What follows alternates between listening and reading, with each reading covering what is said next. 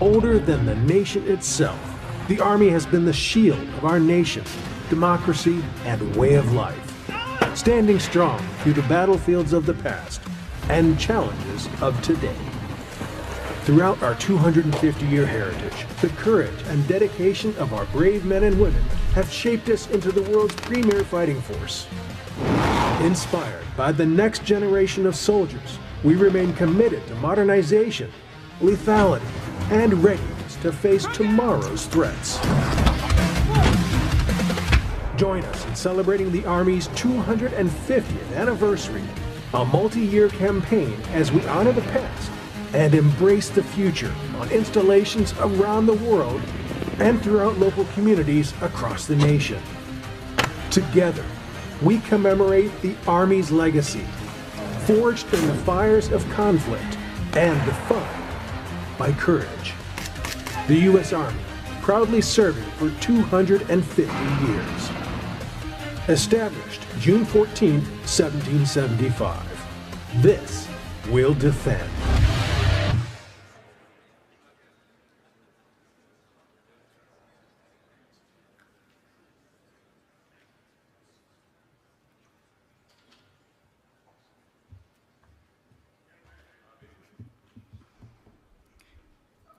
Good morning. Welcome to day 2 of the Association of the United States Army Global Force Symposium and Exposition.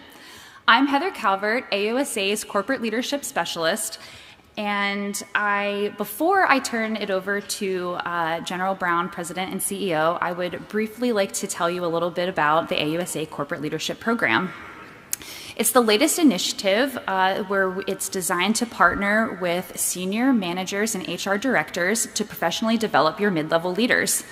We offer 4 essential courses addressing today's business needs, all tailored to your timelines.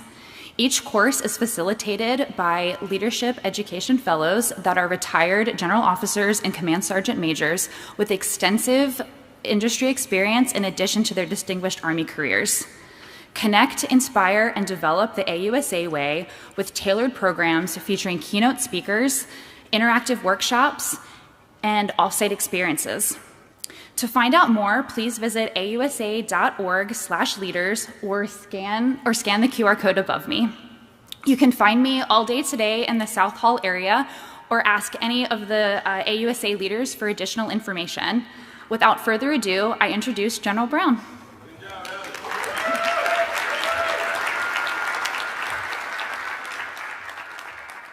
All right, thanks, Heather. I'm telling you, it's a tremendous program. You want to take advantage of it. Well, welcome to day 2. Tremendous day yesterday, and it's going to get even better, no doubt about it. And be sure, as mentioned earlier, connect with Heather while you're here. Learn more about the programs offered by AUSA Center for Leadership. We also do leadership classes for the Army, active, guard, and reserve. And we've done 50,000 soldiers in the last 2 years, all for free for the Army, and it's absolutely, as Heather mentioned, with tremendous leadership fellows who have amazing experience. So I hope you had a great time yesterday. Again, they were really tremendous panels, and to jumpstart this morning, we want to thank IBM for the coffee and the breakfast out there. Thanks, IBM, for sponsoring that. So a lot of people taking advantage of that. Nobody's hungry out there. That's good. Ready to go. We'll kick off this morning. We got an exceptional officer who's done an amazing job, and kind of our host here, Lieutenant General Chris Mohan, Deputy Commanding General and Acting Commander, United States Army Material Command. Very excited to have. So, Chris, come on up. The floor is yours.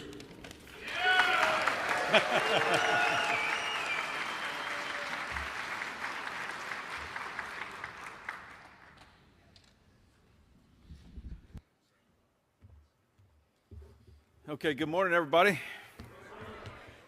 I hope everybody's doing great. And, yesterday I had to sit and listen to, not had to sit and listen to, that's strike one. But I had the opportunity to listen to Tommy Battle welcome everybody to the great city of Huntsville and the greater Tennessee Valley. And I just have to tell you, I need to echo what he said. Hey, this is a wonderful place.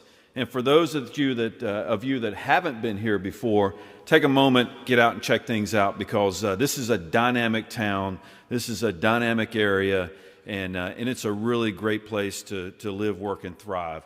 And we're really proud of what we do here. We're also really proud of the relationship that I have on the Arsenal, and all my partners, 65 different partners on the Arsenal, has with the local community.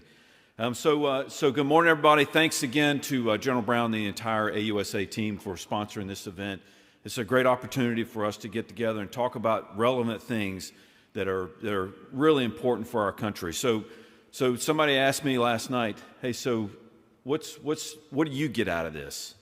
And I will tell you is that I got to meet with 6 different industry partners yesterday afternoon that in a very compressed time schedule, where we were able to draw and pull the thread, from one industry partner to another industry partner to another industry partner, and in a very compressed timeline. And that's powerful when we're able to do that. So again, thanks to the AUSA team.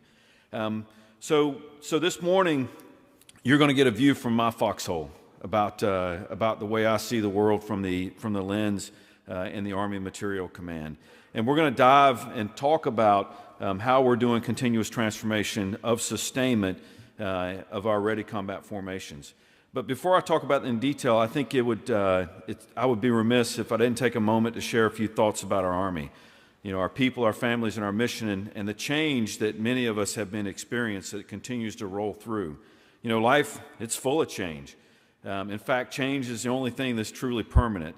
And I will tell you that as we've gone through this, I've taken a step back and reflected in my career. September will be 36 years of the time periods when I've seen massive changes.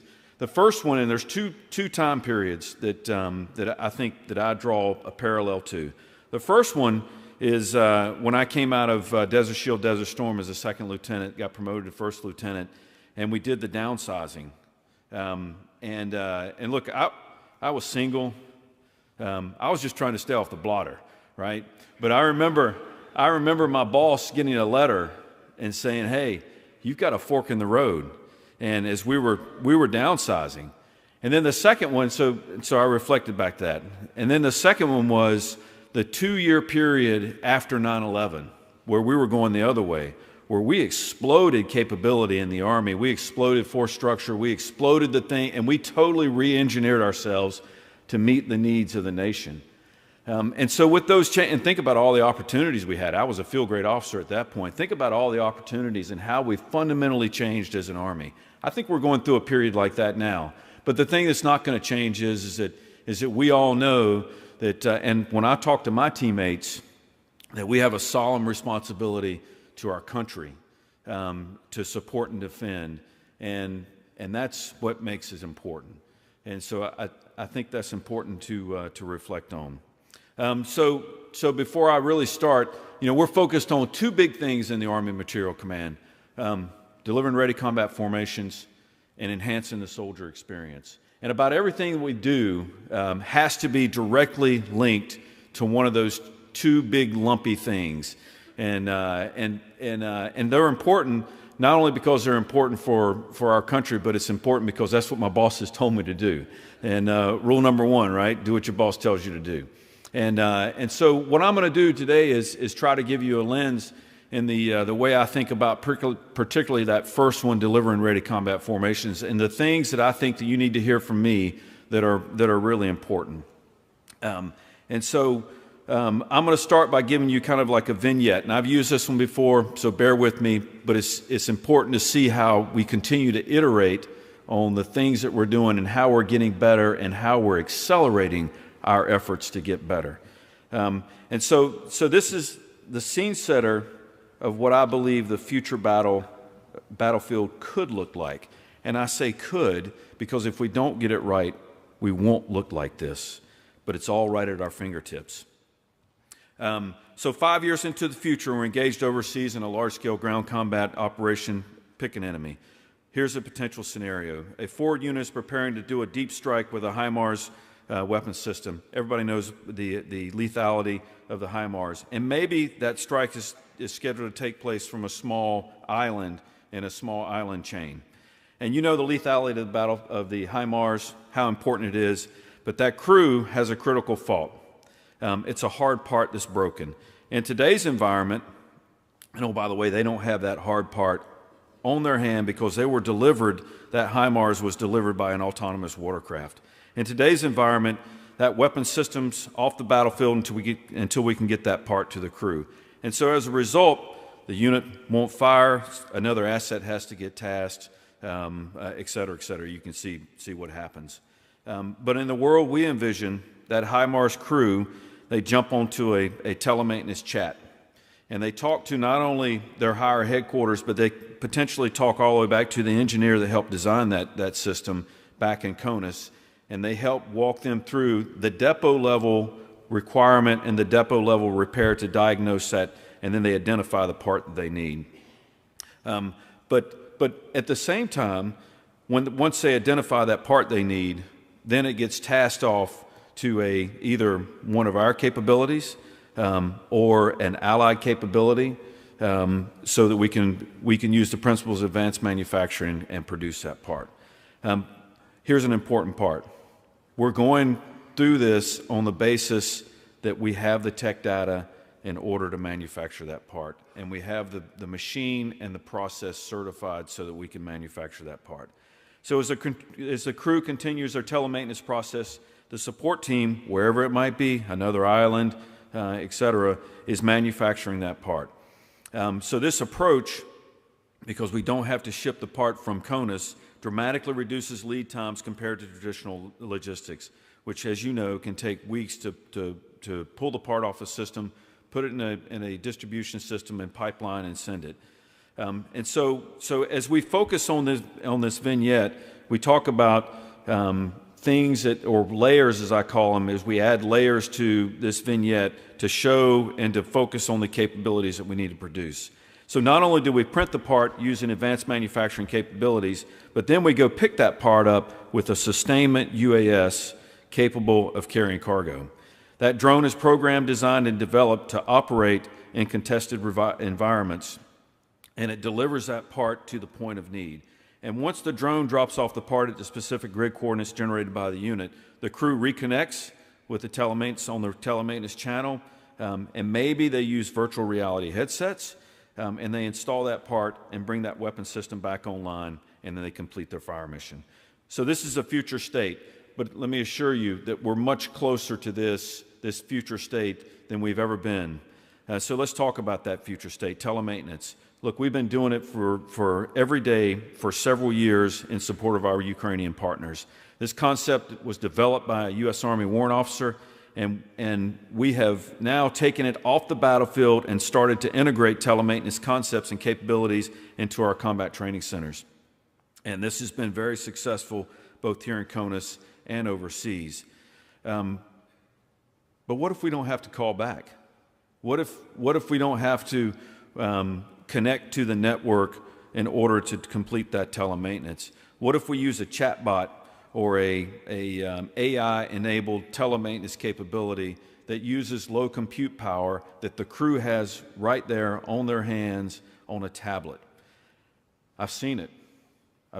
We're doing it right now in testing, where we're doing complex radar repair using a chatbot that walks the crew through the steps necessary to do that trouble. So depot level task enabled by AI, incorporated at the crew level. That's just one thing that we're focused on. The next layer, advanced manufacturing. We're expanding this one rapidly. We're actively producing advanced manufacturing parts at the Joint Manufacturing Technology Center, or JMTC, at Rock Island. And so, for instance, we've got 500, and look, we have a data repository. And so as we get these tech data files, we add them to our data repository. It's kind of clunky. We're working on it. We got some industry partners that are helping us take a look at how we make it better and faster. But we've got close to 600 parts in that data repository right now, and we're training users all the way from the tactical level all the way to the strategic level on how to access it, and we've got close to 400 users right now, and that is growing up. That number is growing every day. So we've already printed a couple hundred parts for field requirements, and we're currently on a sprint for the manufacturing of unmanned aerial systems. And so as one, you go to PCC, pre-command course, and you give your spiel, and then you get your anonymous comments. As one of the anonymous commenters said, "Hey, General, we've been printing in our garages. Our kids have been printing in our garages for the last 10 years. Tell me something new." Well, so here's. I was like, "Well, damn, we're printing titanium, But here's what's new. So this is an example of the first UAS we printed. We got the file 3 days later. 3 days later, we printed our first UAS, and we've printed multiple systems since then. But the key is that we're printing this in an industrial facility with an eye on the ability for units to print the repair parts on their own organic capability. The other piece is that we take it, and because we do industrial level design and printing, we take it and turn this into a capability where initially we can print, I don't know, maybe 100 a month with some very simple facilitization, advanced processes. We can scale to 10,000 a month. And that is, again, at our fingertips. And then the critical piece, again, is we own 100% of that tech data. Now, we have to make some decisions whether the country needs us and the Army wants us to print 10,000 UAS in an industrial facility. But the key piece for me and for our team is we know how to do it, and we're doing it in support of field units. That one, as we scale that one, that will go to the National Training Center, where it will be given to the OPFOR so that they can greater sensitize units to what it's like to operate in a UAS saturated capability. And it's about 2/3 of the cost of what we're currently paying. So this technology is evolving rapidly. And then as we think to the future, how do we continue to make those engineering changes, and what machines do we need to facilitize in the organic industrial base, which will allow us to go faster? We also at Rock Island, and you can go to the next photo, we have the world's largest 3D printer, right? And this is called the jointless hull printer. It's one of one in the world. And when we finally get it proofed out, and I say finally because this is hard, it'll be able to print a vehicle hull. And so when you do continuous printing of that type, you get a much stronger and lighter body because there's no welds in it. And so we're proofing this out right now. We're printing wing stays for Boeing right now or I should say one of our industry partners as we proof this out. But here's the other thing, though. We need to understand, and we do in AMC, we understand that the cat is out of the bag, right? 3D printing, advanced manufacturing is exploding across our Army. And so we don't want to constrain that. We want to nurture it, and we want to take advantage of the ingenuity of the American soldier and help them do things at the tactical level, at the operational level that makes sense and facilitize them. So here's an example. Before Christmas, I was down at Fort Stewart, and I had the opportunity to walk through the Marne Innovation Center. And there I talked to a specialist. And when a specialist says, "Hey, General, check this out," it's like a warrant officer saying, "Hey, hold my beer," right? You pay attention because something's going to happen. And he showed me where he had designed a fixture that mounted on the bottom of one of their UASs that they had designed it, that you could stick a hand grenade in, and you could fly that UAS over a target, and using a servo that again they bought off of Amazon, you could drop that hand grenade on a potential adversary. That's the kind of innovation that's happening and is exploding across our Army. And so going back to our UAS, look, as an Army, we have added 3D printers into our metalworking and machining shop sets, which are fielded at the brigade level. Our trick is to give the unit the tech data so that they can print appropriately at the brigade level and connect that tactical edge all the way back to the strategic, break those stovepipes that we currently have. And so that capability we have deployed down at the brigade level will not only give you the machining, subtractive manufacturing, but also the 3D printing, which is additive manufacturing, which is combined together.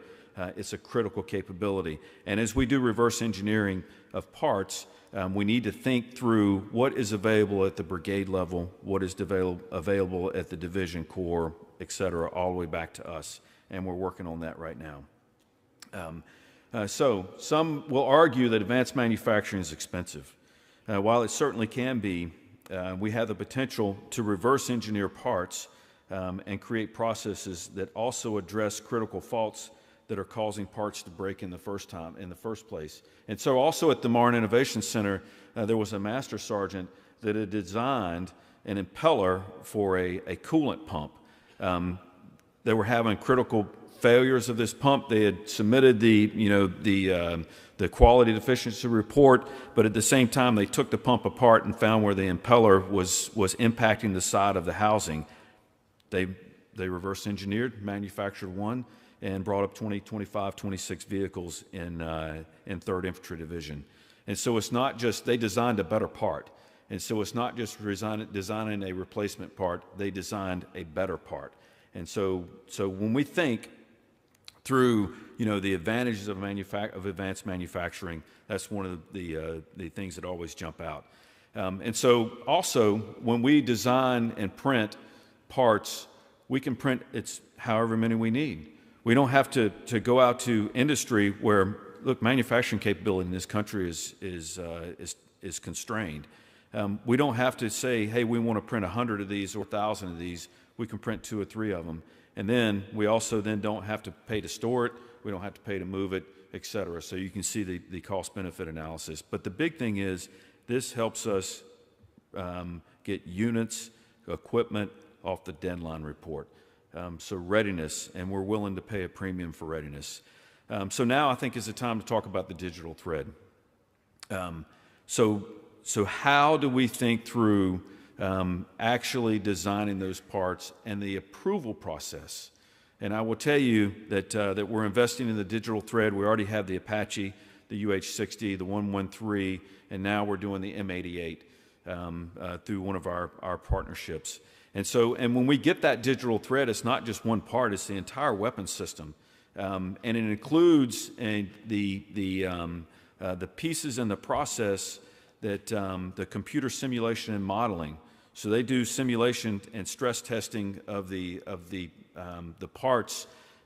They also do them and do the digital thread with an eye on using advanced manufacturing to produce some of the parts.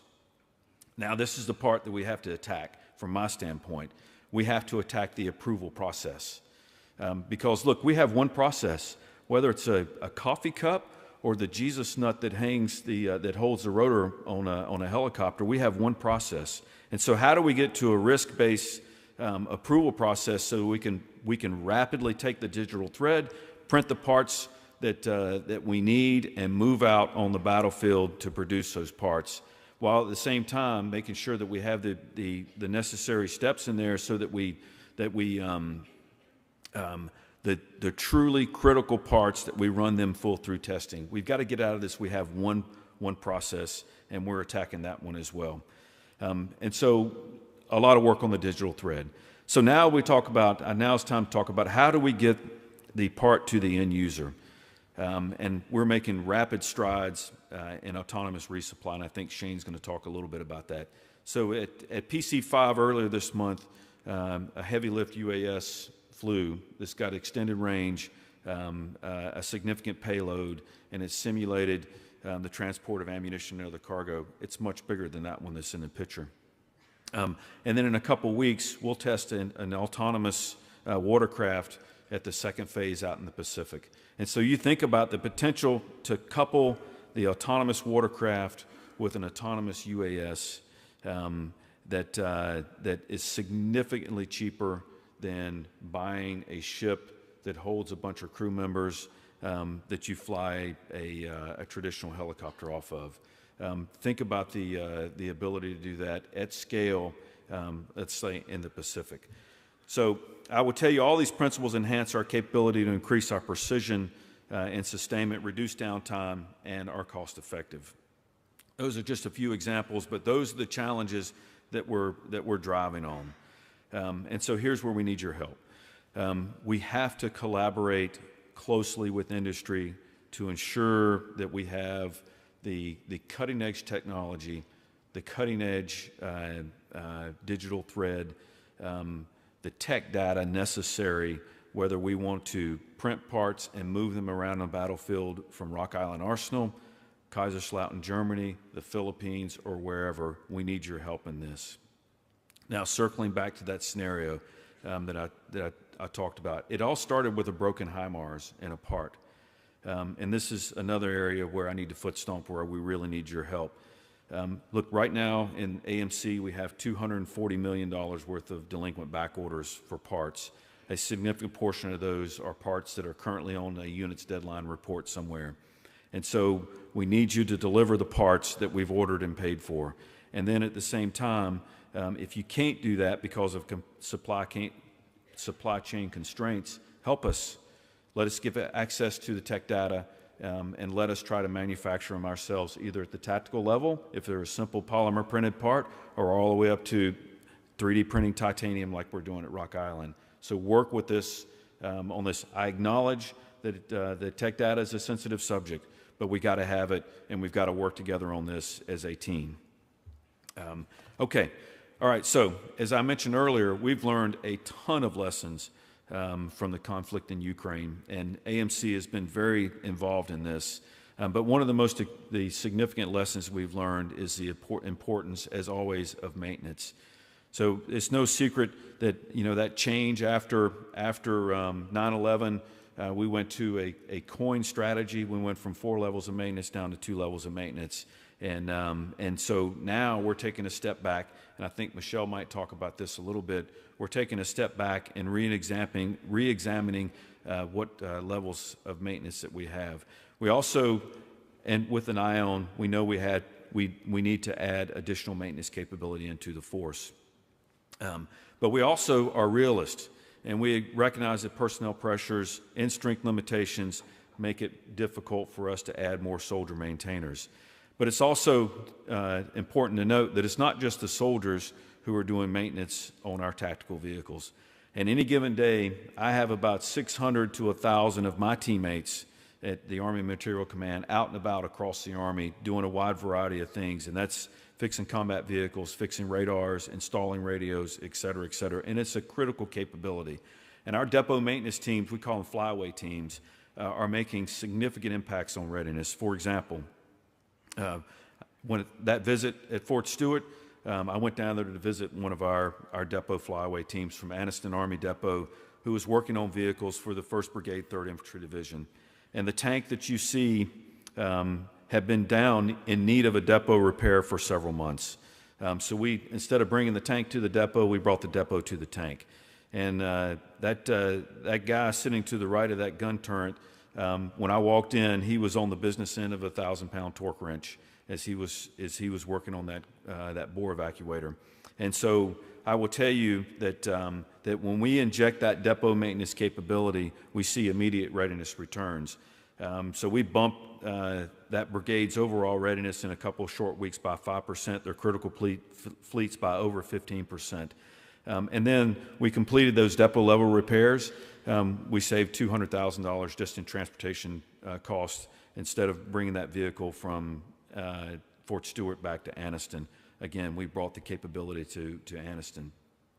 And so what we've learned is injecting depot level maintenance capabilities at the tactical edge leads to you do the next one. And so they are down there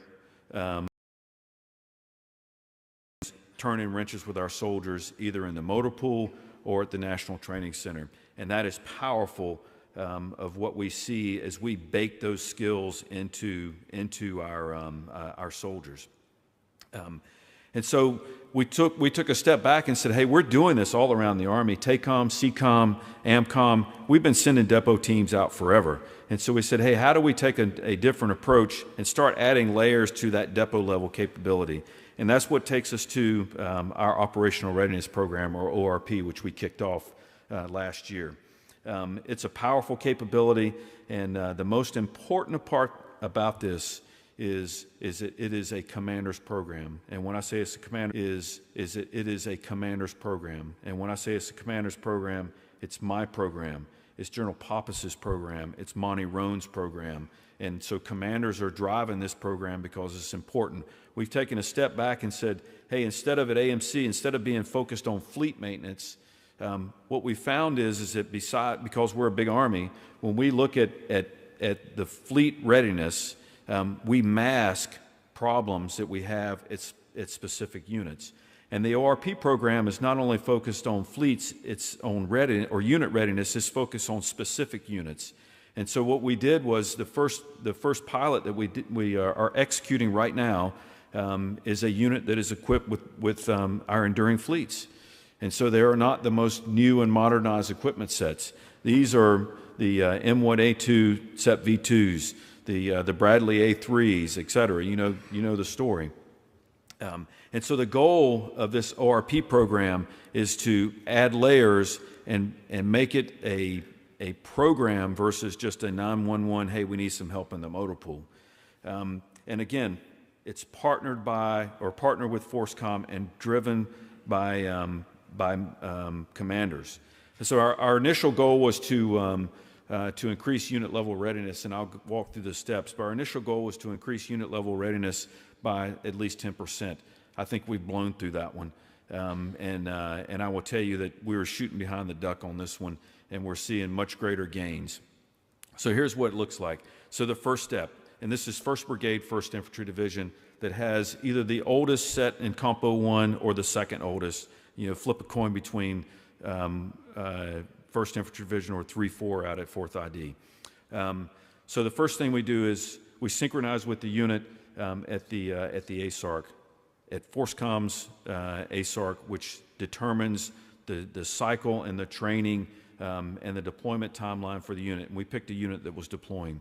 So we sent a team out starting in December. We sent a team out to Fort Riley, and shoulder to shoulder, they TI'd all the vehicles in the brigade.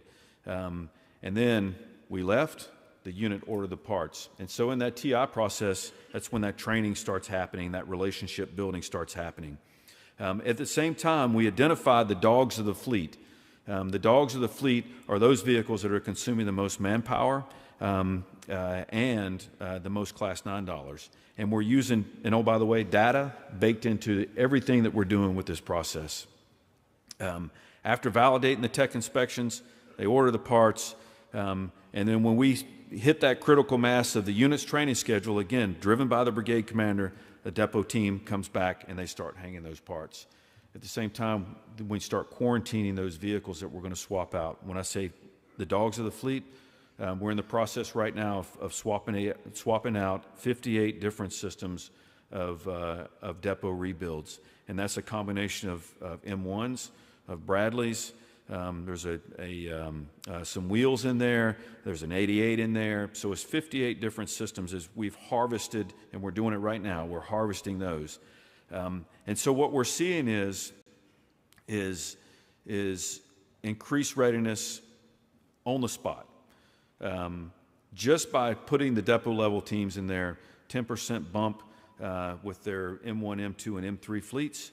And we think by the end of April, we will be 15, 20% bump in their readiness. And the critical piece, again, is the maintainers that we're turning out, because when we're done, we will have had 3 deliberate touches with the unit maintainers. And that is going to be the secret sauce that really propels this program into the future. We're still collecting data that just came out of the box at NTC. One of the critical things that has happened, instead of bouncing hard at the end of the rotation, that readiness dip didn't go nearly as deep. And so we're seeing that staying power. And because this unit is deploying and we're collecting the data the entire time, we're going to watch them all the way through their deployment and then measure the success or failures of this program and then change it as necessary. But we're really excited about this. And I mentioned data again. Data is in everything that we're doing. So along with our ORP process, we're also attacking the load of a unit because I believe that that our ASLs are like a lot of us in America. They've gotten big and fat, and so I put a mark on the wall and said, "Hey, look, I think we need to get our ASLs down from 4,500 lines to about 1,500." And everybody went, "We can't do that." But I tell you, I think we're going to end up right about 2,500 lines. And so why 2,500? Because that's what the brigades are fighting with at the National Training Center. And we're not looking at it in just the concept of just one brigade. We're looking at it in the concept of the entire supply chain. And so we're taking the lessons learned by gathering that data, running algorithms on the data that we're gathering to not only inform what we're doing at Fort Irwin, California, Fort Riley, Kansas, but what we're doing is we build future ASLs at 2 strategic CONUS locations at the theater level, but also overseas. So we're connecting the dots, if you will. And again, this is what the brigades are fighting with at the National Training Center. They're fighting with a much lighter load because of lethality on the battlefield, and they have to be able to move faster and with less flips. We're also thinking about, again, with data, we're rethinking our enterprise resource planning, or ERP strategy. So we're looking at, we've been stovepiped 5 major systems. The ones that we're really interested in, LMP, G-Army, GFIBs, they're all stovepiped. So how do we connect that? We have a strategy. I think that we're going to have to tweak that strategy as we move forward to take advantage of the work that you're doing. But in my view, agility layer that sits on top of it that helps those systems, those foundational systems, do things better.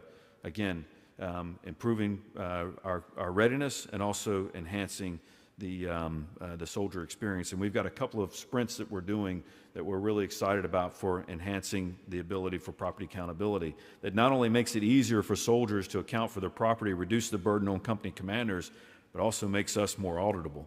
And so we see a future that says, hey, we're going to fix to the good enough the foundational systems and then focus our efforts on that agility layer so that we can move faster and take advantage of the work that you're doing. And we're really, really excited about that.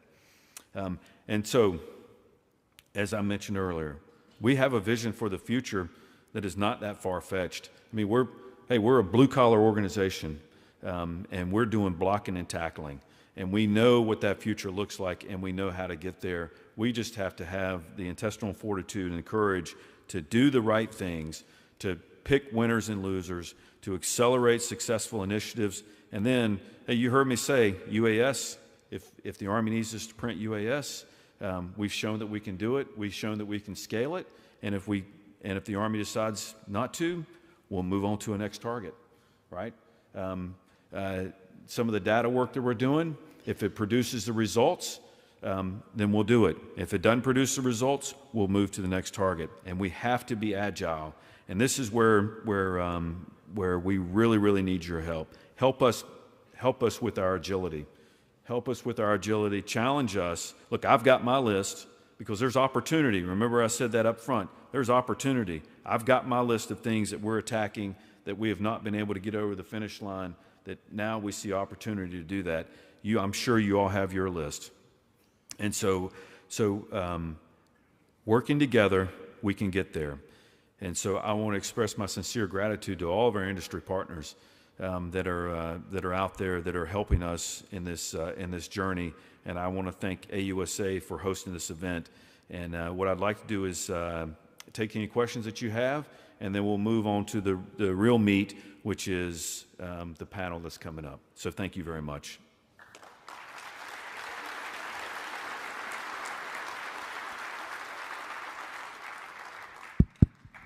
Yeah, thanks, Chris. Mick Bednarik. Really appreciate you walking us through, collectively, everybody here in the audience. One of the areas that you did not touch on, and if you could expand a little bit, is the existing acquisition process and how for all of us in the defense industrial base, organic industrial base, how we may be able to assist as we kind of work through that. Some would say it's lethargic, it's old, It's process heavy, difficult to work through, et cetera. But if you could expand on that just a little bit, thank you. Yes, sir. Thank you for that question. And I'll go particularly with software and data, right? We have to get better, and that's on both sides. One, don't try to sell us a boutique solution.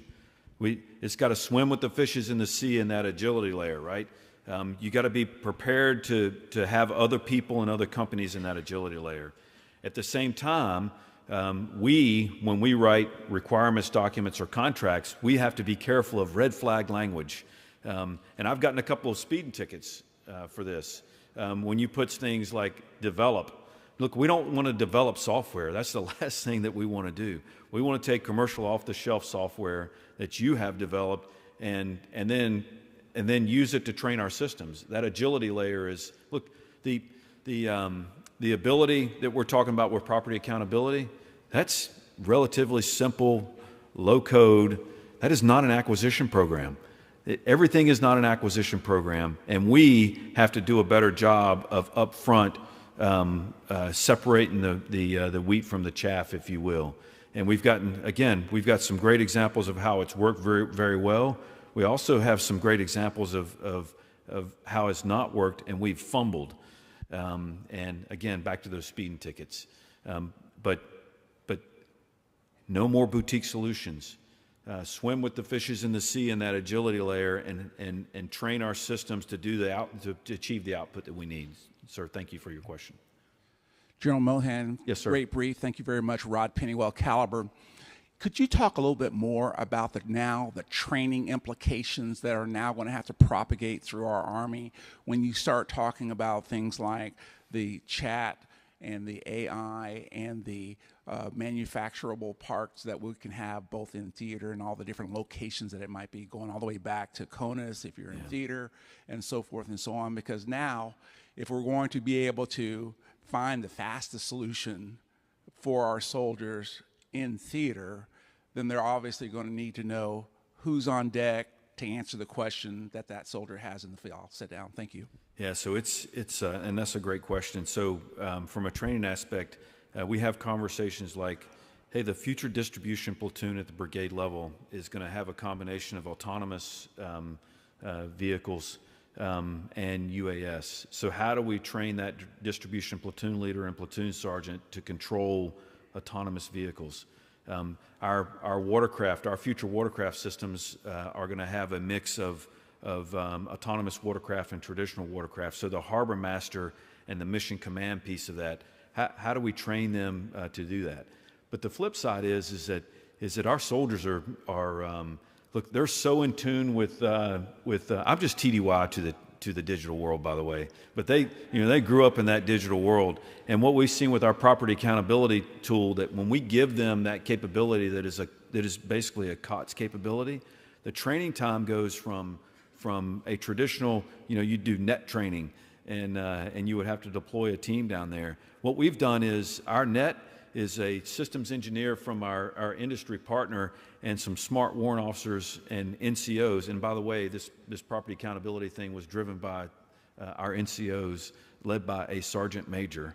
And so when you incorporated the tactical edge, that systems engineer and that warrant officer and that NCO, they fix the problems before they even start. And then when you give a soldier a tool that is really easy to use, we downloaded on, because it's an app. It looks like an app on your phone. We downloaded. I gave it to my aide, who's a pretty smart guy, been a company commander a couple of times, and we said, "Hey, go play around with this."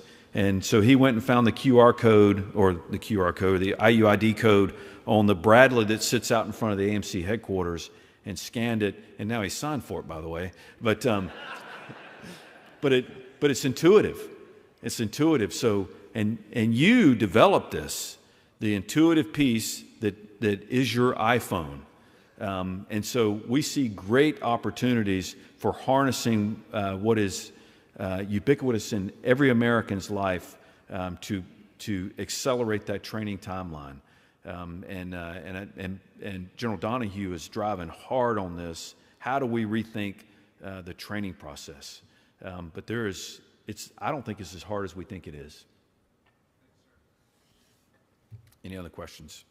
Morning, General. Yes, Eric sir. Burns from Burns Research. We've met a couple of times through Jim Dwyer. You mentioned ASLs, and we've worked for the last 10 years to develop and refine ASL tools. We can predict at TRL-8 your ASLs, not only which ones you need, but the quantities you need and where you need them in the world, including down at the brigade level. How do we let you know that it's actually here? You could see it if you wanted to tomorrow. How do we let you know, or some of your team know, to see that? Yeah, we'd love to partner with you on this because it's a challenge. You know, it goes back to that $240 million worth of delinquent back orders. So the positioning of the ASL, the controlling of the amount of ASL is critically important. So we would love to partner with you on that so that we can see it. But I will challenge you, though, not to look backwards. We have to look forwards in how we're thinking about the future. And so it's not just about how many parts we have on the ASL. It's about how it's linked with at the brigade level, with the theater level, and our tassels. And so how do we think about? Look, we've learned a lot of great lessons in our support with Ukraine about the power of having a mobilization and deployment platform that is Charleston, airfield, deep water port, heavy maintenance capability, and we have utilized that literally tens of thousands of times to support. So should we have a theater level ASL at a place like Charleston, and then should we pick a West Coast location and have another theater layer ASL? And then the modeling and the simulation that's fast enough so that we can do adds and subtractions from those theater ASLs in CONUS and then also OCONUS based upon the units that are deploying. That modeling, we can do that like just snap your fingers and we can run those models right now. And then is our distribution system agile enough to make those puts and trades is the direction we're heading.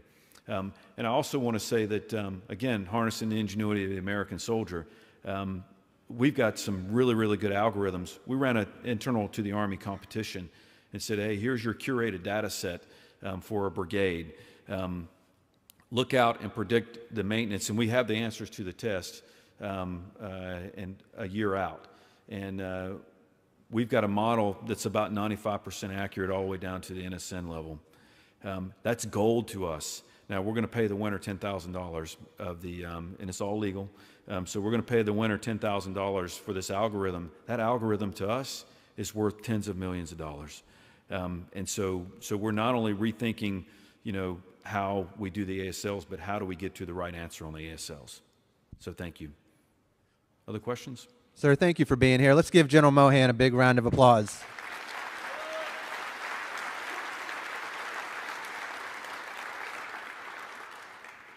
Okay, you're stuck with me again.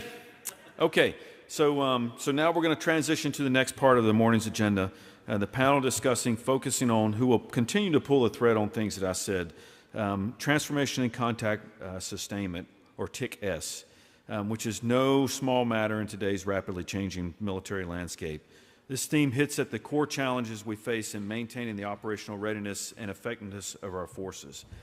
So we've got a great lineup on the panel. And I want to say thanks to my friend, one of my mentors, Lieutenant General retired Donnie Walker, true expert leader in the field. You're also going to hear from Major General Michelle Donahue, the Commanding General of Combined Arms Support Command. As we face the realities of modern warfare and logistics, Michelle's team, she's going to help us explore the fundamental principles surrounding this part.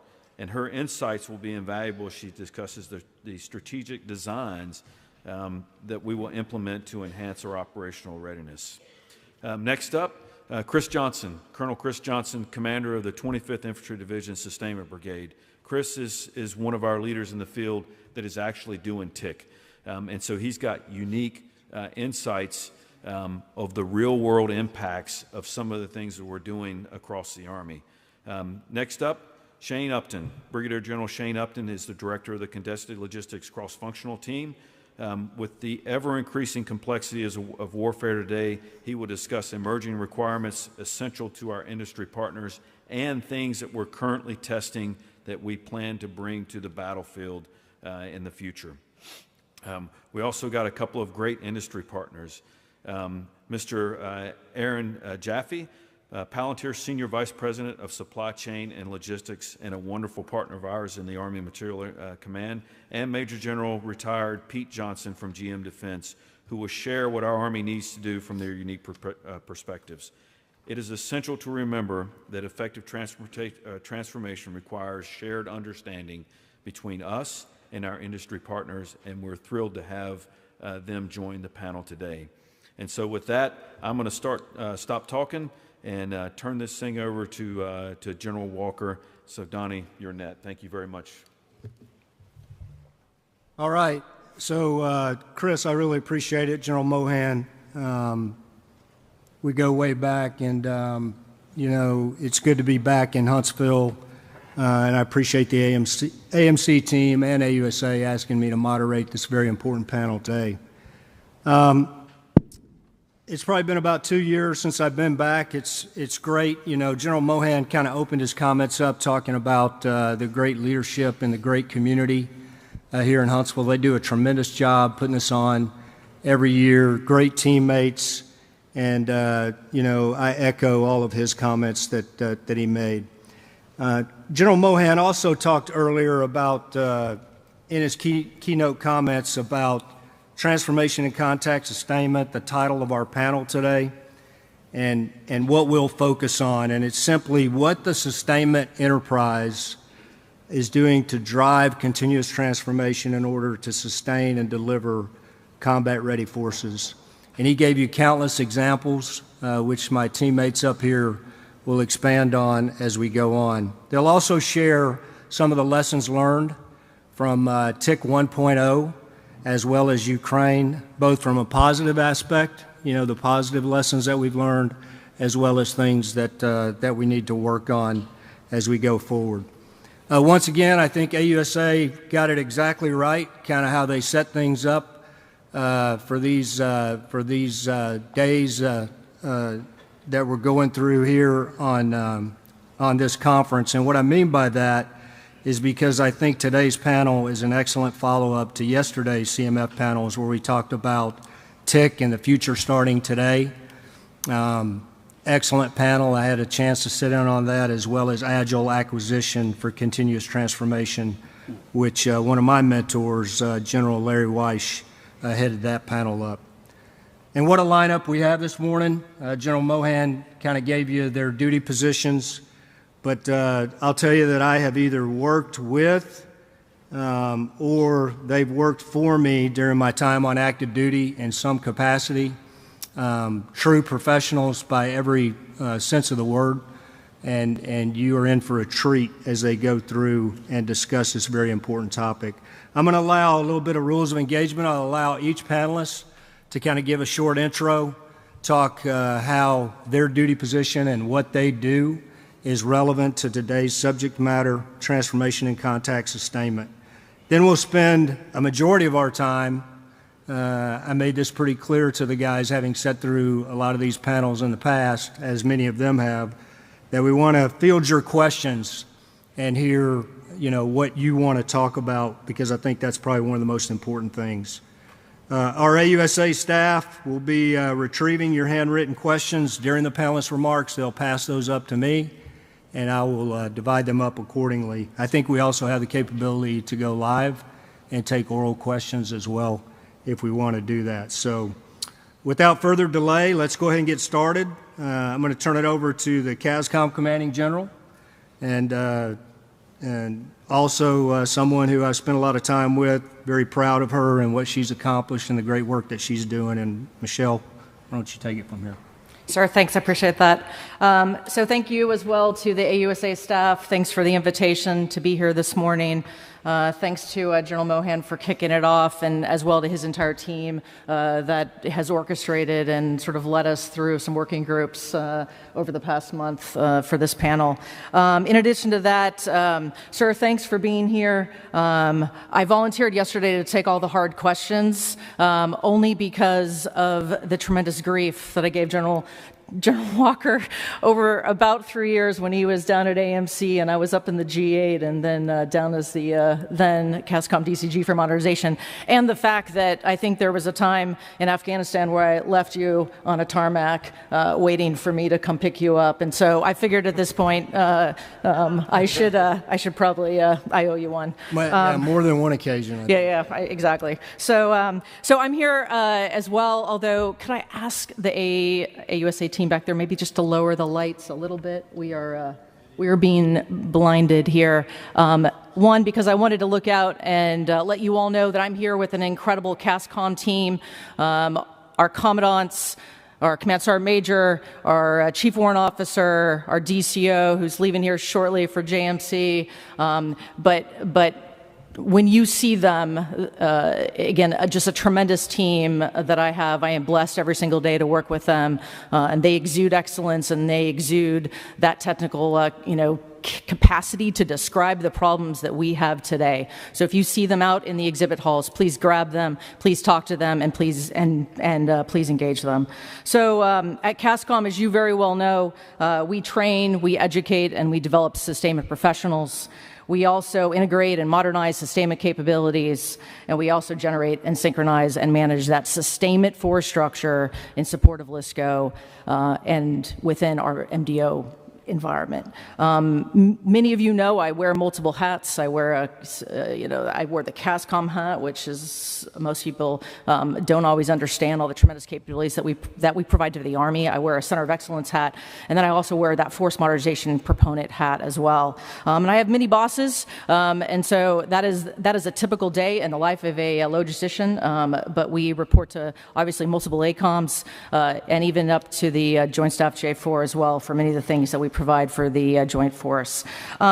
We are absolutely thinking differently about how we sustain the future Army. We are also trying to be a better customer. Last September, we hosted a industry week, and we look forward to doing that again and continuing to describe the challenges that we have. We are also very transparent. I know many of you here in the audience over the past couple of years that I've worked in this space, and I try to be an open book. So please engage us and help us think differently. In addition to that, you heard General Hodney talk about yesterday how sustainment cuts across all of those functional aspects of the future Army warfighting concept. It also cuts across all of the SIFWE experimentation, and Shane's going to talk a little bit about that. And so I think the fact that we have a role in transformation and contact, and you're going to hear Chris talk about this here a little bit, but we also play from a force modernization proponency hat. We also play in the TIC space, in the deliberate transformation space, and in the concept-driven transformation space. And that is absolutely nested with our cross-functional team that Shane leads, but also with our CDID partners and with the entire AFC enterprise as a whole. What I'd like to do really quick for about 1 minute is show you a video of all the things that collectively the sustainment enterprise has been working on. So with that, to the team back there, please go ahead and cue this video.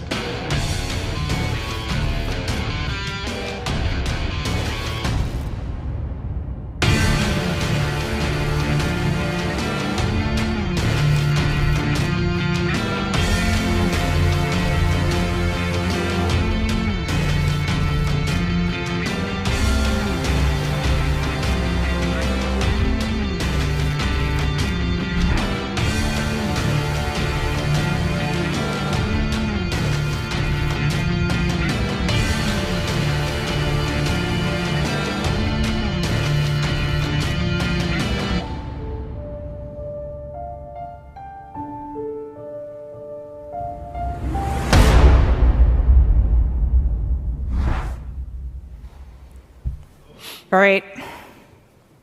So I look forward to, I'm going to pass this off to Chris here, but I look forward to talking a little bit more about the .mil PF implications about what we're doing from a sustainment perspective.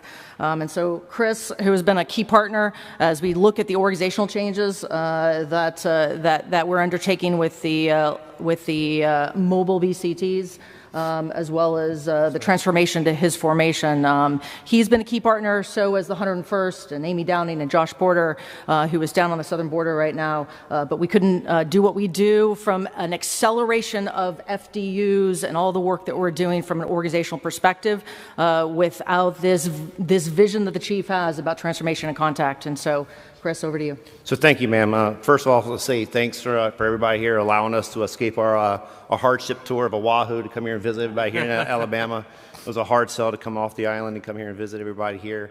I'm Chris Johnson. I'm the commander of the 25th Division Sustainment Brigade, and we've been in this TIC 1.0 for going on almost a year now. We started off April last year when the chief came out and identified our 2nd Brigade of 25th Infantry as being a TIC brigade, and we moved out and reflagged and made that a prototype formation all the way down and transforming that BSB into what we call a light sustainment battalion. And we had a culminating training event that went through, it was what we call JPMRC, the Joint Pacific Multinational Range Complex there, that we executed the TIC formation with a world-class Op4 team that came out from JRTC and put them and executed the essentially a CTC rotation over 3 different islands, the island of Oahu, the Big Island, and then the island of Palau.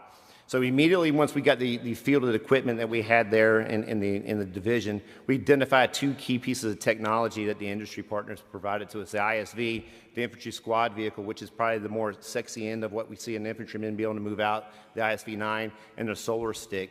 And as a sustainer, specifically to my DSSB formation, we figured out the ramifications, implications of what happens with the introduction of that ISV. We immediately saw a reduction across the board of Class 3 bulk consumption inside the formation. To give you kind of a touch point of that, our Alpha company only had to push into 2,700 gallons of gas through the entire duration of that formation and that fight because of the low consumption rate of the ISV they had to go into. So the actual organic bulk fuel capability that's resident inside that LSB was able to sustain that formation through about 15 days of force on force, to include RSO&I, reverse RSO&I, to lessen that burden that went into coming out of the Alpha company. The second part that we saw in there was the solar stick. You know, everybody who's gone out to a sustainment formation, you know, how does the Op4 normally key in on a BSB or a BSA or DSA? They can hear the generators running at night. So we took our power generation capability, and we adopted a new concept of looking at power and energy as a day of supply. The solar stick went out and it was able to make us, or enable us, I should say, to reduce our generation power from running 24 hours a day to running about 6 hours a day. So that the generators were able to power up and recharge the solar stick. Then we can go back and we could power a TOC. We can go back and recharge MRRs, LRRs, and SRR platforms that goes into that. Again, driving into the reduction of our overall fuel consumption, which then enabled the battalion commander, Lieutenant Colonel Jason Kappas, to go back and figure out how to fight his LSB in a more distributed, disparate formation. He was able to take his formation, break it down into 3 base clusters that were, you know, aligned to 3 fighting rifle battalions and move through the terrain there that was in Oahu. So we're pretty excited here to see what happens with TIC 2.0 as we flesh out. Now we start doing our 3rd Brigade, 325. They start making that transformation. I know the CSA has now made a decision that we want to all now be mobile brigade combat teams. And as we start building that out and realizing how that's going to start working its way back into the sustainment formation, we alter all other formations and tailor that to provide a more reflexive and adaptable logistics enterprise, especially when we overlay it with the terrain that we've been charged to fight in across the Pacific region. So, man, we're excited with all the things that CASCOMs will provide us in the larger Army enterprise as well. Thanks, Chris. First of all, I want to second all the appreciation up here. You know, we're all excited to be part of this panel. I'm certainly excited to join the immense talent at these tables up here in front, yours truly excluded, of course, and happy to represent industry in this conversation. Pete Johnson, I'm the Vice President for Integrated Vehicles Business Development for GM Defense, and we've been supporting actively the transformation and contact efforts over this past year. Well, we did so through, obviously, the Army Program of Record with the Infantry Squad Vehicle, but we also loaned, using our resources, additional variants and advanced technologies in hybrid propulsion, et cetera, to allow the Army the opportunity to see how they might benefit both operationally and in sustainment. I'll start also by acknowledging some of the dialogue that occurred here yesterday surrounding that while the nature of war has remained the same, the character is rapidly changing. And I would say when you take a look at the military-industry relationship, the nature of it has also remained the same, but the character of it also has to rapidly change and adapt in stride, because the whole purpose of that relationship is to deliver and provide capabilities at the right time and the right capabilities to the warfighter so they can defend this great nation. And to that end, I do think that General George, Chief of Staff of the Army's vision for TIC has nailed it. I think that, everything I hear also with regards to continuous transformation, the coaching from General Rainey and others on that is going to make a huge difference. The ability to rapidly experiment with the operating force, and that includes our great Army sustainers, and to leverage that and showcase your technology and your capabilities under the most difficult, challenging conditions against determined, well-trained enemy. Well, that's the soldier touch point of any industry's dream. It's a big deal.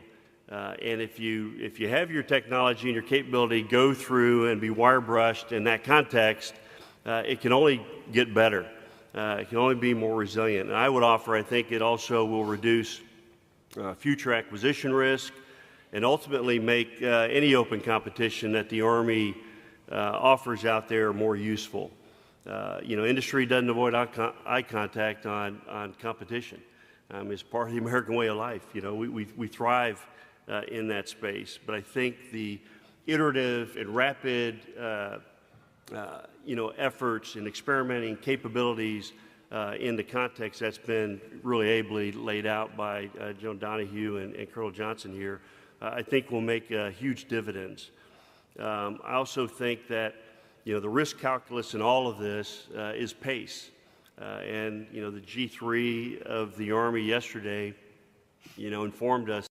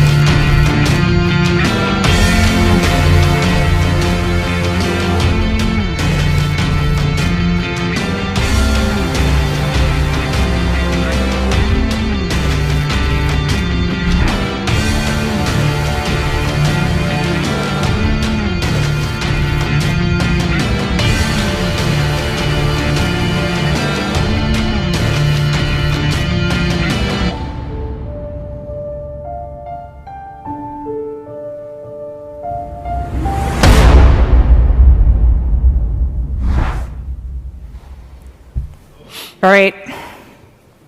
So I look forward to, I'm going to pass this off to Chris here, but I look forward to talking a little bit more about the .mil PF implications about what we're doing from a sustainment perspective. And so Chris, who has been a key partner as we look at the organizational changes that we're undertaking with the mobile BCTs, as well as the transformation to his formation. He's been a key partner, so as the 101st, and Amy Downing and Josh Porter, who is down on the southern border right now. But we couldn't do what we do from an acceleration of FDUs and all the work that we're doing from an organizational perspective without this vision that the chief has about transformation and contact. And so, Chris, over to you. So thank you, ma'am. First of all, let's say thanks for everybody here allowing us to escape our hardship tour of Oahu to come here and visit everybody here in Alabama. It was a hard sell to come off the island and come here and visit everybody here. I'm Chris Johnson. I'm the commander of the 25th Division Sustainment Brigade, and we've been in this TIC 1.0 for going on almost a year now. We started off April last year when the chief came out and identified our 2nd Brigade of 25th Infantry as being a TIC brigade, and we moved out and reflagged and made that a prototype formation all the way down and transforming that BSB into what we call a light sustainment battalion. And we had a culminating training event that went through, it was what we call JPMRC, the Joint Pacific Multinational Range Complex there, that we executed the TIC formation with a world-class Op4 team that came out from JRTC and put them and executed the essentially a CTC rotation over 3 different islands, the island of Oahu, the Big Island, and then the island of Palau. So immediately once we got the fielded equipment that we had there in the division,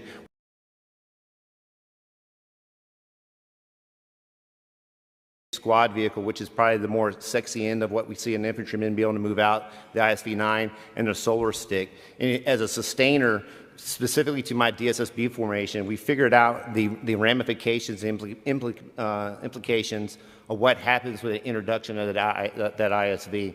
We immediately saw a reduction across the board of Class 3 bulk consumption inside the formation. To give you kind of a touch point of that, our Alpha company only had to push into 2,700 gallons of gas through the entire duration of that formation and that fight because of the low consumption rate of the ISV they had to go into. So the actual organic bulk fuel capability that's resident inside that LSB was able to sustain that formation through about 15 days of force on force, to include RSO&I, reverse RSO&I, to lessen that burden that went into coming out of the Alpha company. The second part that we saw in there was the solar stick. You know, everybody who's gone out to a sustainment formation, you know, how does the Op4 normally key in on a BSB or a BSA or DSA to hear the generators running at night? So we took our power generation capability, and we adopted a new concept of looking at power and energy as a day of supply. The solar stick went out and it was able to make us, or enable us, I should say, to reduce our generation power from running 24 hours a day to running about 6 hours a day. So that the generators were able to power up and recharge the solar stick. Then we can go back and we could power a TOC. We can go back and recharge MRRs, LRRs, and SRR platforms that goes into that. Again, driving into the reduction of our overall fuel consumption, which then enabled the battalion commander, Lieutenant Colonel Jason Kappas, to go back and figure out how to fight his LSB in a more distributed, disparate formation. He was able to take his formation, break it down into 3 base clusters that were, you know, aligned to 3 fighting rifle battalions, and move through the terrain there that was in Oahu. So we're pretty excited here to see what happens with TIC 2.0 as we flesh out. Now we start doing our 3rd Brigade, 325. They start making that transformation. I know the CSA has now made a decision that we want to all now be mobile brigade combat teams. And as we start building that out and realizing how that's going to start working its way back into the sustainment formation, we alter all other formations and tailor that to provide a more reflexive and adaptable logistics enterprise, especially when we overlay it with the terrain that we've been charged to fight in across the Pacific region. So, man, we're excited with all the things that CASCOMs will provide us in the larger Army enterprise as well. Thanks, Chris.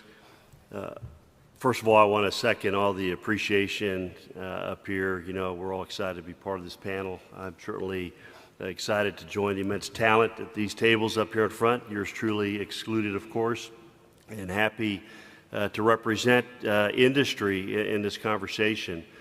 Pete Johnson, I'm the Vice President for Integrated Vehicles Business Development for GM Defense, and we've been supporting actively the transformation and contact efforts over this past year. Well, we did so through, obviously, the Army Program of Record with the Infantry Squad Vehicle, but we also loaned, using our resources, additional variants and advanced technologies in hybrid propulsion, et cetera, to allow the Army the opportunity to see how they might benefit both operationally and in sustainment. I'll start also by acknowledging some of the dialogue that occurred here yesterday surrounding that while the nature of war has remained the same, the character is rapidly changing. And I would say when you take a look at the military-industry relationship, the nature of it has also remained the same, but the character of it also has to rapidly change and adapt in stride, because the whole purpose of that relationship is to deliver and provide capabilities at the right time and the right capabilities to the warfighter so they can defend this great nation. And to that end, I do think that General George, Chief of Staff of the Army's vision for TIC has nailed it. I think that, everything I hear also with regards to continuous transformation, the coaching from General Rainey and others on that is going to make a huge difference. The ability to rapidly experiment with the operating force, and that includes our great Army sustainers, and to leverage that and showcase your technology and your capabilities under the most difficult, challenging conditions against determined, well-trained enemy. Well, that's the soldier touch point of any industry's dream. It's a big deal. And if you have your technology and your capability go through and be wire brushed in that context, it can only get better. It can only be more resilient. And I would offer, I think it also will reduce future acquisition risk and ultimately make any open competition that the Army offers out there more useful. Industry doesn't avoid eye contact on competition. It's part of the American way of life. We thrive in that space. But I think the iterative and rapid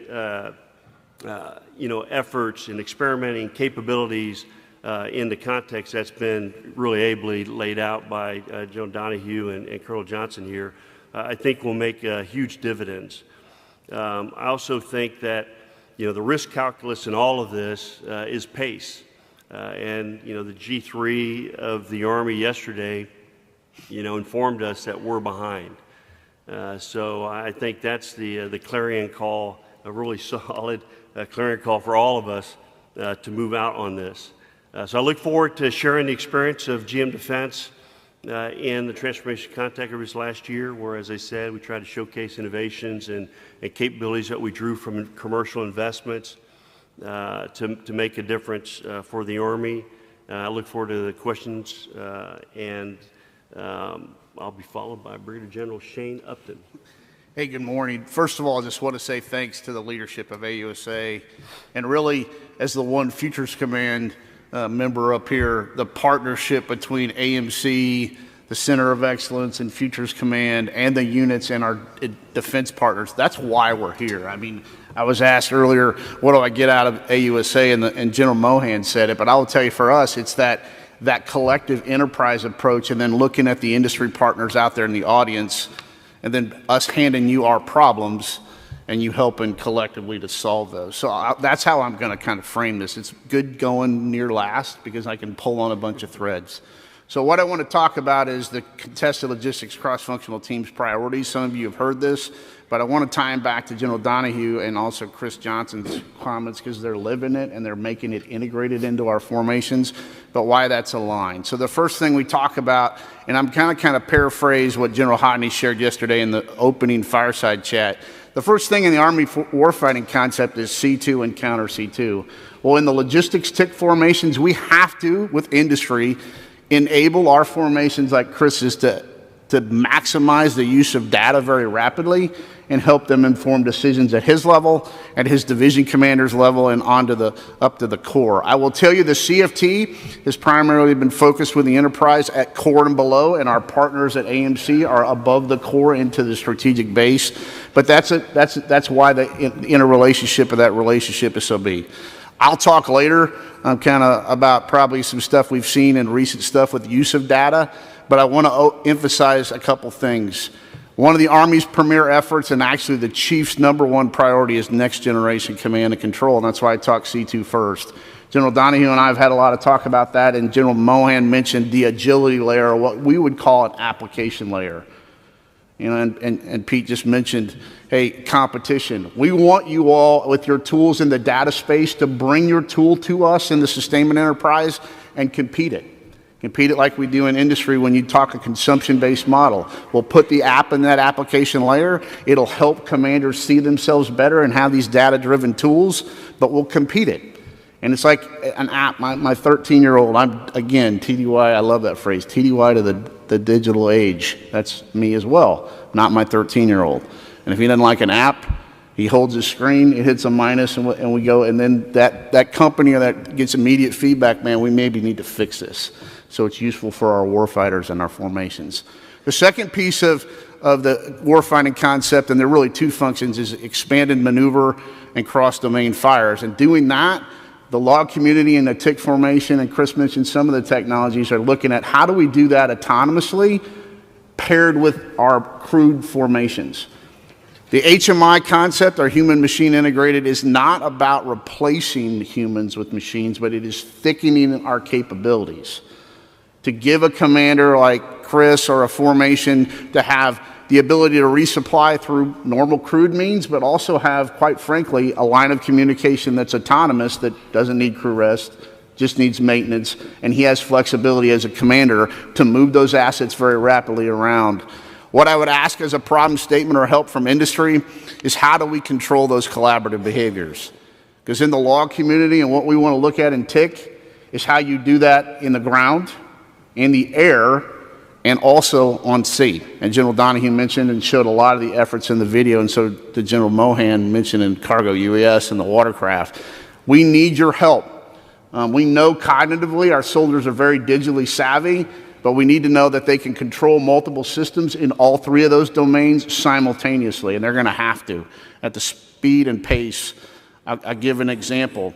Just recently, a Project Convergence capstone at the National Training Center, our partners in cross-domain fires, long-range precision fires, have got a weapon system now that we needed, and we absolutely have. It's an autonomous HIMARS. It's double the pods of a normal HIMARS. It also has new munitions we're testing at the rate of fire is about 20 rockets in 20 seconds. That consumption rate is what we will need to be lethal. That's what we get paid to do as an Army, is go fight and win our nation's war, and lethality is the forefront of that. But we also have to look at how we sustain that, and that's how we see that human-machine integrated piece. It's thickening the ability of our distribution networks so they can continuously be moving. Chris missed a great thing on demand reduction, is what we call it in the CFT, of that fuel demand reduction, the power, and I'll talk about both those kind of simultaneously. We have got to figure out solutions. So one, when we talk demand reduction, absolutely reducing the need for commodities. But also with industry partners, we're figuring out how to produce things like power that then we're not hauling towed generators around. We're not even hauling any generators around. The vehicle, I call them dual or tri-purpose systems. If I have a drone that lands and delivers a commodity to somebody in the 25th Infantry Division, it should also be able to offboard power into that formation and recharge it. And then it's gone, and then it comes back. We should have ground systems. We do. We're experimenting with them. General Donahue's led an effort with what we call the MMET trailer. It's not a trailer. It's a multi-purpose vehicle. But the big thing is it resupplies a formation, provides power, and actually now it's been so useful for TIC and sustainment potentially that we're seeing other warfighting functions in expanded maneuver and multi-domain fire see a use case there. That's true convergence of synergy. The last one is kind of the advanced power space. We're talking about power generation more offensively. We're going to have a big power demand on the battlefield with some of the new weapon systems we're bringing into the inventory. Think the long-range hypersonics weapon and its radar system, potentially DE in the future, or even space-based weapons. That power demand is not going to reduce, it's going to go up, but we have to work with you and industry to figure out how we provide that power at point of need or where we need it strategically in different means. And I know there's a lot of companies out there in that space. So I'll leave the rest of my comments for that, but I just kind of wanted to frame that because the discussions previously are kind of exactly what we're working on in the CFT in those 4 main areas. But I'll turn it over to Aaron. Thank you. And thank you to AUSA and AMC for graciously hosting us on this panel. So to take a step back, and I think going last has its privileges, as General Upton said, because I think build on General Mohan's comments here of how do we think about the structure of TIC, and from my perspective, which is from industry and companies like ours, and particularly from a software perspective, how does this help us go much faster today and accelerate how we can build capabilities together with the Army going into the future? I think the first learning for us, and I think from an industry perspective, is end users and being able to work with the actual end operational communities as you're deploying and developing a capability is the lifeblood of being able to successfully deploy software. As a company, from our perspective, every time where we have deviated from that pattern and we're not working directly with the end operational communities as a capability is rapidly evolving, we've failed.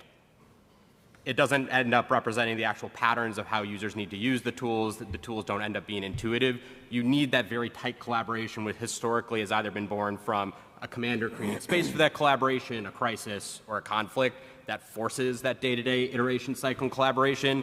And I think we're incredibly excited from an industry perspective that I think TIC is helping institutionalize and creating those spaces where you can take those calculated risks to enable very fast iteration, particularly for software capabilities, for how they can be improved and fielded within the Army.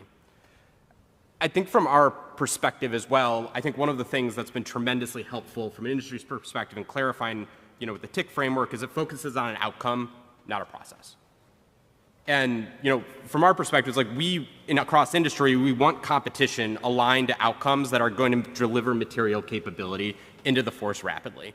And to have a structure that puts a timeline, sets a falsifiable set of criteria, I think forces very, very rapid evolution across industry partners. I think is fundamentally incredibly good for industry from a software perspective, and I think helps deliver capability faster into the Army.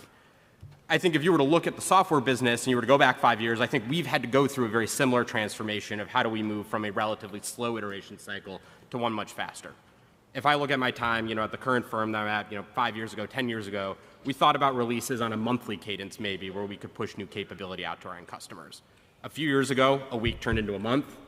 A month turned into a week turned into a day turned into 10 releases a day, and now we're at about 1,000 turns of the wrench of having to release capability daily on multiple networks in a way that's going to ensure stability across capability. We're not unique in industry in doing this, but this is, I think, a very common pattern of how do we sort of think about the traditional DoD OODA loop of having to run through an incredibly rapid cycle of observing something that can make a workflow better for a user and being able to effectively in real time adapt capability and see that pushed out to a production environment that to immediately deliver something better for the warfighter. And I think finally, when we look at sort of the present state, I think what we've observed with TIC is that it's incredibly valuable to have sort of the permission space where there can be calculated and risk taken, both on industry's perspective and from the Army's perspective, to give an environment to really rapidly experiment, which is something that I think has been hard for industry to cohesively and systematically find, not just with the Army, but across the DoD. And from its current state, we see that as a massive, massive step forward in being able to test, deliver, and iterate on capability much faster and much cheaper than historically what might have already been possible. I think when we look to the future here, I was thinking about the comments here with the team, and I wanted to sort of frame, if we were to think from our perspective, from industry, what are the coaching we'd sort of give ourselves if we want to think about continuing to accelerate and move faster here? And so I wanted to sort of play back a few comments that, sort of a discussion I was having with one of my teams as we were looking at a set of efforts that we actually have in another service of how do we more rapidly take this type of environment to deliver capability. So one, and I think, General Mohan, I think, mentioned this in his comments, is decisions are the coin of the realm here, particularly decisions that are highly levered. And I think one of the good news about the sustainment enterprise, it is full of incredibly valuable and impactful decisions for the Army. Decisions around where you procure, how do you position inventory, what inventory gets released, how do you orchestrate that with the underlying movement of units in the C2 processes. And I think, you know, when you look at the decision as a thing that is actually going to drive value from a piece of software into an actual operational environment, I think it becomes very, very clarifying that a lot of the things we've traditionally leaned on, whether they be dashboards, common operating pictures, different placemats, they're useful, they're pieces that we need along the journey, but they're not an end state. And if software capability is not actually driving, automating, and allowing us to make decisions in a differentiated and faster way, as industry, we're ultimately failing there, and we need to be held accountable for doing better. Second is, you know, from our perspective, I think industry thrives on outcomes as opposed to having to work through process. And I think from our internal experience, when we look at even our own enterprise, whenever any of our leaders, or if I look at the teams that I get to work with, when we define process for how a team achieves an outcome, the outcome is typically strictly worse than allowing the team to track towards an outcome and figure out what the right way is to achieve that and ultimately take the hill that we're pointing out towards. I think this fundamentally goes to that if we can align an outcome, it is much easier to increase competition, allow multiple different solutions to take different pathways to try and achieve a given outcome, and to ultimately move the iteration speed much, much faster to see if you know, you can achieve a specific capability in service of a decision you're trying to drive. And finally, I think one of the, you know, to wrap up the comments on my end, excited to get to the discussion, is one of the things I think that's very exciting about TIC for us is I think it's one of the first acknowledgments that software doesn't have an end state. We're not thinking about capabilities as programs where there is a static output of it. We're thinking about these as things that are capability that is useful in a moment for a time and that should be continuously evaluated and pushed, and where we need to be rigorously asking ourselves, is there a better way? And ultimately picking winners and losers and holding industry to account where if we're not delivering the best capability at the best cost, we need the flexibility to instantly be able to sunset and replace that thing. And so I think, you know, when we look at like what are the preconditions that I think from an industry perspective allow that to thrive is, you know, one is like if you're a commander in the Army, demand faster and unreasonable outcomes. I think the greatest progress we've seen in a way that's truly symbiotic across multiple industry partners is when we have the government asking for outcomes on timelines that are impossible and do not work in the current constraints. It's the only way that it forces innovation, whether that be in the platforms that can work with the speed we can move at or what the warfighter can do in a differentiated way. Second, to echo General Mohan's point is competition is great here, and the more that we can look at as outcomes as modulars where capability can be highly pluggable, it's going to increase competition, which is fundamentally going to, I think from our perspective as industry, and force us to come with our best and it force us to continue to iterate in service of better capability. And finally, I think to get back to the structure of TIC is enabling, whether it be at a unit level or a broader command structure, having ways that you can underwrite the risk in a smart and constrained way to enable innovation experimentation, even if the outcome is saying we need to divest from this rapidly and this is not the right way to approach this given objective, is something that if we don't have that, it makes it impossible to allow the end operators to take risk and actually be able to iterate on the product in a way that is going to drive capability faster for the force.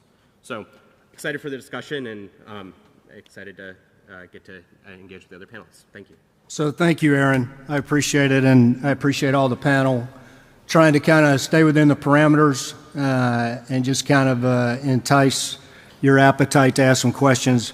I've received from Alex 4 or 5 questions, which I'll divvy out to the panel, but I'll kick it off with a couple that I think are relevant based on both General Mohan's opening comments and his keynote, as well as some of the things that the panel's covered thus far. And I'll kick it off with Shane Upton. You talked a little bit about this, but General Mohan alluded to it. He gave several examples of initiatives the sustainment community was working on to support continuous transformation. Could you expand a little bit, because I know you didn't have a lot of time there, on maybe some lessons learned from PC5 here recently? Oh, absolutely. Thanks, sir. I appreciate that. So just recently, and if you were in here yesterday, but if not, we executed what we call Project Capstone Convergence. It's a joint multinational experiment that the Army has run now 5 iterations for the last 5 years, and we do it phased. So the first phase we just completed was at the National Training Center at Fort Irwin. And what did we learn? And some pretty big learning was going on. The first thing we learned is in previous experiments, we had done the sustainment functions, quite frankly, on what I would call a stick sling. We did not do that this year. We executed it inside of the combat. They were doing a joint forcible entry, then an attack, and then a defend, and everything we experimented with, from data to human-machine integrated autonomous supply platforms, air and ground, and even to demand reduction technologies for fuel savings, energy production, was all inside of that combat thread. So what did we learn bigly? I'm going to give you two that I thought we'd never learn, but I want industry to hear. The first thing is logisticians are going to have to be adept, it's back to the training question, in operating in the electromagnetic spectrum. I'll give you a vignette that happened at Capstone. This is one of the things why you experiment and you kind of fail and learn. So we had a combined arms breach going on, a very tactical maneuver, but was happening with multiple capability. We now are experimenting with how we fight. Counter UAS, high and long-range precision fires at very high rates of fire, an autonomous breach. But when we did the sustainment, all those systems were up in the air, and they're absolutely doing their autonomous collaborative behaviors in the EMS spectrum. And then we launched a resupply vehicle that got to a certain line in that EMS spectrum, and it stopped and lost link because we had not learned fully that when we do those together, where the conflicts lie in that EMS spectrum. That's absolutely manageable, but I would offer a problem statement back to industry. Just like we dynamically reroute our communications, like if I pick my iPhone up, I come in here, maybe I'm on the Wi-Fi, I walk out the door, back on 5G. We're going to have to look at that in the EMS spectrum, how we bounce between different frequencies, and quite frankly, how we accomplish autonomy doing that. That's a huge thing, and it was a big lesson learned, and we have absolutely. The second one, and I sent a note to General Donahue on this one because, one, her deputy SES is a former aviator. I see some aviator friends out here. Is logisticians, sustainers in the enterprise are going to have to be very comfortable in airspace management meetings when we start flying UAS, which we will and we must. That's a big lesson. It'll absolutely be a teammate, and then General Donahue will lead that effort on how we train our force and leader develop, but we're going to have to do that now. And to quote General Ryan yesterday about TIC, we're going to have to figure that out now. You see it, the language I said in several of the meetings, and it was educational to me. I would say those two big things. The things we've innovated that are more into the sustainment front, and some of the audience out there, I see many of the most senior sustainers out there. I will tell you the first thing is data transfer into a software tool off a platform. So we pulled quite frankly, easily. You kind of make yourself look at it. I looked in the mirror as a logistician for 30 years, going, why didn't we do this a lot quicker and a lot sooner and years ago? But we had an Abrams, a V3 SEP, platoon of them in the box fighting, not sitting in a motor pool, not static, and we were pulling real-time ammo consumption, fuel consumption, and maintenance faults off of those, going up through a tactical network, coming back off a network ops center into tools that some of our partners in this room and stuff have developed and used that, what we call, General Mohan mentioned the agility layer, and did that real time. What I'd give out to industry, especially some of those that make our systems and our wheeled systems, our ground combat systems, we need your help. We now know we can do this, but we need your partnership going forward on how we do those across your other systems and do that quickly. We thought that was kind of the coin of the realm. We had these graphical user interfaces, these agility layers, we could see ourselves with data, but we couldn't see it real time. And Chris lives in a world every day. If he has to take a log stat and it's at a certain mine, our old way of doing things, by the time he gets it and starts doing the analysis of it, it's such stale data, it's almost not useful. But being able to see that real time and then to have that informed decisions, that's where we need your help. We've done it on one platform. I know many other platforms have that capability. And quite frankly, to your software comment, not one piece of hardware was added to that system to do that. It was software upgrades to certain communication systems. It was a short software upgrade to the CAN bus that was already on the platform. No hardware. So that's why when we talk about kind of another lesson learned is things like characteristics of need statements, not these long requirements documents, but giving industry a broader aperture to get an outcome and not solve an exquisite problem. Big learning out of Capstone. And sir, I know I'm rambling, but I'll stop there. I have a tendency to do that. No, not at all. Maybe a little bit. No, I'm just kidding. You know me too well. Hey, Shane, I'm just messing with you. Michelle wanted to kind of add on based on a comment, some of your comments, and then I want to follow up with kind of how you concluded, but go ahead. Sure, thanks. So just to pull a little bit on Shane's thread there, so we were out there together, although he had a much more of an extended duration stay than I did. But I think what was so Shane touched upon absolutely the EMS piece of that, the airspace. We looked at a couple of the decision aids that were inside of that, in theory, that sustainment application layer that would be part of the next gen C2 space, and the integration of some of those tools, though, into those sustainment tools, I think is also critical, right? So as you look at dynamic route, changes that a unit would have to make, how do you already have those tools baked into that, sort of that software package, so to speak? The other piece of it, and we, Shane and I have the opportunity here later this week to sit down with Joan Rainey and to pull the thread on HMI and power for about 4 hours. Really excited about this, and to me, it's about the care and feeding of robots. You think about the mule skinners of the old day, but this notion that I have a forward line of robots out there, and so what I saw out there was where you delivered one. We, in theory, we have a system. We didn't drop it just because of some drop procedures there, but we have the ability now to essentially drop a robot, autonomously cut it off from the secure holds from that platform and allow it to go and do its mission. But then if I needed to go and do a follow-on mission, I now have to have a human there to recover it, to rearm it, to refuel it, and to fix it.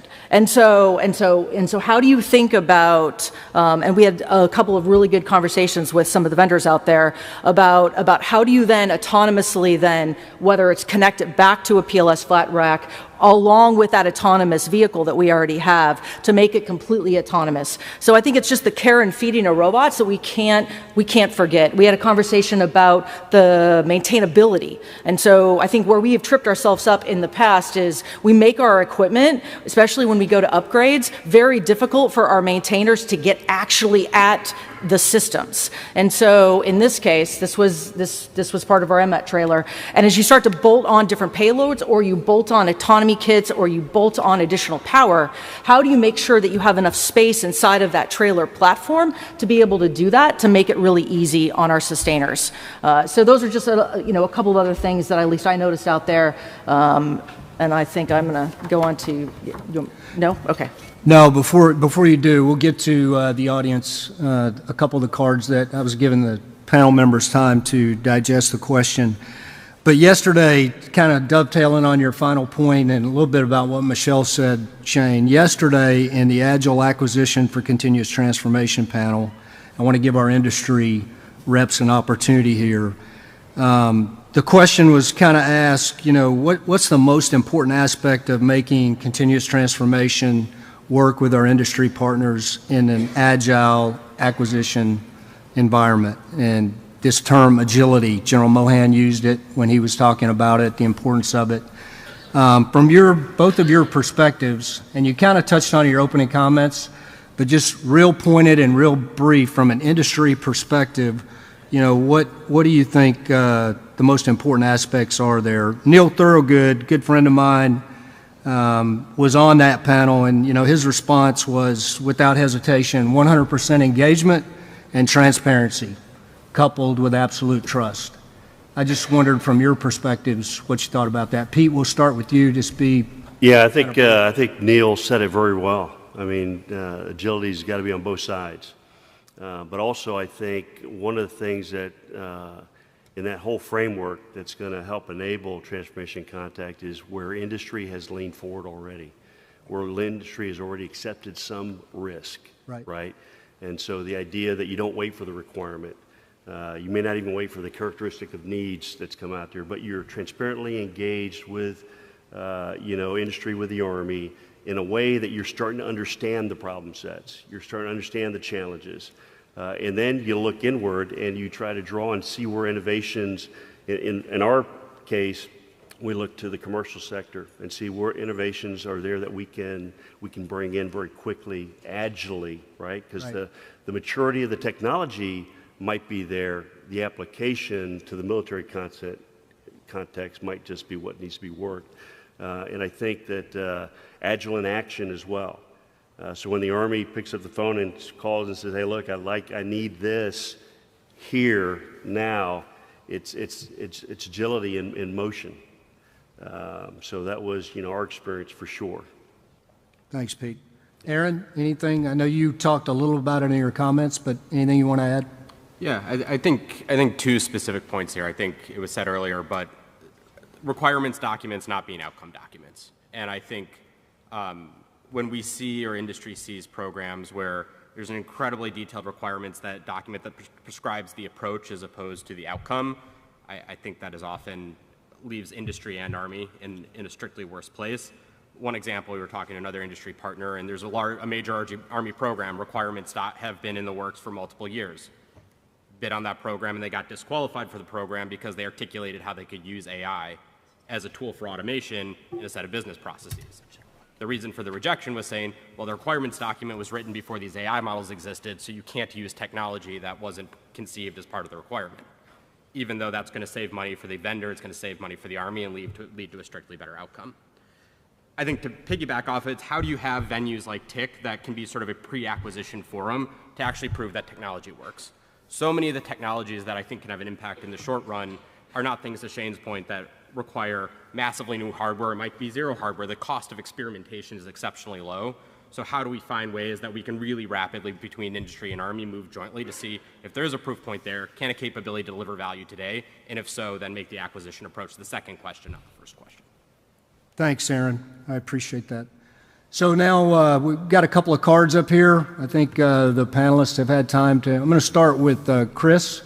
He had a question from the audience based on his opening. Go ahead, Chris. Yes, sir. The question was discuss further detail about fuel reduction, power generation there in relation to our brigade that went to the JPMRC. So 2nd Brigade went out to the field for JPMRC with 95 ISVs. That offset the 95 Humvees they would have to go out and use for troop transport and just actual maneuver on the battlefield. So what we saw is, the ISV is a modern vehicle. It's based off a civilian truck design. Compared to the 1980s design of a Humvee and that engine that sits in there that just drinks diesel fuel like a college kid on spring break. But at the end of the day, the ISVs sip on gas. We look at, I told you, we send out 2,700 gallons from our Alpha Company to push out to. The previous year, the Alpha Company, when a 3rd Brigade who went to that fight with a traditional fleet, we pushed over 45,000 gallons of gas to backfill their organic hold bulk fuel capacity there. So we're seeing the realization of technology, not just technology as we kind of look at the Army. We're seeing the industry partner finding modern technology, modern combustion engine. They put it into an Army platform. We take it out to the field and we look at it and we lessen the demands on the sustainment enterprise. And you're like, well, what's the big deal of having to push less gas? Well, we look at our fight through a lens of fighting in the Pacific. And we look at it through a lens of fighting in places like the Philippines, some other islands that we won't mention here.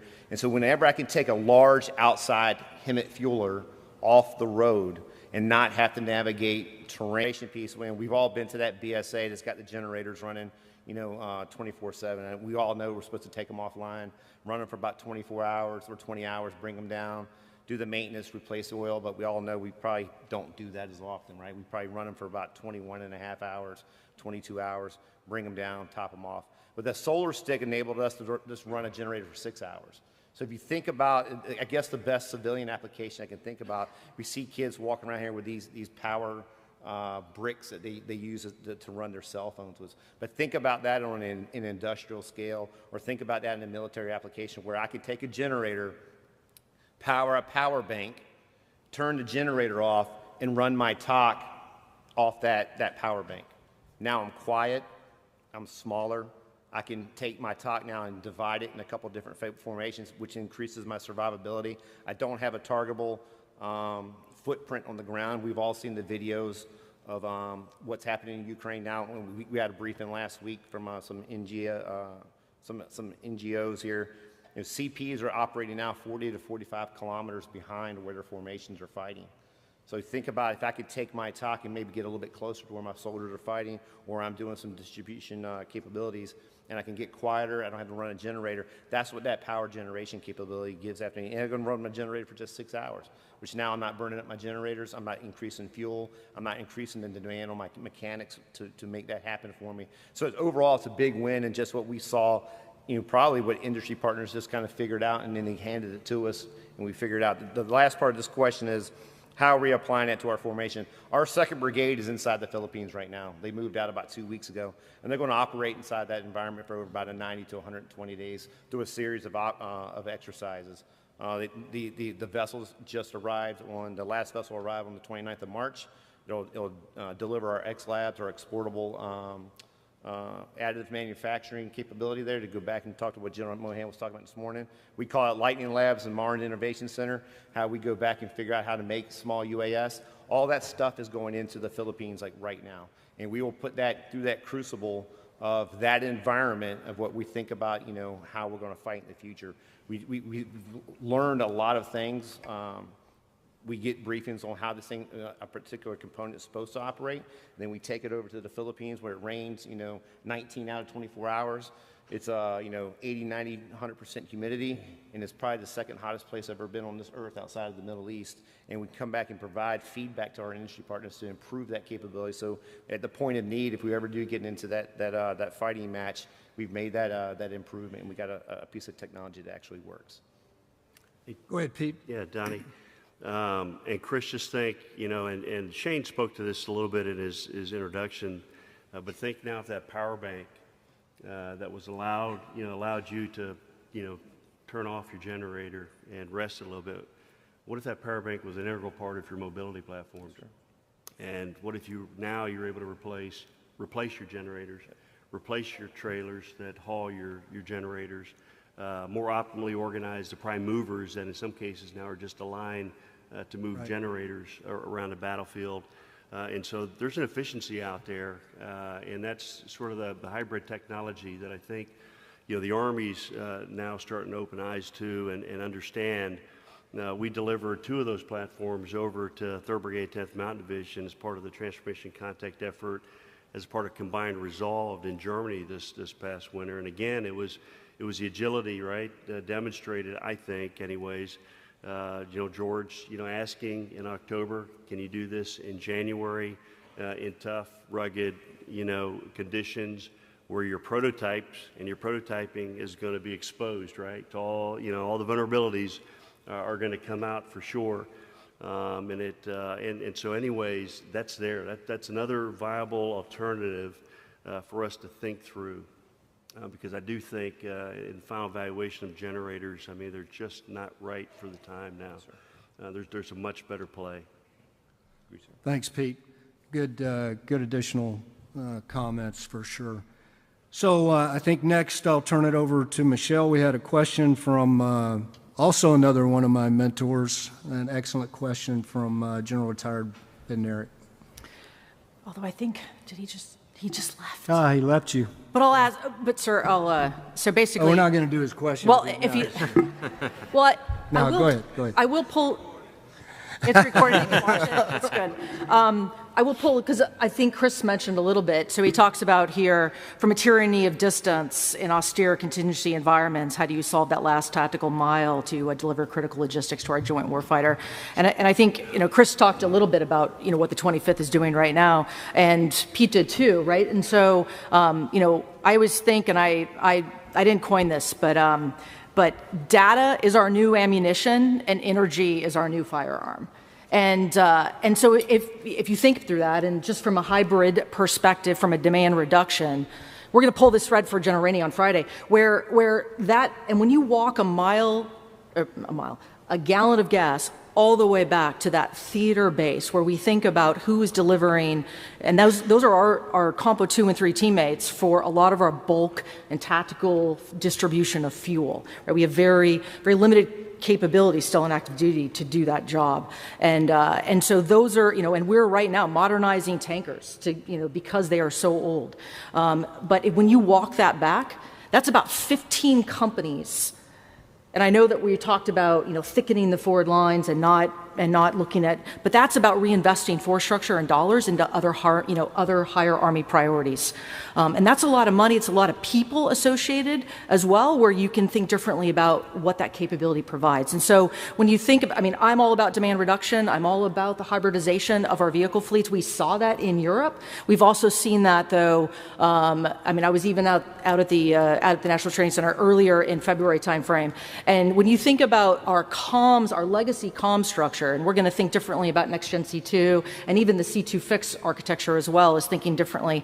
But when you look at a legacy JNN or an STT, and you've got like 4 or 5 generators surrounding it, and so Chris talked about what do you do when that comes off the battlefield, and how do you make your mobile CPs or your CPs much more mobile to withstand the threat that we have absolutely seen from Ukraine, and how those formations are targeted. So to me, it's about thinking differently about the ecosystem. General Hodney mentioned this yesterday about the opportunities to think about energy. I was just up at an operational energy summit a couple of weeks ago, and there's a company out there that's going to put satellites into space for space power beaming next year. You think about what that means for just our ecosystem of whether it's UASs out there, whether it's eliminating all of our our conformable wearable batteries that we have out there. We have almost 4,300 types of batteries, right? But so how do you think differently? We can't sustain that. And so when you think about the last tactical mile, it's thinking differently with DARPA. It's thinking differently about, I actually have another follow-up question there, just about Class 1 even, right? About what do you do about proteins in the environment, about manufacturing food, manufacturing parts, all those things. If we could be sustainers that basically eliminated our jobs on the battlefield, I'd be okay with that if you enabled those warfighters to be able to sustain and drive their own readiness and fight and win our nation's wars. Another part of that efficiency, and you say you pull that gallon and it gets you the 15 companies that you can reinvest for other things, but also speaks very directly to what General Kennery was talking about yesterday, the infantry commandant, and he sees the squad as a system. He's looking at that micro-tactical level, but it also speaks to the soldier's load. The Army has a great chart that shows the weight, amount of battery weight that's in a platoon, infantry platoon, from Desert Shield, Desert Storm to the present. 48 pounds in Desert Shield, Desert Storm, and now it's over 1,100 pounds of batteries in the IVAS platoon. That's not sustainable. That's not sustainable for the soldier's load, and it's not sustainable for the recharge and supply of battery requirements that are required. So pulling the thread on the mountain of batteries as well, I think, is equally important. But if you can find better and more efficient ways to deliver energy all the way down to the squad as a system, you'll make a huge outcome as well. Okay, our next question over to Shane. Hey, sir. Go ahead and make sure you read the question. I will. So the question is, central to the success of TIC and sustainment is the ability of all stakeholders to access relevant data. However, we are all challenged with being confident in its accuracy. How can we all help to improve data integration and accuracy to drive decisions that support enduring and modernized weapon systems? So I'll tackle this, and then I think I'm going to go right to my 2 teammates in industry. But from the perspective of Futures Command, I'm gonna go back to Next Gen C2. So you asked data relevancy. I'll tell you, just a year ago, and this is just speaking for myself and the cross-functional teammates here in Futures Command, looking at things like data-driven decisions in the sustainment realm. We're like, hey, we gotta clean this data. We gotta do this. The technology is there to clean it for us. So now you ask the question of how do you get access to it? Well, I'll tell you right now, the Next Gen C2 team, I'm going to give Major General Pat Ellis, I can't believe I'm doing this. No, he's a great teammate. I'm giving him a shameless plug. I've got a QR code that will tell industry partners if you have an application and you want some access to the data. General Donahue mentioned it. You scan that. It'll give you your APIs, some of the code language you need to be, and we'll ingest it into the experimental prototype of Next Gen C2 and let you have access as we get that. We'll work with you. I say that's a leap forward we've taken in the last 12 months to have that. So what to the cleanliness of data? The integration layer, the AI tools are doing, it's ingesting data, whether it was human created, somebody called it on a radio, or we have AI tools now that'll go talk to text to clean that data at an end user. I mentioned the PL experiment with the tank. That's how we're cleaning data as well. The system's giving us. I sat with probably one of the best soldiers I've seen in a long time and really knew a lot about his system. That's why our soldiers are so great at what they, he could fight that tank like nobody's business. And I asked him, I said, have you had to key a mic or do anything to pass this data? He's like, no, sir. Fought the tank, I'm an Op 4, so we're trying to wreak havoc on the forces out here in the experiment, and all I see is a little banded message. It goes out, and then I get a response back from it on my command screen there, and it's a C2 fix effort. It's called Mounted Mission Command, but C2 Next will be that. But that piece of it. I think that's how we do it. If to answer that, you will have access. You'll have access. I know that's a question I've heard over and over again. How do I get access to the data? Well, first we need you to come along with your tool. We'll get you into Next Gen C2's prototype. That's pretty much the fastest pathway. So you can then see how to work in that agility layer and have it. Because that integration layer they're doing in Next Gen C2 is allowing data to now, which industry has led us to this. We come slowly sometimes, to go up and down. For example, I'll just give a real quick vignette and then I'll pass it off to Aaron and General Johnson. For years, we've had separate common operating pictures in the sustainment function. And then we kind of swivel chair, we call it, and we look at the intel teammates and our ops teammates, and we run back to a corner of a TOC or a trailer and bang away. Now with this application, you just literally through that data integration layer, lay the enemy picture right over your sustainment picture. Lay the maneuver fight, literally, and then also have the ability, like Eric would have, or Chris would have the ability to telestrate right over the top of that and say, here's where we've distributed the BSA to be survivable, but it's here, here, and here, as you're talking real time over that. So the data access, I think we've made some leap forward. So as industry partners, you can see me after this. I'd rather direct you to Pat Ellis, another joke. Go see him, beat him up. He probably has already left, but I'll turn it over to Aaron just kind of for some thoughts on that and to Pete. Yeah, so I think a few quick threads here. I think one of the challenges we often see is we treat our sustainment systems like business systems, not warfighting systems. And I think, to Shane's point, that has decoupled the point at which data is actually operationally useful, where it's being generated, from how it's being collected and encoded, which causes inaccuracy, it causes lags. And I think the strategy to get at this, it's yes, all of the above. It's going to be multifaceted, and there's not going to be one silver bullet. It's going to be laying little pieces of software in CAN buses, which for commercial autos, like, you can do this without any new hardware, and you've been able to do it for about the past 15 years. It's easy, quick, and simple to do to start to bring those endpoints online. It's turning manual processes and just having apps that can collect that information and feed it in real time. INDA, as General Mohan said, that agility layer, and it's adding passive sensors, or all different types of sensing. None of these are mutually exclusive. They're going to be different in every theater. They're going to be different in every unit, and that's okay. You can cohere it into one integrated environment. But I think you need to really focus on how do you actually get the point of collection of that data to the operationally relevant place for what you actually need to be able to see. The second challenge here, I think, is the number of endpoints you have to ship software to are exploding. And I think a lot of the old processes of how do you manually move software and get it to run and get it to upgrade just break as you start to have to expand the footprint for something like NGC2, or if you think about the future state where you have thousands of UAS systems, you have thousands of FACT-DILI vehicles that are now endpoints, you have tens of thousands of mobile devices that are now endpoints, and you're going to have to be able to, multiple times a day, install new software on all those devices across multiple networks.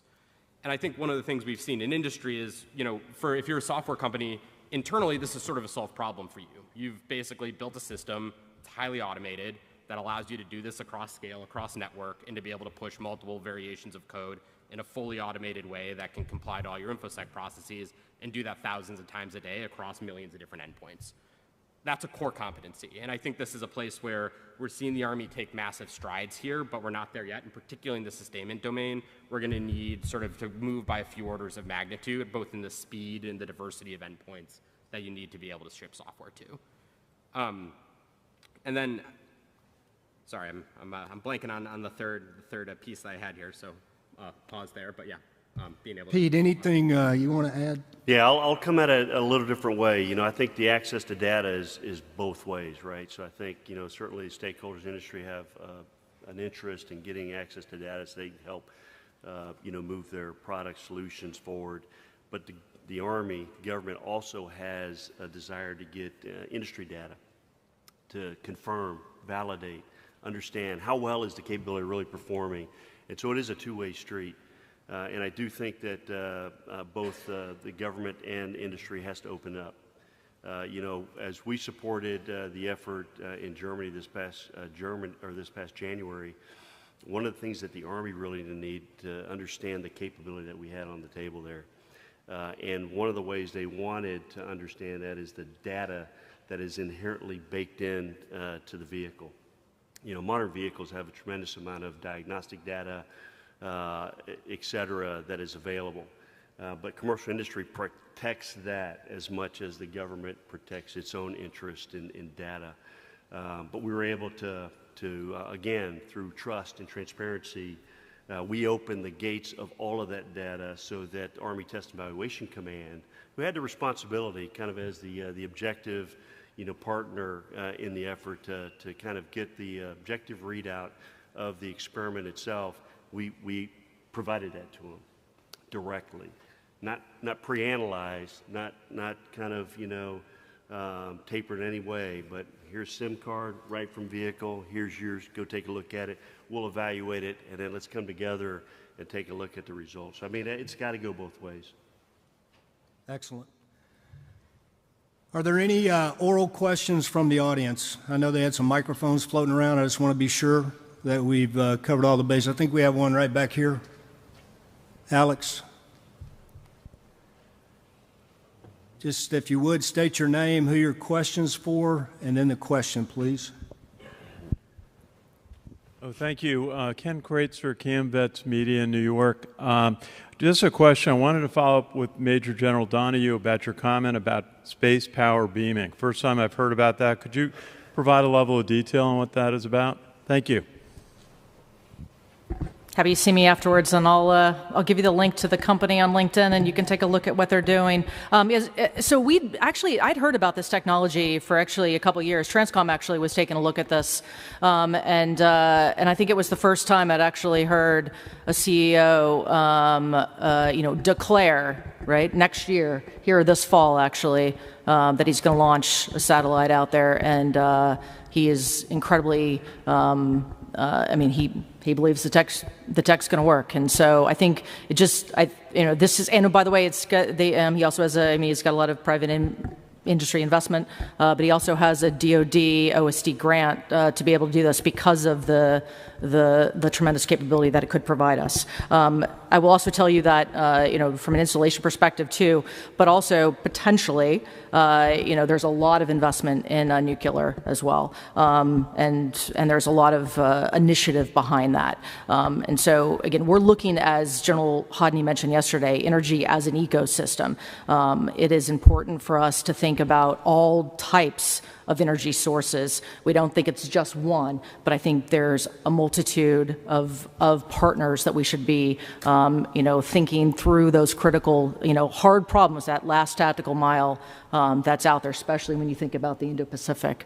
So, by the way, a shameless plug real quick for, I didn't talk about from just last tactical mile piece, and Shane mentioned a little bit of the autonomous resupply vessel and the partnering there. General Mohan mentioned this as well, with an autonomous, you know, basically UAS that, you know, that can lift the capacity to resupply those hard to reach warfighters in the Indo-Pacific. But a shameless plug for our Warriors Corner watercraft panel led by our Chief of Transportation, and some of our teammates, to include our CFT as well later, and that also gets after that. Thanks, Michelle. Appreciate the question, sir. We have time for just one more question, and then I'll wrap it up. Go ahead. Good morning, team. I'm Chief Mitchell from Japan. I'm a food advisor. I know that we talked some about autonomous and robotics in sustainment. I would like your thoughts on any type of leverage for industry partnerships for that same model with food service. I think that we have some cuts in our 92 Golfs coming up soon, and the ability to kind of leverage robotics, I think, as a tick field feeding company would be great.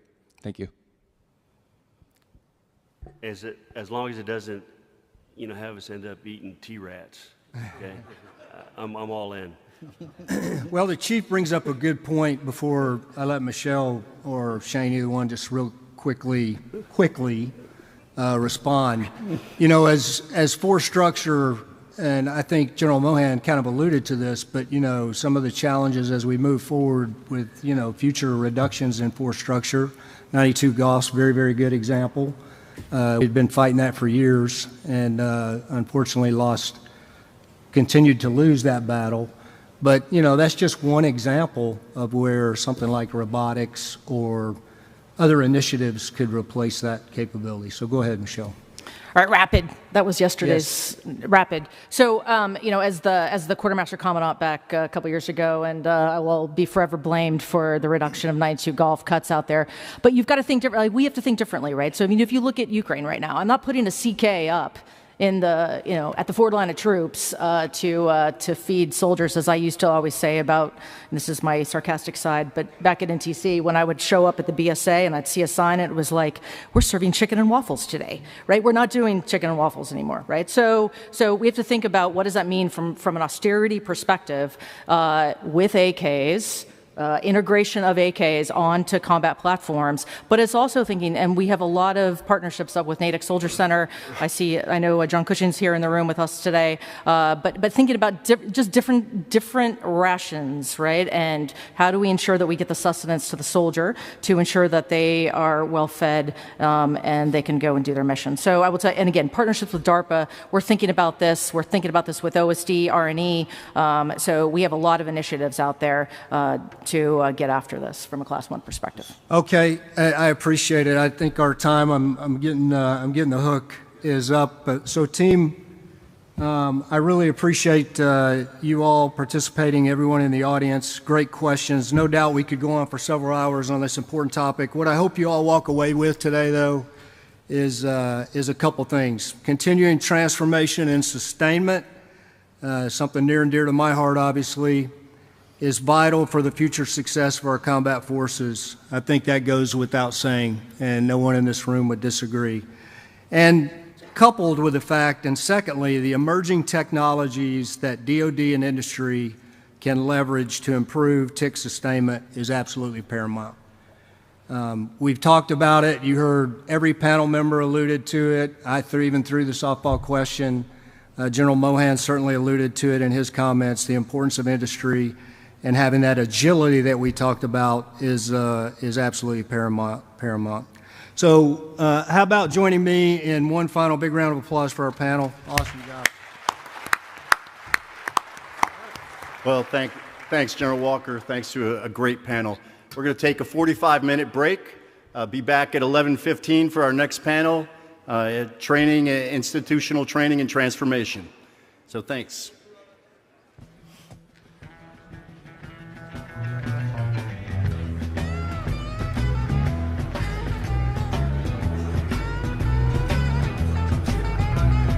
Trucking, got my chips cashed in, keep trucking, life a doodah man together, more or less in line, just keep trucking, home, home, home.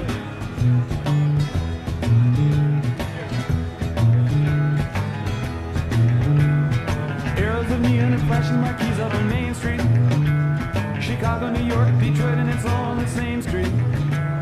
A typical city involved in a typical daydream. Hang it up and see what tomorrow brings. Dallas got a soft machine. Houston, too close to New Orleans. New York got the ways and means and just won't let you be.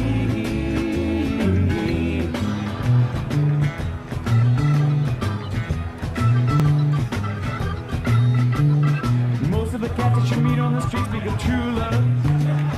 Most of the time they're sitting and crying at home.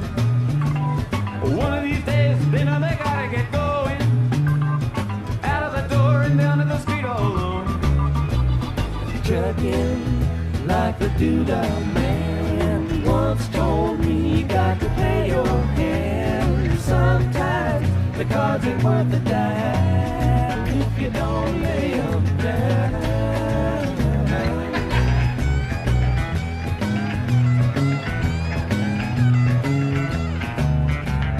Sometimes the light's all shining on me.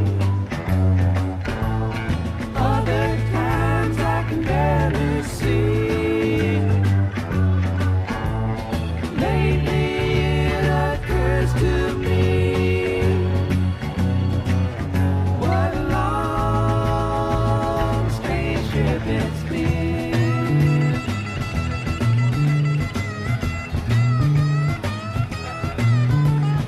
What in the world ever became of Sweet Jane? She lost her sparkle, you know she isn't the same. Living on Reds, vitamin C and cocaine. All a friend can say is ain't it a shame? Trucking up the Buffalo, been thinking you got to mellow slow. It takes time to pick a place to go and just keep trucking on.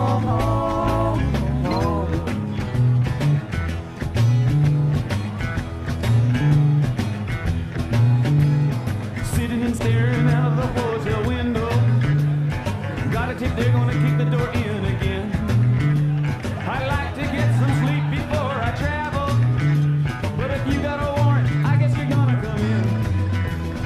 Busted down on Bourbon Street, sit up like a bowling pin, knocked down. It gets to wearing thin, it just won't let you be.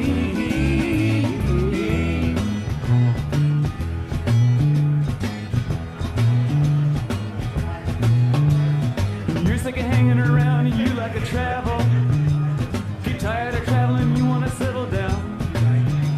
I guess I can't revoke your soul for trying.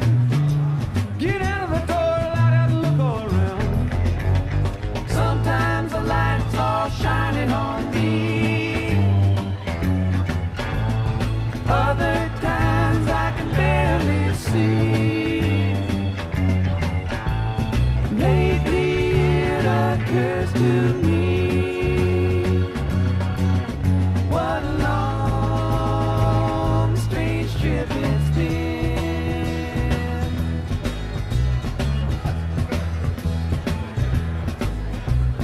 Trucking, I'm going home. Whoa, whoa, baby, back where I belong. Back home, sit down and patch my bones and get back trucking. Oh, oh, oh, oh.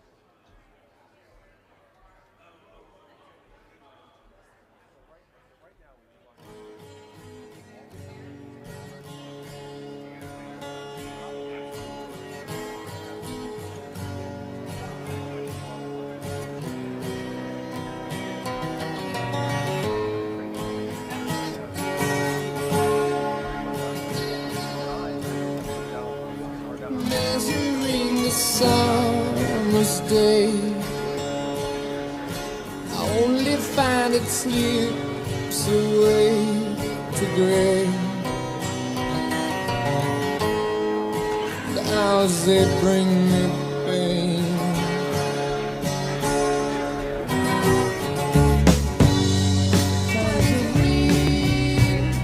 Tangerine, living reflections from a dream.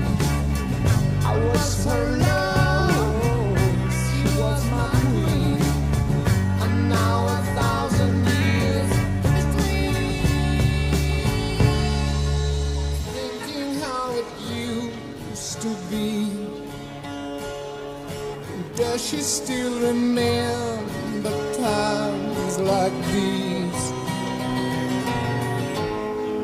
To think of us again, and I do.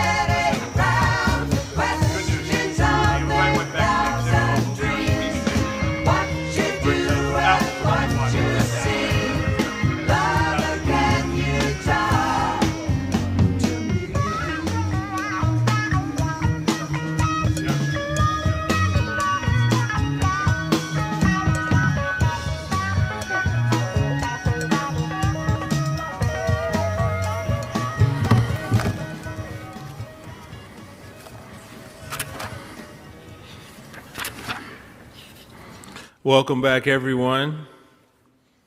Our next panel topic is institutional training and transformation. Lieutenant General Raymond V. Mason, U.S. Army retired and AUSA Senior Fellow, will moderate this panel discussion. Thanks. Thanks, Les. That's it?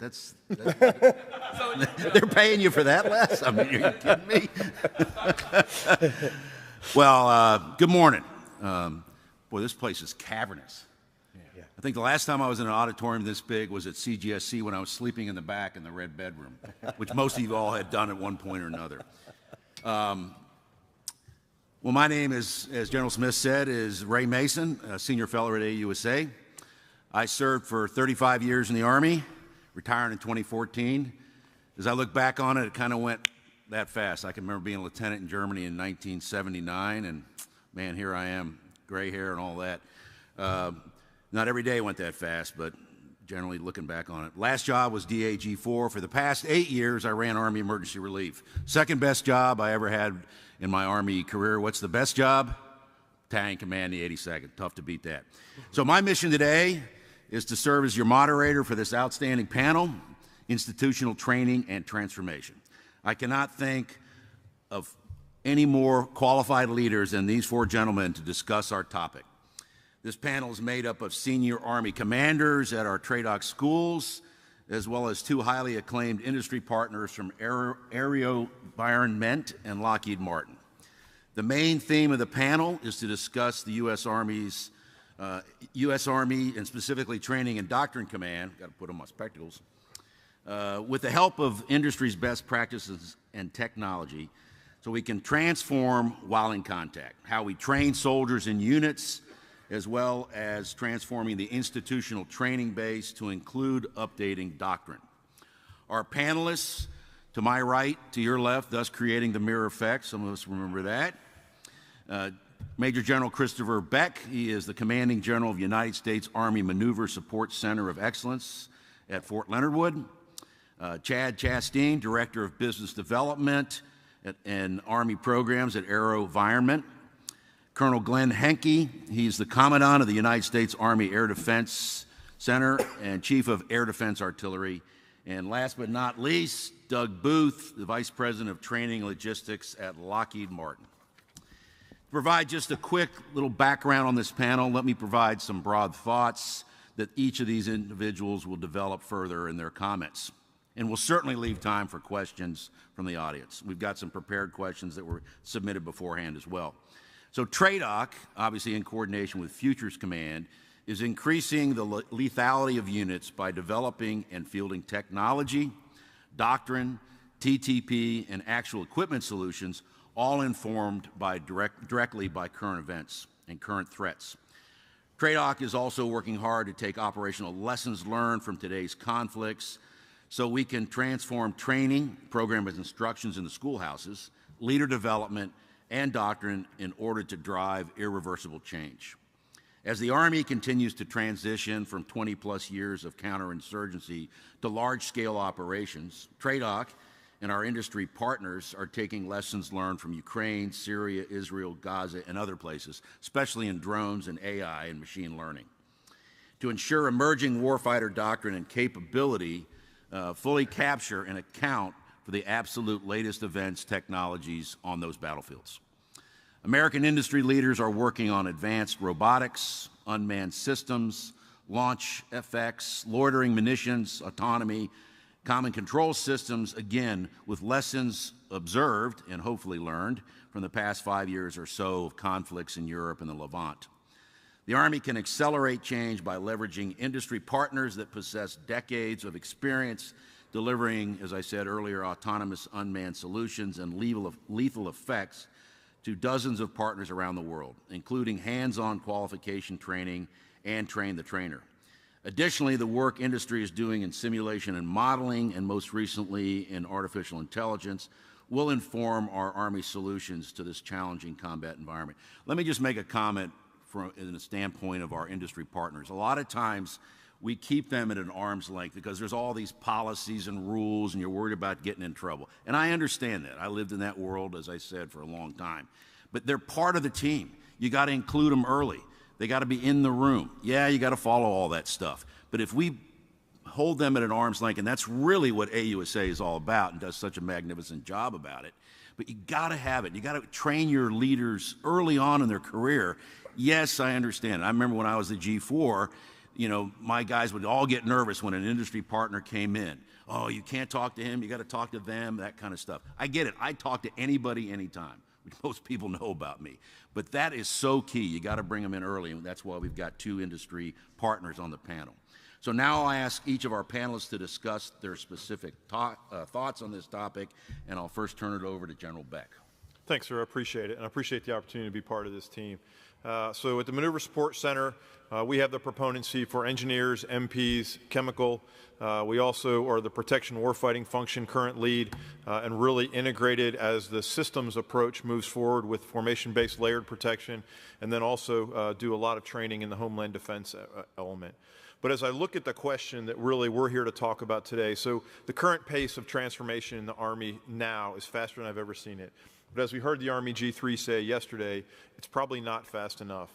And a lot of the current transformation in contact is designed to start at unit level. A lot of it is ground up. Yes, they're getting kit and capabilities from the Army in many cases, but they're also ground up level engagements and technology that we're seeing every single day. And frankly, if you don't have the institutional Army embedded in that, as you described, it's a team sport. The days where, if you're a little older in this audience, we always said, well, it'll come back to the institutional Army when you come back for PME. It'll get back here to big Army at the right time. That's not the mindset anymore. When you look at all of the different TIC organizations right now, next to each one of them is the team that you see represented up here. It's got to be the institutional Army represented by TRADOC, CAC, all the COEs, the CFTs, the CDIDs. All of that element has got to be nested completely with every FORCECOM unit, and the labs and academia and our industry partners have to be right there. We've got to ensure that we're learning not just the materiel domain lessons, but the entirety of doctrine, organization, training, and leader development. And that's what makes these so important. Again, if you're a little older, when you had a unit-based action and you drove it from your perspective, it lasted about as long as you were in command. And then the next person did their change command inventories, walked to the tool room and said, what the heck is that thing? I don't know, the previous guy wanted it. And that's where it died. But if all of those elements are integrated in TIC, which is what makes it so powerful, then we're learning the right lessons for our Army, and they're being institutionalized. They're being leveraged to drive all those aspects of .mil PFs so that we can make the right changes for our Army that are lasting. And then, sir, you mentioned a lot of things from the institutional Army and how we deliver training. I'm not going to lie to anybody. There are still challenges with things like POI development. We are still a resource-driven organization, and our models are all resource-driven. But at the same time, every one of the centers of excellence, every one of the commandants are making real-time changes to ensure that our young leaders are graduating and they're ready to lead in our Army. We understand the dependencies across all of our organizations are unlike anything they've been in the past. For example, at the Maneuver Support Center, we're ensuring that when our young leaders graduate, regardless of the rank they are, they've got to be able to talk about things like protection, things like the electromagnetic spectrum, things like data analytics and data literacy. They've all got to be able to talk that, and I can guarantee all of my peers are doing the same thing. So we all continue to look at different ways we can make our training relevant. Sir, you mentioned lessons observed. CAC recently did a sprint in Ukraine where they gathered a really intense period of lessons across all of our functions. And yes, they brought that back and they briefed the Chief of Staff and other Army senior leaders, as you would expect. But it also immediately rolled down to every COE and every regiment. And the question was, what are you going to do in the next 30 days, 60 days, 90 days, 120 days? What are we doing today to change our education and be sure that our cadre, our small group leaders, our instructors are relevant in the current operating environment, but that they also ensure that our young cadre, our young students are. So when they graduate, we have that connective tissue where they're confident to reach back to us and say, hey, this worked. Hey, this didn't work. We've got to have that dialogue, and the institutional Army has to be much further forward than we've been in the past. And again, back to the industry partners, academia, and labs. If you look at every one of the TIC experiments going on right now, and panels yesterday said this, the key to success is getting this equipment to the soldiers early. In the past, we did a lot of soldier touch points that brought 1 or 2 soldiers from units back to the place where we were testing. And we're trying now to really get beyond that. We're trying to take the equipment to the formations so that the formations can learn about it. Because, as I said earlier, the key is not the M domain on its own. If we're not learning formation-based lessons, if we're not understanding how this is going to impact doctrine, what does this do for the organization or training and leader development, we're not truly embedding this learning across our Army, and we're not going to be able to sustain it. So at the end of the day, this is a team sport. We require everybody, and the nexus at the unit level is where all of this has to start. So, sir, again, I appreciate the opportunity to be part of this discussion. This is really through TIC and deliberate transformation and ultimately continuous transformation, driving lethality in our warfighting, allowing us to deliver combat-ready formations, and allowing us to do continuous transformation that we all need in our Army. So thank you, sir, for the opportunity. Chad, to you. Hey, good morning, everybody. My name is Chad Chasteen. I retired out of the Army with 32 years of service, including field artillery, where I was enlisted, and then I spent the rest of my time in Army aviation. Half of my time in Army aviation was spent in the 160th and the Special Operations Aviation Regiment.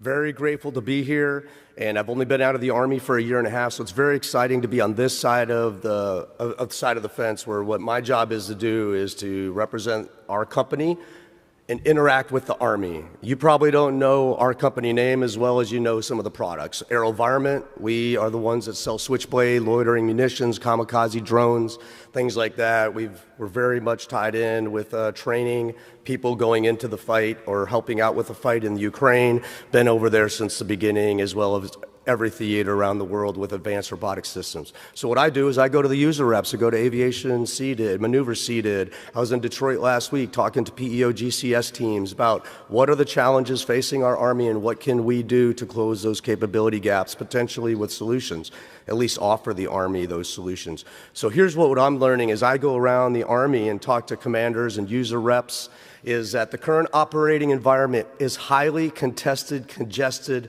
it's violent, and it's chaotic. First contact is made by robotic systems that can see, sense, and strike from virtually any direction. The adversary can strike from standoff distances that far outreach the range of our conventional systems, like armor, artillery, Hellfires.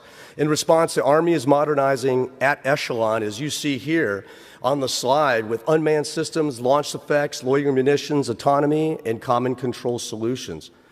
The problem is the adversary seems to be adapting at a faster cycle rate.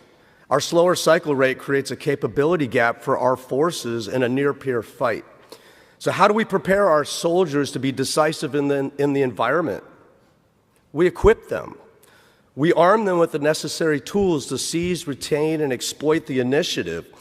We equip them, but not just with material solutions. You're probably expecting the industry guy up here to talk about all the different products that his company can offer. That's not what I'm saying. I'm saying we equip them with skill-based training. We need to teach our soldiers the basics of employing advanced robotics at the centers of excellence to develop fundamental skills, adaptive skills as a part of the combined arms team. So if we could go to the next slide, and this will be my last one. The boy David faced the giant.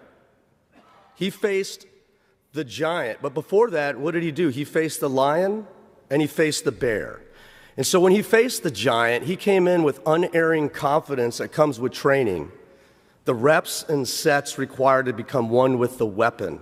We're not facing a giant today, but we do have a capability gap between us and our adversaries, which is growing. We can close the gap by transforming our training in contact, modernizing our training programs of instruction at the speed of relevance. Robotics, I argue, represents the new sling and stone, and we need to teach our soldiers to wield the latest weapons of war, starting at the schoolhouse. And to close this up, the Army can accelerate change by leveraging industry partners. We possess years of delivering robotic systems, and we have been training folks around the world. And we're not the only company that does it. We're in 55 countries around the world training advanced robotic systems. Why not the U.S. soldiers as well? Transform our training and contact to win the current and future fight. That's all I have, sir. Thanks. All right. Thanks, Chad. Colonel Hankey? Good morning, everyone. So the Air Defense Artillery Branch is, we're really coming to transforming contact from a somewhat different angle. And some of that is, really based on three factors. First, we've been already well down the road of a multi-year modernization effort, in that deliberate transformation space. The second, and closely tied to that is the materiel that we've been developing. As we field Integrated Air Missile Defense Battle Command System, IBCS, we have the opportunity to organize, fight, and operate in ways that we've never been able to do. The trick is, how do you build a training base that can actually teach that? And the third factor is, what the threat has been doing and the increasing relevance and urgency with the Air Defense Branch. We've seen in Ukraine, Israel, CENTCOM's operations in both OIR and the Red Sea, and then to say nothing of what the pacing threat has been doing in this space. So, those three factors have, been pressing on us for a while. So, the question is, how do we keep up, and more importantly, how do we accelerate and go faster? Just looking at from the doctrine perspective, while we are doing the things that all COEs would do and you would expect us to do at any time. We're just finished the update of our key capstone document 3-01. But we're also looking at heavily on both Army techniques publications and training circulars for our gunnery. And IBCS allows us to do these things a little bit differently. So really the gunnery doctrine for that is fire control gunnery. And as I add new capabilities, like a new radar, LTAMs, or IBCS, or other sensors and effectors, I don't give them a new gunnery, because the fire control gunnery is still the same. I just adjust the specific engagements for that unit. So that's a different way of doing gunnery that we've never had to do before. The same thing with the Army techniques publications. As I bring on new capability, I'm not going to make an IBC or an IFPIC manual. There's maybe there'll be an appendix to the existing ATP. That's just one example. Another area where we've gone really fast, iterating, is on counter-UAS. So Fire Center of Excellence published the first counter-UAS ATP techniques publication in August 2023, and 14 months later we submitted the first revision. Right now we are working with the Combined Arms Doctrine Directorate in order to put this as a digitized version of this so that we can get much quicker and better feedback from units on how, and then iterate faster on making those changes, because we foresee having to change that document with great regularity. On the training side, in response to everything that we've seen, we're reorganizing our mission essential task lists, our combined arms training strategies, and more importantly, all of our PME schools, starting with our NCO schools, taking those things that we'd previously only taught to master gunners and bringing that into the basic curriculum for each of the NCOES schools. Additionally, increasing the skills of our warrant officers. And then finally, on the leader development education, we're revising and transforming our master gunner courses and taking some of our legacy courses that built expert knowledge in one weapon system and changing that into our IMD planners course to replace Top Gun, because what we've assessed is the skill that we need is not necessarily know everything about a specific weapon system and a specific radar. The skill I need to train is how do you bring all this together and have the maximum effect. Last thing I will say is with the Joint Counter-U.S. University, which is also under the Fire Center of Excellence, is an example where we've been able to go much faster than anyone would have expected. We went initial operating capability in beginning of FY24, and part of that is to get around this whole you can't train on capabilities until you have a milestone C decision. We created something called the interim POI. So instead of being a task-based approach, which is the traditional TRADOC approach, we are a topics-based approach, and that allows us to iterate on these courses much faster.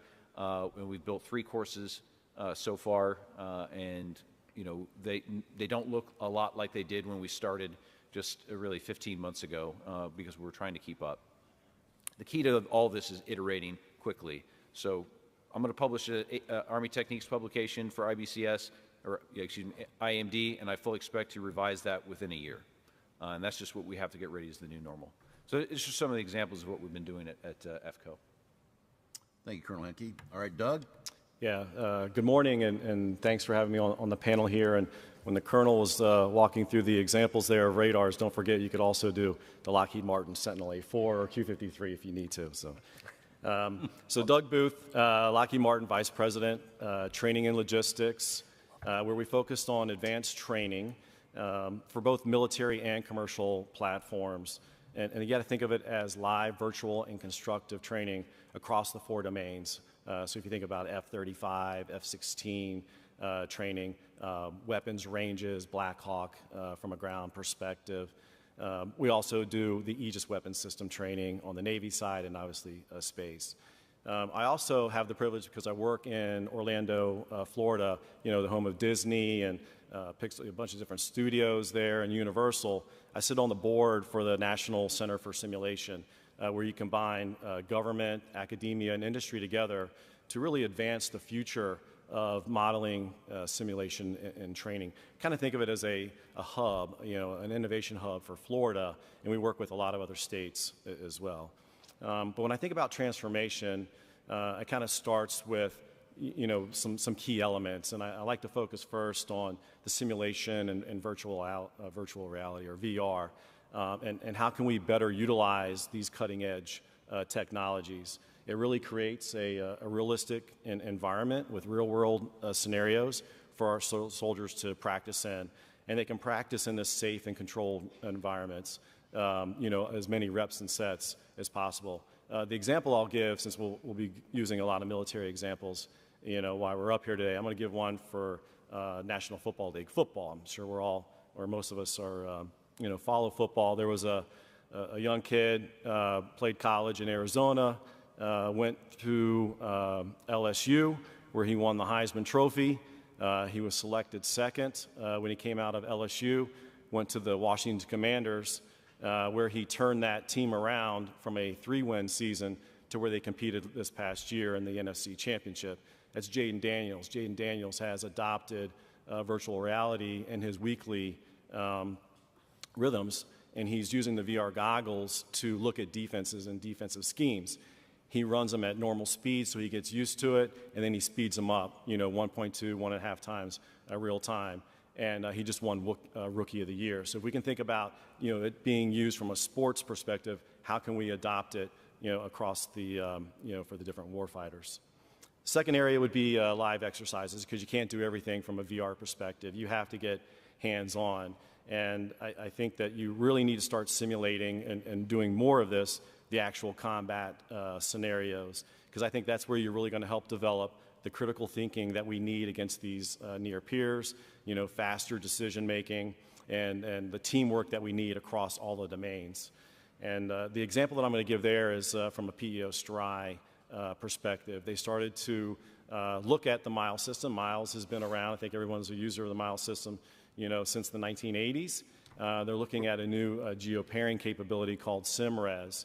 It's more realistic, and not only does it allow you to get better results from your weapon, there's also a live training system that goes into that. So I, as a soldier, get my avatar scanned in. It can follow me around, through the force-on-force live scenario. It can tell me how many hits I had, how many misses, am I shooting to the left, where was I orienting my weapon at another person. I can, just keep track of the whole live training capability there through that. So that's the second, is making sure that we're doing some more with live exercises. Adaptive learning, we all can't learn at the same pace. Jill might be able to go in, read a chapter, test out, real quick that night, but I might need it taught to me in a different way, maybe it broken into smaller sections. And that's adaptive learning, because not all of us learn at the same pace or in the same way. And it's a way, by using adaptive learning, to make our training much more effective.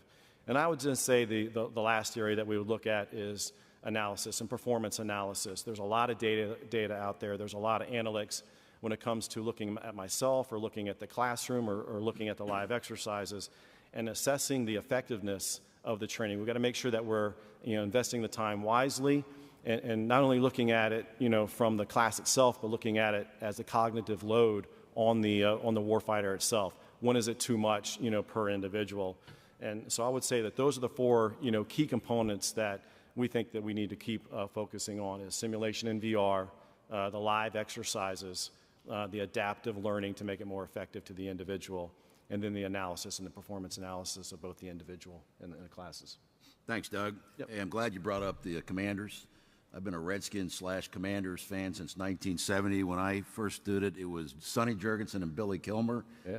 Been some tough decades in there. We had a couple rebuilding decades, but I think with Jaden, we really got a guy that's going to take us to the Super Bowl. Imagine if they had VR back then. Sonny would just lighting it up. So we've got some questions here that were submitted beforehand. We've got some more. So please, as I said, submit your questions. But we'll go down the team here and do a kind of a round robin thing. So General Beck, so you provided a pretty good broad view of what's going on at the Maneuver Support Center.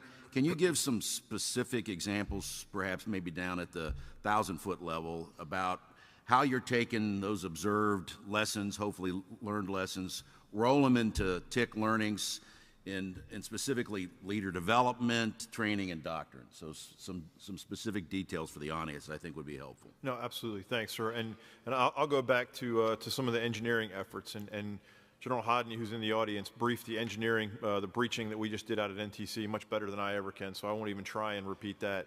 But just to take that a step further, so the 65th Engineer Battalion in Hawaii, as part of the 25th, is just transforming, and they're going from, we're elevating engineers from where, in their case, they supported a BCT directly, to now they're a division asset.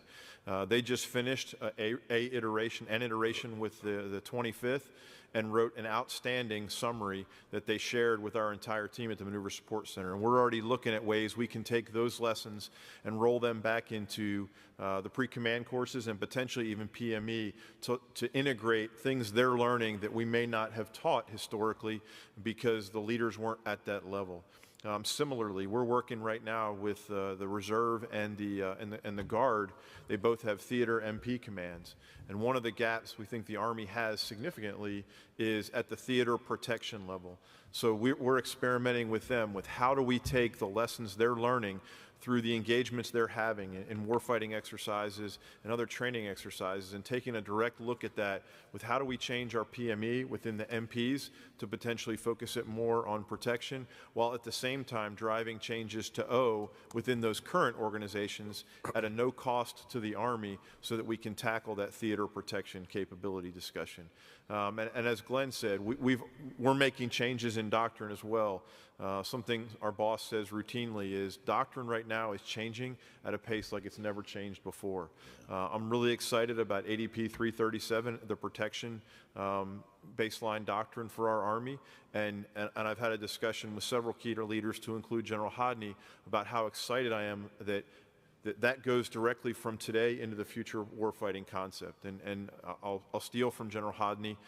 He talks routinely about if the future force, if the glide path for the future force isn't aligned with today's glide path, the two will obviously never meet. And so when you look at doctrine, and again, we're excited at the Maneuver Support Center with the protection doctrine because it's absolutely on a glide path to get to formation-based layered protection. So as we integrate protection into the common core of what we're doing for our 3 regiments at the Maneuver Support Center, but also across the rest of CAC, what they're learning today, what the young leaders are learning today about the protection warfighting function will absolutely transition into the formation-based layered protection that they need to think about as they look at the future warfighting concept. So thanks for that question, sir. Hey, Chad, this question's pretty detailed, but you're a smart guy, especially that slide you built earlier. So you probably should show that again. That's pretty awesome, that slide.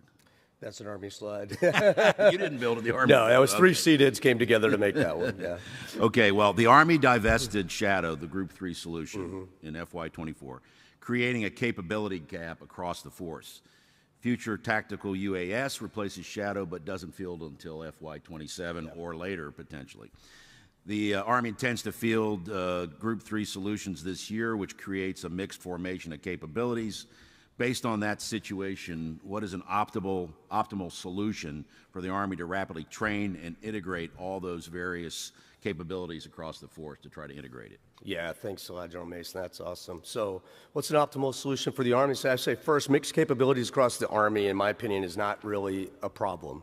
I can't think of a division commander that I've ever met that would turn down a Group 3 capability just because it looked different than a Group 3 solution in another division.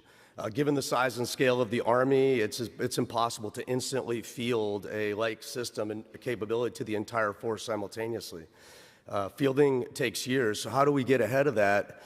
I'd say when I was an Army aviator, I routinely was exposed to multiple different variants of a Black Hawk and Russian helicopter cockpits, you know, and you had to just move from one to the other. So 2 solutions I would recommend, if we haven't done so already, but I understand we haven't, is create a Group 3 and above 15 series aviation MOS, a universal operator.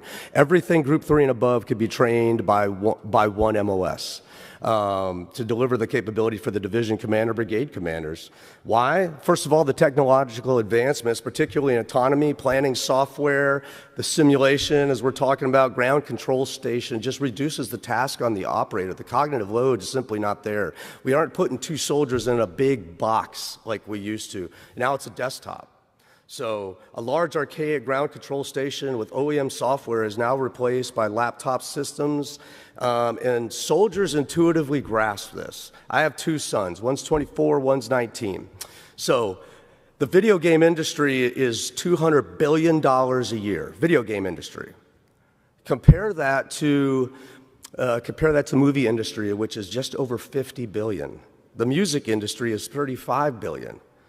Our soldiers, our sons and daughters, are getting a lot of reps and sets in this UI environment. No, video games is not warfare. But however, the interfaces are very similar.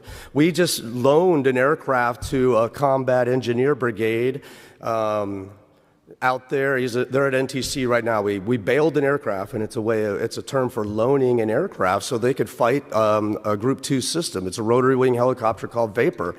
And they got training, they got their hands on, and you know what? Those soldiers figured out that software very quickly. So we're playing there was a Call of Duty scenario. We got my dad on it, and my dad's 72 years old. He's got 42 years of government service, and he couldn't get off the beach in D-Day.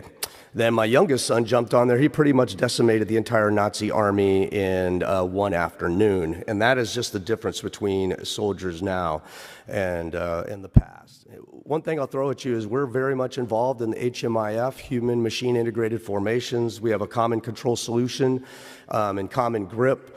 And that's a grip solution where a soldier just pulls the device down, and it's an app-based, it's agnostic, vendor agnostic. And we just did a demonstration at Quantico last week. A Marine, an active duty Marine, launched a quadcopter using their handheld device. It's actually a Tab Active 3, a Samsung with our metal grip around it, Tomahawk Robotics. Controlled that quadcopter, found the target, identified it, launched a Stalker, which is from a competing company, from Edge Autonomy. They make great kit. And so now the Marine's flying 2 systems autonomously.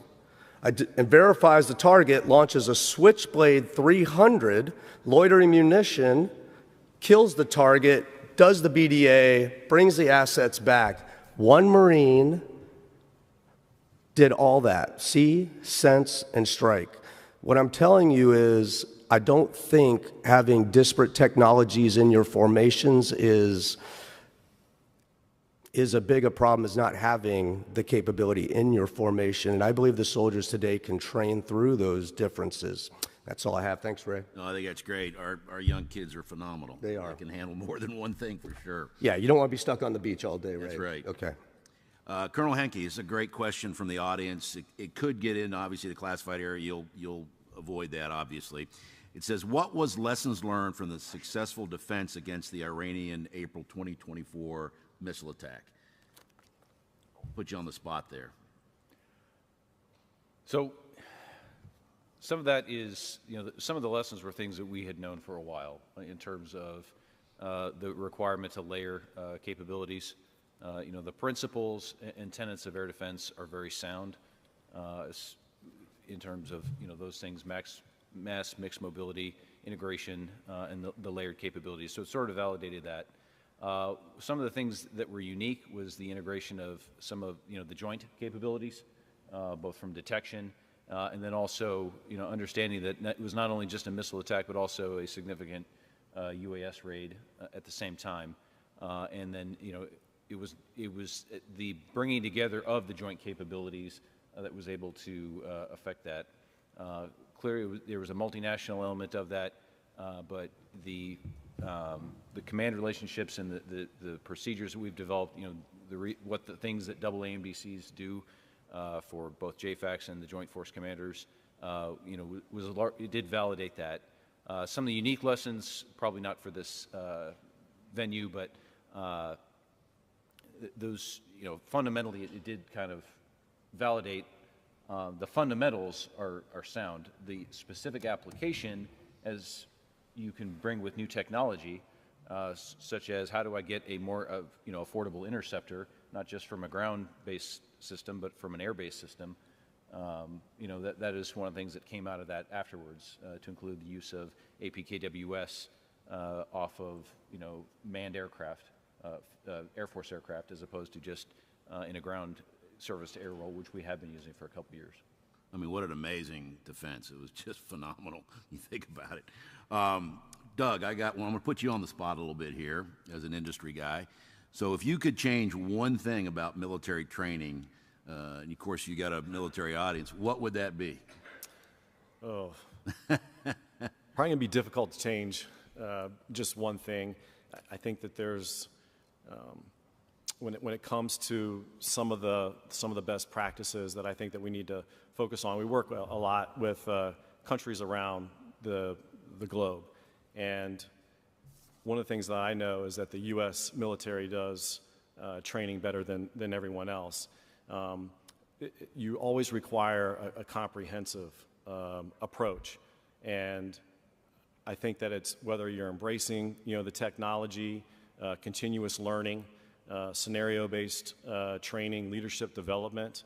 I think the one thing that I would probably focus the most on changing is the embracement of technology and making sure that your your soldiers and warfighters have that capability to take home with them so that they're continuously learning on a nightly basis, reps and sets.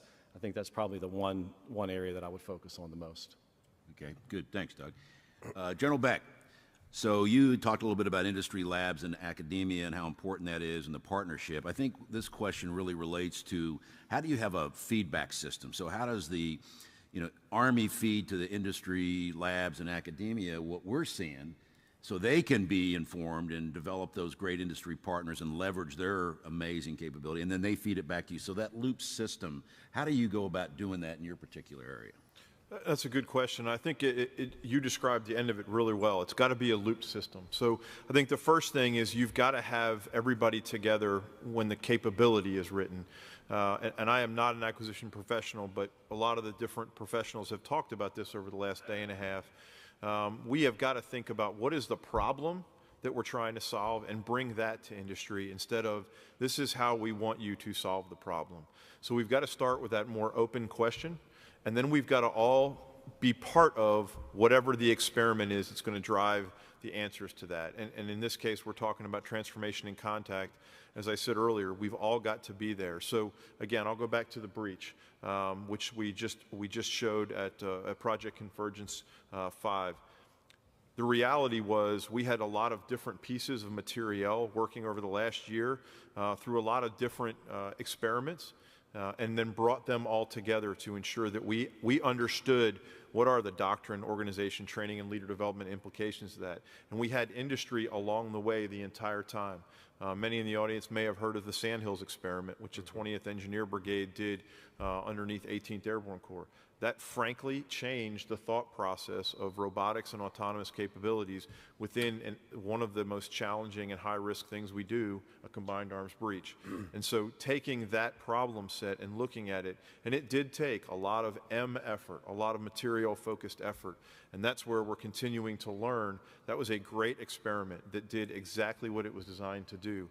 But now we're taking that with industry, with academia, and through all of our process in the institutional Army and taking that back and learning the rest of the .mil PF lessons. So I think it's a matter of bringing everybody together at every step of it. The industry's got to tell us that solution is feasible or it's not feasible. And like I said, it's got to start with an open discussion up front, and we've got to help define the problem clearly so we can leverage things that industry may be better at than we are.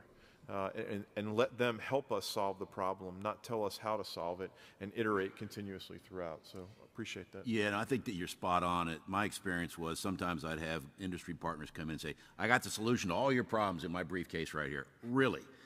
We got pretty smart people in the Army, too. We've been working on this for a while. Yep, yeah. Don't come in and tell me you've got the silver bullet here. Let's have a collaborative back and forth. So I think that's important, for industry to do that.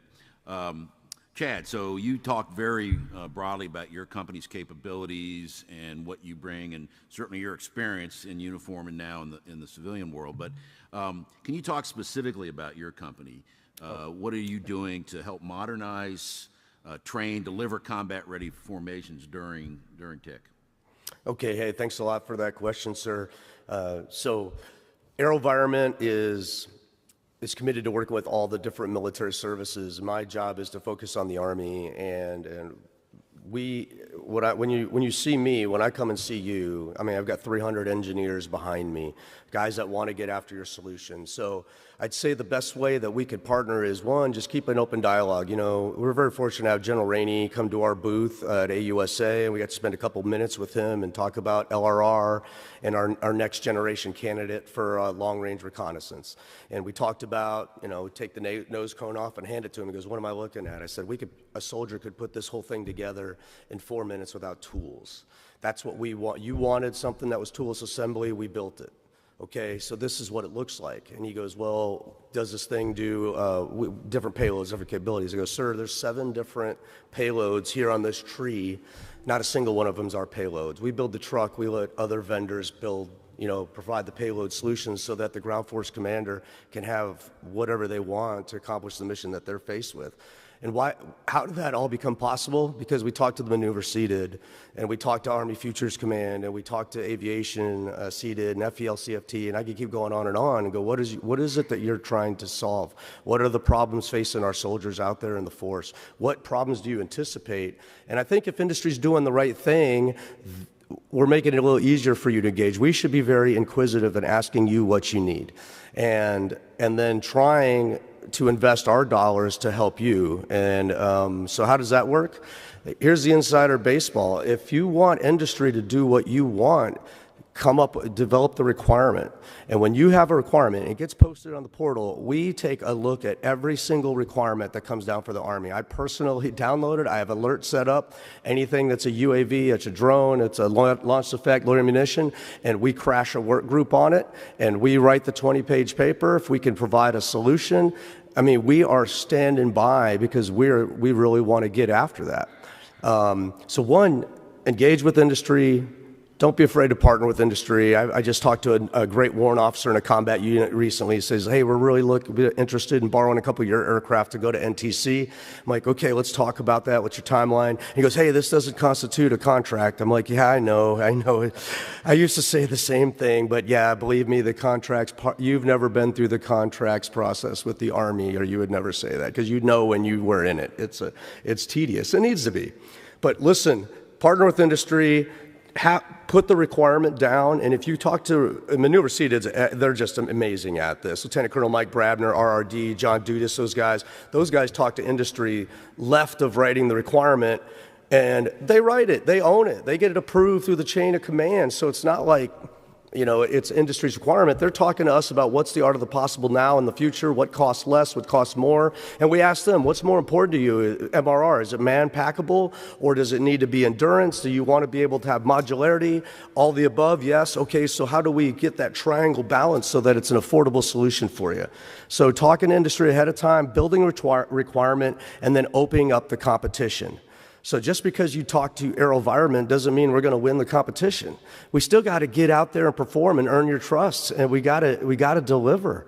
And that's what we're excited to do too. And I think you'll find that the industry is real excited about the opportunity to engage with the Army, to understand your challenges and problems, want to hear what those are, and that we can offer solutions. But when you make a requirement, that sends a signal to my chain of command on the corporate side that, oh, they want this. Let's invest some of our own money in it ahead of time and get a running start. So that's the cheat code, is engagement, showing the interest, and the requirement certainly formalizes your interest. All right, Ray, sorry for going for so long on that. No, that was great. In fact, I'd pull on that string a little bit more. I mean, you have a kind of a unique view now, just really recently coming out of uniform. Yes, now sir. you're a BD guy. Yeah, and I was in the requirement side in FEL-CFT in Army Futures Command. So you kind of described some of it, but how you get around that kabuki dance? Yeah, because obviously in the military side, you're a little concerned. I've committed the government to a contract with no money behind it. All those kinds of things. Is there any real granular kind of thoughts you'd have?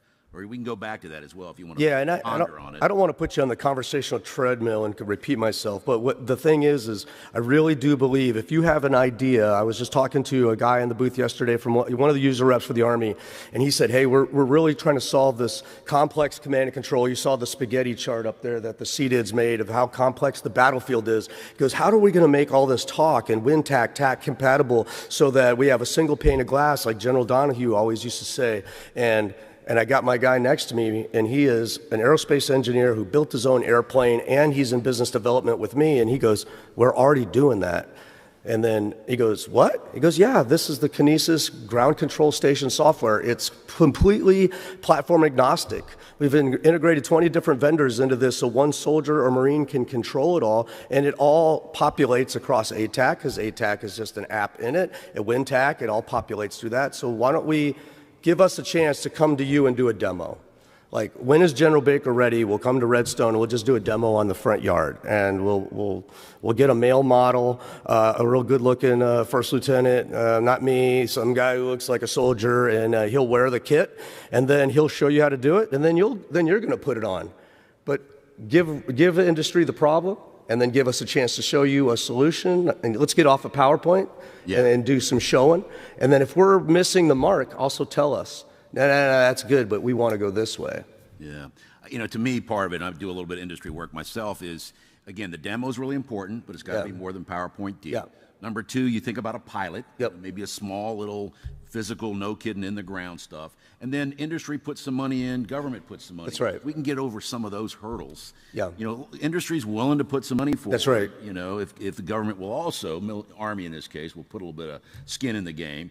That way, I mean, you know, you guys got to survive. I mean, a profit margin is fine. I mean, that's what you're in the business for. Otherwise, you'd go out of business. So I think, you know, you were spot on with that. So, Ray, I do have one. You hit it. So right now, we partnered up with General Atomics. They make the Gray Eagle. And we said, hey, wouldn't it be great to be able to shoot a switchblade off of a Gray Eagle to give the Army standoff distances? So Gray Eagle right now can fire Hellfire 11 kilometers. We modeled it out. We paid for all the integration, about $1 million between our companies, and we can go 140 kilometers with a switchblade. Yeah. So from this point, though, really, this is my advice to Army: is like, if this is a capability gap you want to solve, now you have got to grab the baton and move it, because we don't own Gray Eagle. We don't. You know, so if the Army wants to take it to the next level and solve a capability gap, we're doing what you said. Yeah. We're investing. We came up with a solution, and we're ready to go. So that's just one example. Thanks, Chad. Hey, Ray. I don't know if I can please just pile jump on in. real quick. Yeah, for sure. Yeah, I understand that, you know, the agile procurement process is always going to be a challenge, but one of the things we can do is that we just move a little bit further to the left as well, and we start doing a sharing of technology roadmaps. If I understand where you're trying to go from a training perspective for the next 5 to 10 years, and I can align that to where my technology roadmap, I think that's going to be an easier start than the procurement law that we have to try to maneuver through as well. So that's one of the comments I just want to add on to that. Yeah, no doubt. Colonel Hankey, this is a follow-up to one of your comments you made earlier, and it goes, when you mentioned that you don't want to focus on being an expert in any individual platform, but bringing them all together, kind of how you described the Israeli defense, are you looking for a movement to do collective training as a whole? And if not, could you expand on what you're thinking about, if that makes sense? I'll take a stab at that one. Take a stab at it. So, you know, some of it is, you know, we've, in the air defense branch in particular, based on the technical complexity, you know, the need for expertise is obviously significant. Sometimes we've made that an end in itself and focused on the building specific expertise to a very deep level, sometimes more than is required, and not being able to actually utilize the capability or understanding how it would be applied in real combat situations. As we bring in IBCS, which is, you know, the ultimate fire control for all of our future weapon systems coming in, what we're forcing everyone to do is, you know, think differently about the employment of capabilities. And, you know, what I've asked our team to stop saying is, hey, IBCS, you can do anything. Well, that's not helpful when I'm trying to train a captain on how you can employ it. That's like going to a restaurant and not giving them a menu, but just describing the ingredients. So let's give them some menu options, and then we can work off of that. The collective training that supports that is crucial to that, and you know, we've built TADS baked it right into the system, so that commanders can do that sort of training, and then, you know, being able to pull, just as we've done with Patriot for years, being able to pull that into you know, Patriot training devices into you know, national level exercises and federated exercises. So, you know, we can do that collective training both at the most junior, you know, the unit level, and then all the way up to support a combatant commander exercise, depending on how we build the exercise design.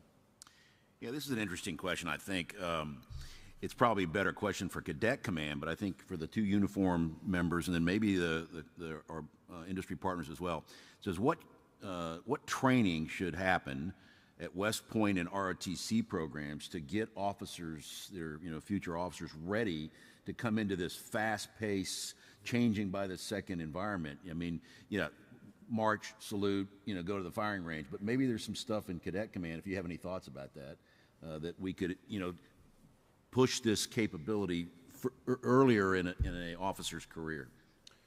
So I guess I'll take a little bit of a comment at that and just say I would challenge the question to say I think a lot of that's already happening. You know, back to Chad's comments earlier about how your kids are a whole lot more proficient You look at whether it's ROTC or West Point, and the technology confidence that those young men and women are heading into our PME with is significant. It's monumentally different than what we entered the force with. So I think the reality is what they learn there is not only technology based, but for an area that they need to continue to learn is, again, what I referred to earlier as Common Core things. They're much more comfortable with data and data literacy than we were. And that allows us, with them understanding the dependencies that go across all of that, to build a little bit more of the specifics that Chad had mentioned, or excuse me, Glenn had mentioned earlier, into the branch or the regiment they're going to head. So I would challenge the question a little bit from a perspective. I think a lot of that's happening. I think a lot of what those young men and women are graduating with already challenges a lot of our institutional training to make it better every single day as it is. I don't know, Glenn, if you have any thoughts to add to that. No, sir.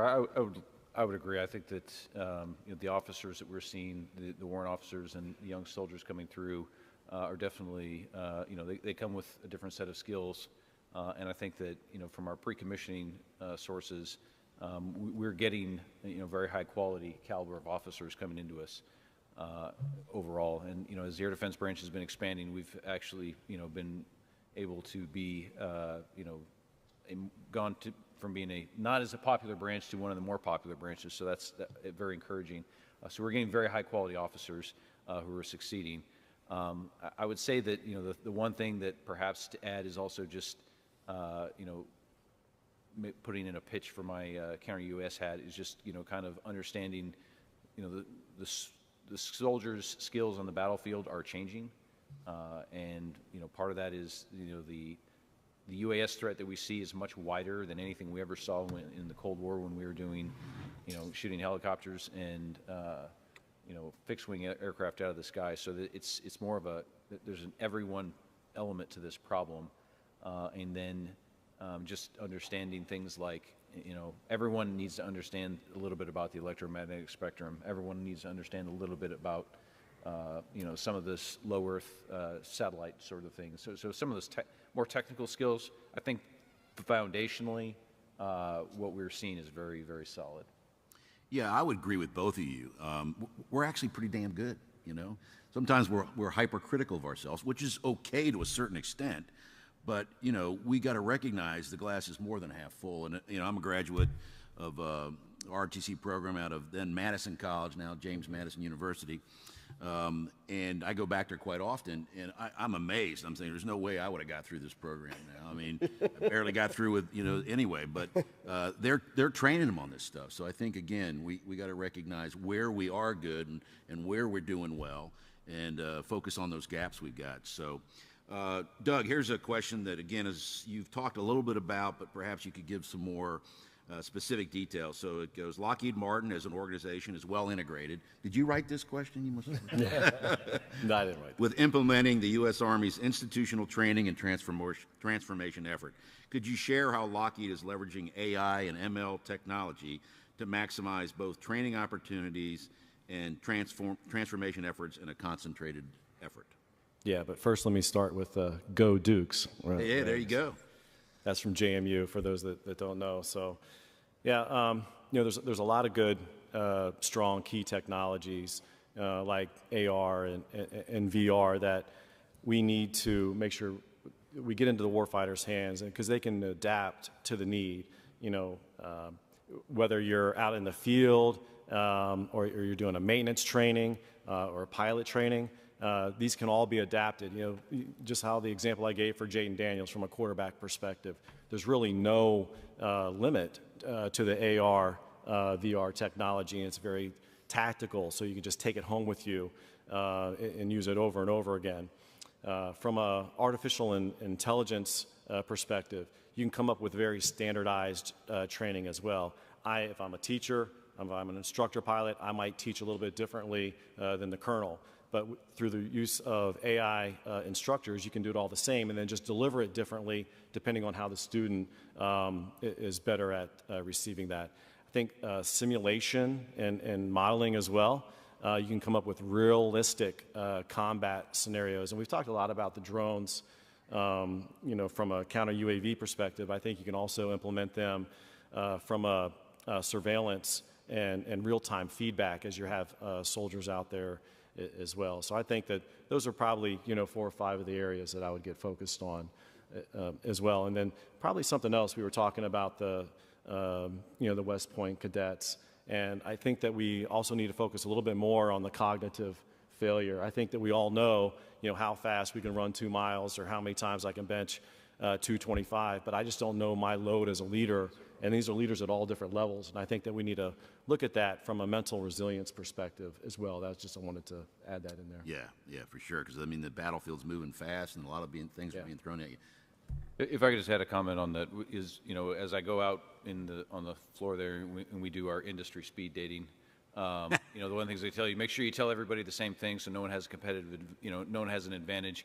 The one thing I've been telling everybody is, that sooner or later we're going to need a training device of some sort on this, whatever capabilities. So please have that in mind as you're developing this, both just to TADS, but also if there's a simulation, hey, maybe you should have an eye towards being able to integrate that into what the Army wants to do with next-gen, future constructive training environment, things like that. But I think those are ones that, especially as a commandant, TADS devices, short of a full thing, those are great because in addition to being able to be a little more affordable, also we're less likely to necessarily give those away to a ally or a partner in critical need like we've done with some of our Patriot capabilities over the last few years. One thing, if I could add, we've talked a whole lot in this panel about the outputs of training. I would challenge the team collectively. We're also looking for help on the inputs. And it seemed like a relatively basic question, but how can we leverage AI for things like POI development and review? How can we do doctrine writing a little bit more efficiently, leveraging AI? And we've asked a lot of partners, and the more you dig into it, the more that opens more different tunnels to go down, and really has proven more challenging than we expect. But again, we've all talked about how .mil PF has got to be integrated, and we want to be sure that we are relevant training today, what we're seeing today in the operating environment. So one of the things that we're looking at across TRADOC and CAC is how do we work the input side of this equation as well. So that's a cheap plug. If anybody wants to help with that, we're absolutely take it, because that's going to drive the speed that the institutional Army is able to keep up with transformation and contact as well. Yeah. Does anybody else want to talk about the input side? Because I mean, I think that is absolutely. Yeah. I mean, I can just start. I think that from an AI perspective, there's a lot of large language models that are being built today around the logistics piece of it, but not on the training side. So I completely understand what you're looking for. We need some LLMs that are based off of training input. One of the things that we've just early stages got involved with, and this is not a plug, and we're working with a university as well, is we've taken the entire flight manuals for getting your basic FAA certification, loaded those into AI LLMs, and then had that instruct a person straight off the street, in street clothing, what is it going to take, to get them from standard clothes to their FAA certification. And the results are pretty interesting right now, what you can do by just taking those basic docs and load them in, and that's all the input. Very early stages, but I think everyone needs a lot of help with that. One area that at FCO that we've done is our Director of Doctrine and Training has taken Camo GPT. So I mentioned earlier we were revising our mission essential task list, and with each one of those METs there's a specific checklist of what goes with that, and they've been using Camo GPT to help generate that, which is how we've been able to take all of our unit type medals, and within 9 months we've completely revised them. Normally that would be a multi-year process. The thing that we've learned with that is there is a upskilling on our workforce on how to use these tools that has gone with that. So we've been teamed with some universities, to include Cameron University, on how to train our doctrine developers, training developers on how to leverage the tools, because it's not intuitively obvious, but once they learn, it's extremely powerful.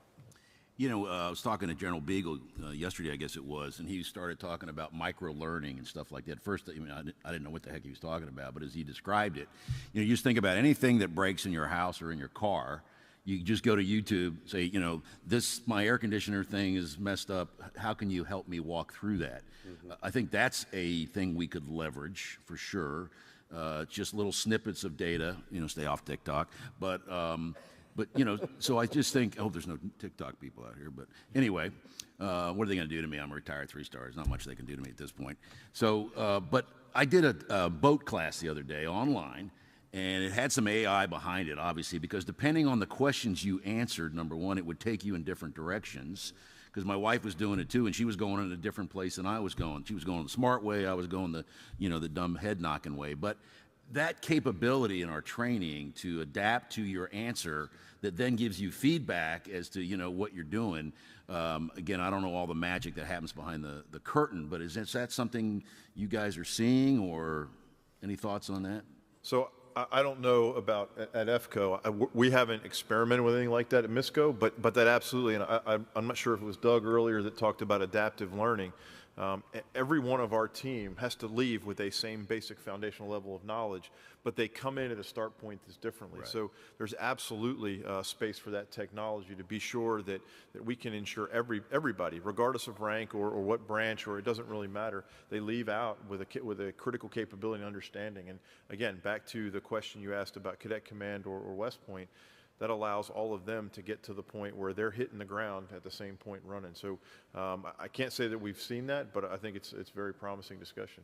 Yeah, I think most of my training early on for sure was all cookie cutter. Yep. I mean, everybody came in, you got the same thing. Yep. And again, as you said, we've all got different experiences. We all learn at different speeds and all that. So I think being able to be adaptive that way certainly makes a lot of sense. I think one area where that would be exceptionally helpful is, you know, we teach MDMP for years, and we sort of teach it wrong, because I can't simulate the multi-echelon, because everyone's doing it at the same time, and your next higher headquarters is only one step ahead of you. But when we train that in the schoolhouse, it's off of a static order. There is no robust HICOM that can help you with that. But if I could somehow build a, you know, AI-enabled environment that knows the order and understands the one, and then we could train captains on that back and forth that happens in that dialogue that happens as they build out courses of action, and as the higher headquarters refines its understanding. Hey, this is Warner 1, now there's Warner 2, which changes these things. It would be much more, you know, robust training, which would be an area where I think we could use it immediately. Yeah, Ray, and we've seen it. You know, it's very small scale, has not been scaled up, but just from a simple perspective, put on a pair of glasses, and you're taking apart your weapon, and as you're taking it apart, if you do something wrong or it's in the wrong order, it immediately shows up red, like, why are you touching that, and then educates you through that. Also have seen it from a maintenance training perspective. Your tank comes in, and you're writing in there, and maybe your glasses see something that you didn't see, and so it gives you an error on that. And then when you go in to fix that, it also walks you through. I do think YouTube is great. I've been able to fix my Jeep on many occasions. If we can bring that to the military, it's going to be much more effective and efficient. Yeah, I mean, most people know when you buy something, you got three things, right? It can be fast, good, or cheap, right? You can have two of those, but you can't have all three, and you got to have to pick. So this question talks about faster. It's from a great soldier in the audience here, and it says, where could we go faster and assume more risk in training, and how can industry help us with that so we can transform faster? I mean, we're all about managing risk, so you know, what we do is inherently risky anyway, so we got to think about how do you manage that risk to a level where you can be right at that edge but not go over it, to get this whole transformation to happen faster. Any thoughts? Anybody can pick up on that. I guess I'll start with a comment I made earlier, and one of the challenges I talked about, we do soldier touch points historically, and then you take it to a unit, and a lot of that is risk-based. Well, we're not sure how this piece of equipment is going to absolutely respond in all these different scenarios, and so that's risk on industry, that's risk on the unit, and we're seeing that, frankly, together we're moving forward on that, because a lot of the experiments, and that's the basis of transformation in contact, we're all going to make mistakes. Something's not going to work exactly like we had planned it to work, and we need industry to be willing to underwrite that in some cases, and Chad, you mentioned that earlier, but we've also got to understand that something that we had figured would work 100% may not be the right solution, and there was a discussion recently that some of the technology that we had, even out of PCC-5, which had been experimented with, there were soldiers on the ground that said, that doesn't do what I need it to do. So I think really the risk is we're going to make some mistakes. Mm-hmm. And I think that's not a risk, it's a reality. To move at the speed we are trying to move, and I would argue have to move, we've got to be comfortable. And I think, again, that takes all of us, industry, academia, labs, and the operational force with the institutional force to come to the table. And my boss says you can wring your hands or roll up your sleeves, but you can't do both at the same time. And we've got to be sure, there's a lot of people in the audience that aren't listening to me anymore. They're thinking about, how do I do that? But the reality is, it's true. We've got to think about how do we all put some skin in the game, because we're all potentially, it's not a winners and losers anymore, except for, are we getting the right capabilities to the soldiers and the formations to make them more lethal? And I think that's the right that we all have to be signed up for. So that's just my perspective. Anything else? I would say that, as we look at how transforming contact has been playing out, and I think there's some great success stories of doing things that were inconceivable, as Combined Arms Center finishes, does the finishing touches on the force design update for the medium brigade combat team, which, this time last year, that formation design hadn't even been to a CTC yet. I think that's an example of where we can go fast, but it goes exactly back to what General Beck said about where you accept risk. And if you look at each of the the .mil PFP domains, there's places you're going to accept risk. You're not going to have the first unit equipped is going to be the one that writes the Army Techniques publication for you, not the schoolhouse, because if you wait for us to do it, it'll take years. And I just think getting us to all acknowledge that, which is we've seen directly with Transforming Contact, is sort of the critical element of that. And you can go through all those domains. But it also gets back to there's an iteration process, because every unit that transforms is not going to be a one and done. And being able to not just resource as we put out the capability, but also resource the COEs to be able to do this work. I think that's one of the more significant challenges, particularly in the current environment, that could slow things down. Hey, Chad, somebody's been Googling your LinkedIn account. So this is about cross-functional teams. So you apparently were the future vertical lift cross-functional team. Is that right? Yes. Hey, so they got spot on. So based on that experience, and now in your position now on the business side, the corporate side, industry partner side, what's your lessons learned from CFTs? And again, not throwing anybody under the bus, but how they operate, how they plug in. What's your observation on that? Yeah, I'd say a couple of the best practices. Well, first of all, I was on the Future Vertical Lift CFT, and it's very hard to believe that a man my size worked on any team with vertical in the title, so I was very appreciative of that. But yeah, it's impressive when we had some just brilliant engineers on that Future Vertical Lift team, and then working with other guys like the NGCV and LRPF, and and right now you got I think General Crooks is still with LRPF, and Kane Baker, General Baker with FDL CFT, and so on and so forth. It's just incredible just to have CFTs where you have a one-star general who's focused on a certain problem set that creates a lot of energy and focus. And it's not as broad as a seated. You need them both. So obviously I'm not the guy who determines what's important for the Army to pay attention to, but when we assigned one-stars to get after these problems of modernization, you could see there was a heck of a lot of energy moving towards that way. And one thing my boss, General Rugen at the time, he said, don't be in the office, you need to get out there and talk to industry. And that's what I did, is because I was an operational officer. I did not know all the different capabilities are out there. Next thing you know, I'm talking to a guy with a PhD who did a DARPA project on aided target recognition. And I'm like, talk to me about your software. Like, oh yeah, we've got this aided target recognition packet on capability on satellites. It's on every submarine in the fleet. It's on P-8 Poseidon. It's on MQ-9 Reaper. And now we're putting it into tactical UAS. And I didn't know that you could actually put that kind of technology all the way down into a tactical UAS until I went out there and asked. What I would encourage all the CDIDs, all the CFTs, and people in the user rep community is get out, go talk to different industry partners, see what they're doing, talk to their engineers, and then go talk to another industry partner and bring some of those same questions. When General Funk was in TRADOC, he told me, he says, one of the things I always do when I talk to industry, I go, talk to me about how you would solve this problem. And then he would ask the same question to a different team, and it says it's kind of interesting how you get the same answer or you get different answers, and both can be useful. So that's what I would say, Ray, is the best lesson learned I learned being in that team was, I think you are more effective for the general you're serving by getting out on the road and being a foot soldier for the Army by just going around, not committing the Army anything, but having informed discussion, debate, and dialogue about how to fight the future formations and what material and solutions are available now. Over. Yeah, I'm kind of a simple guy. Obviously, you can figure that out. But, I did 4 tours in the House of Pain, the Pentagon.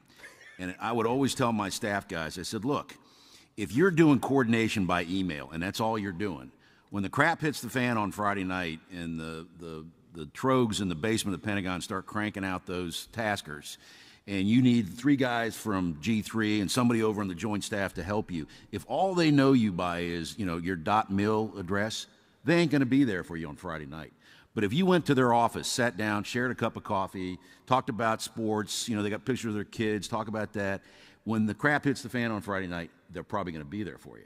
We do so much virtually by email, which is powerful. It's one of the most powerful tools we do have. It's also one of the most dangerous tools we have. But you got to get out and press flesh. You just got to. Yeah. Human connection is what this is all about. Yeah, virtual's all wonderful, but So, and speaking of that, so one of the questions here is, and this will be probably our last one, talks, in Joint World, talks about our Navy and Air Force brothers. It says they talk about virtual, live, constructive, LVC. They also talk about joint simulation environment, JSE. What are we doing? And again, we've all kind of touched on those points, but anything you guys would want to offer in the LVC or the JSE area? So I guess I would submit a little bit above the MISCO level, but across the force, and I think Project Convergence is a great example of this.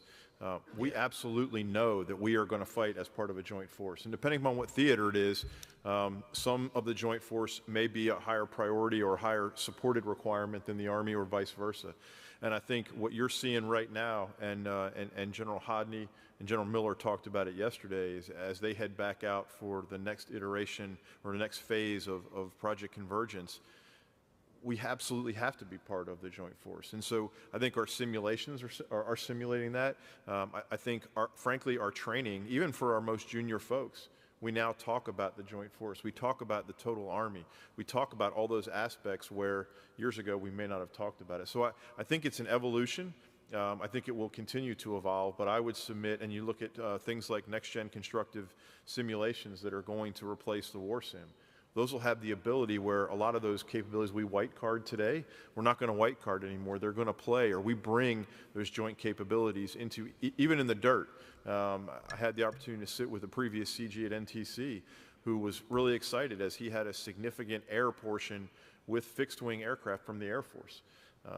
We don't historically do that. So I think the drive is there both from the Army and the joint force to ensure that we all understand we will only fight as a joint force. Any other concluding comments from the team? Yeah, I mean, you brought up JSC. I know we only have a couple seconds left, and JSC is Joint Simulation Environment. That's just the Air Force and the Navy today. You're not training on takeoffs and landing. You're actually training to be prepared for that day one fight with all the classified sensors. I think from an NGC Army perspective, there are probably some lessons learned that they can pull from JSC and bringing in the more classified, high-end day one, get ready fight into NGC. The only comment I would have is I think it's important that the Army recognize there are organizations right now that can only do their collective training in a joint environment, like a BCD, a Air Defense Brigade, and AAMBC. So, those joint exercises are absolutely critical. And in many cases, those are those units' only opportunity to have some sort of capstone event. Yeah. Chad, anything, or are you good?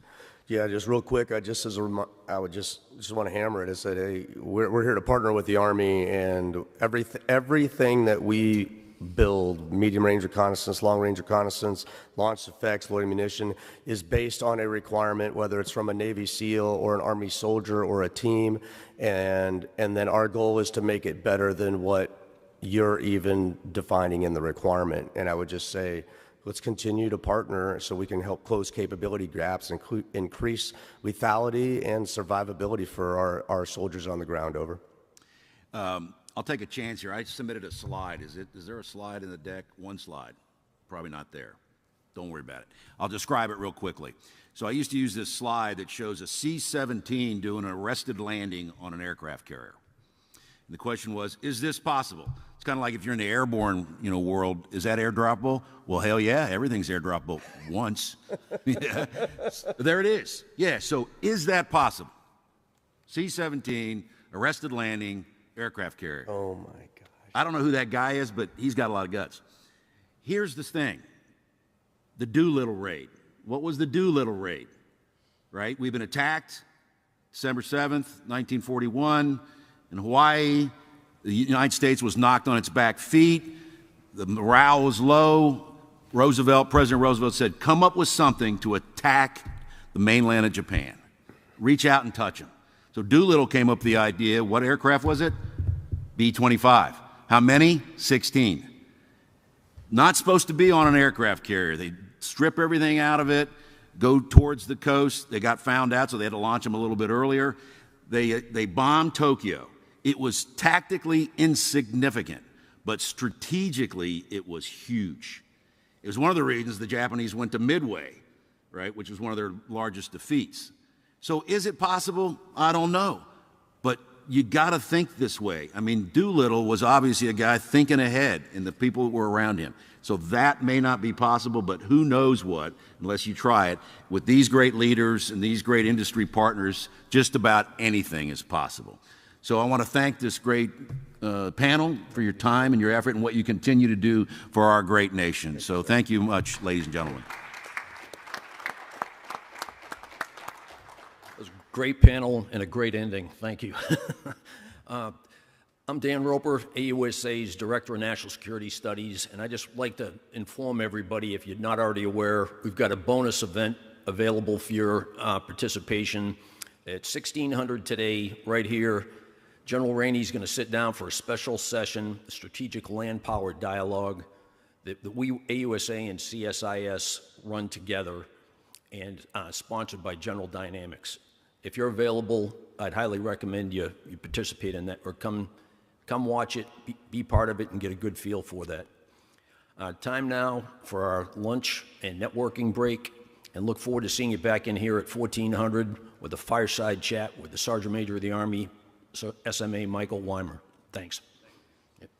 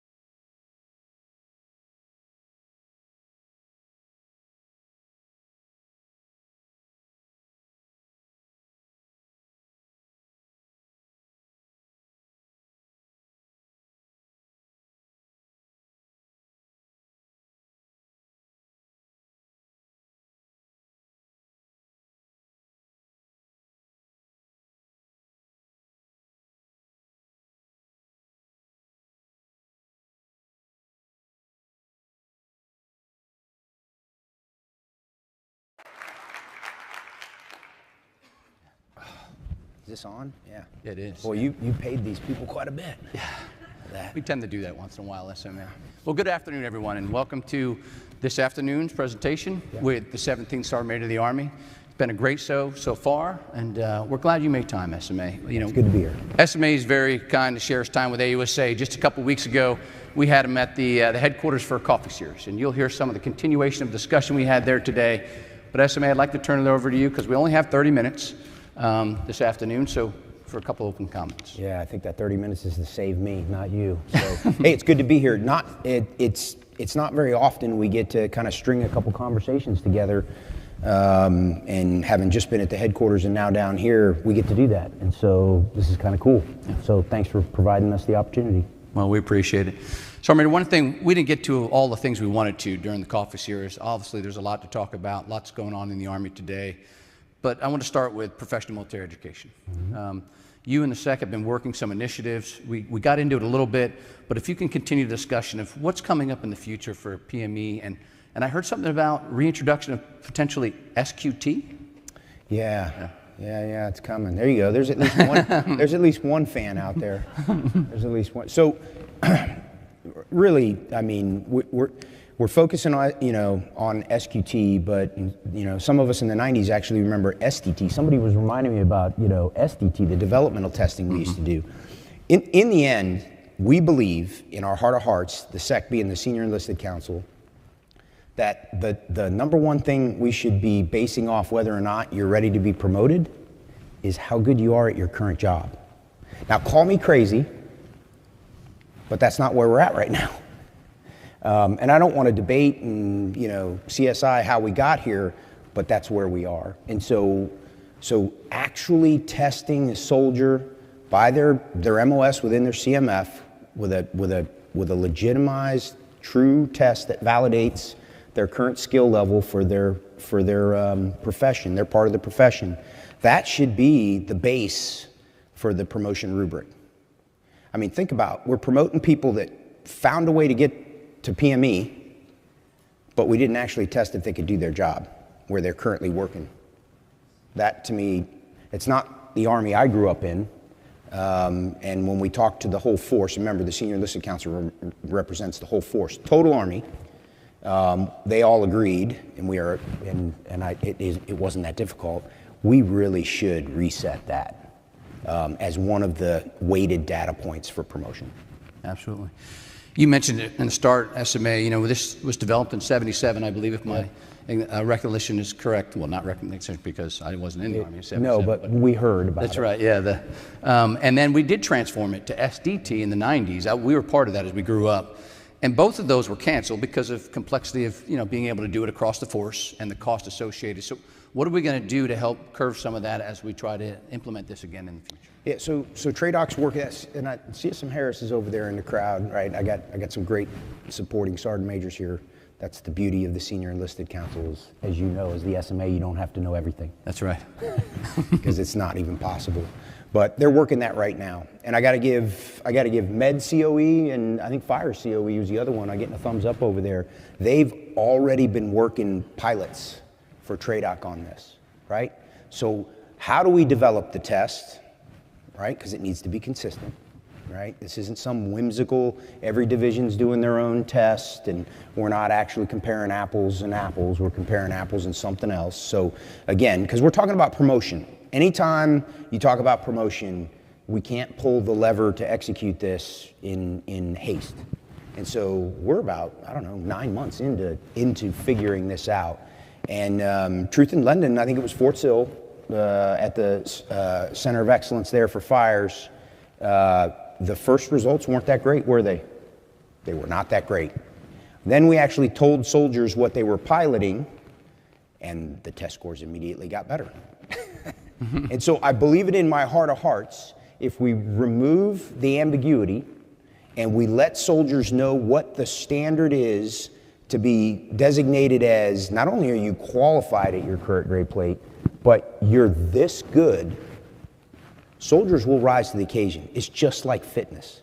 Tell me what the standard is, and I will meet the standard. Give me the time to work my way to meet the standard if it's different than what normal was before, and they will meet the standard. I mean, that's the soldier. That's who we are. And of course, back then it was analog. I mean, that was some of the complexity that was issuing the test, bringing everybody in. But today, I'm sure we're going to deliver that digitally and some of those things. Well, TRADOC has the ability to do that, right? And so does everything have to be done at a TRADOC brick and mortar location in the year 2025? No. I'll go ahead and just, in the spirit of answering the question, answer that one quickly. No, right? We don't even give our language tests. Like if you're certified in a language, we have the ability to give language tests everywhere. It's the simplest one we've been doing for decades. So I use it as an example, like how have we figured out how to successfully and with trust and confidence administer that across the globe, right? We can figure this out at whatever post-camp station you're at. TRADOC's got to establish with the COEs what that is. And that's where we are in the journey right now. So implementation-wise, I actually not too worried about how we're going to implement it because we're not going to have to send you TDY. Now, there's some one-off post-camps and stations out there. I acknowledge some of you in the crowd are thinking of that 1 or 2 unicorn location that's not the same as the others. We'll figure out those solutions to include with our Compo 2 and 3 teammates, because we know that looks a little bit different on the PME journey. And so we're working within the OPT to be able to solve those problems and come up with solid implementation strategies. So I'm not trying to put you on the spot, SMA, but I am. You're the Sergeant Major of the Army, so you got to feel the pressure every once in a while. When should soldiers expect to see this? I know we're still working prototyping, we're still working some concepts, but what's your goal to get this implemented? Yeah, so in all honesty, and again, we're not gonna rush to failure on this one, but 2025, and I am talking about fiscal year 2025. We actually started this in 24, but 25 is our year to come up with the when and how to do this. And so our goal is first quarter 26, which is right around the corner, to be able to brief what the full plan is on this. And so, I'm not going to look over at CSM Harris right now because I can already sense the feeling. We're on glide path to meet that goal. Now, that's a plan to brief a course of action to actually implement this across the Army.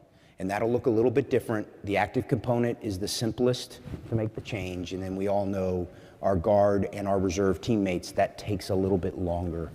And we're also leveraging technology to help us in this too. There's a lot of neat stuff that's happening at universities that are going to help us kind of transform how we do some of this with credibility. Yeah. And this will be used as part of the promotion system as it was in the past. Is that the intent for? That is part of the SEX vision. Yeah. Like, what's more important? 60 credit hours of online self-study from pick your online university, or a data point of how good you are at your current job? I would ask the crowd without answering, what's more important for promotion consideration? I think we know the answer to that. It's a good segue to my next question, SMA, is we talked about it a little bit. You gave a broad overview, but promotion reform. Yeah. If there's something near and dear to a soldier's heart, it's promotion. So what do you and the SEC have in plan? And you could give us some insight on some of the changes we're making, especially in the mid-grade career NCO ranks.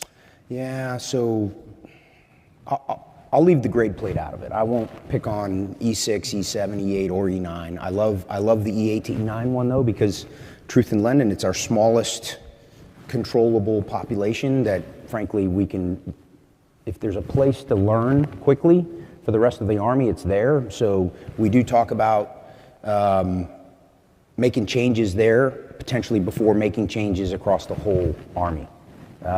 Anyway, I'll leave that one alone if that's a follow-on question you want to have. But right now, HRC, General Drew was doing this before, and Major General Rampey's in the same space, and I'm excited about this one, but we're looking at promotion, just promotion reform writ large. What does that mean? It's 2025. I shouldn't need a human to evaluate my performance based off of solid, updated, and current proponency guidance. Shouldn't need me to go review that, and an evaluation. Like, to be honest with you, I think technology could have done this quite a few years in the past. Now, we do need technology to be certified, validated, and trustworthy, right? Because again, we're talking about people's promotions. And so I am willing, and the Senior Enlisted Council is willing to implement some of those. Now, I don't want a human in the loop not getting an ultimate vote. I want the human in the loop to end up having the ultimate vote. But I think Weimer, as a board member in promotion reform, my specialty to the process is potential. Like, I've got, if I'm in this process for a grade plate, and I'm 25 years of service as a non-commissioned officer. I mean, performance is pretty simple to evaluate. And proponent, I give TRADOC another big shout out. We're tough on TRADOC, but this is one time where they are pathfinding for us. They've already done that. They've baselined proponent guidance. There's no more question, is there, right now? None.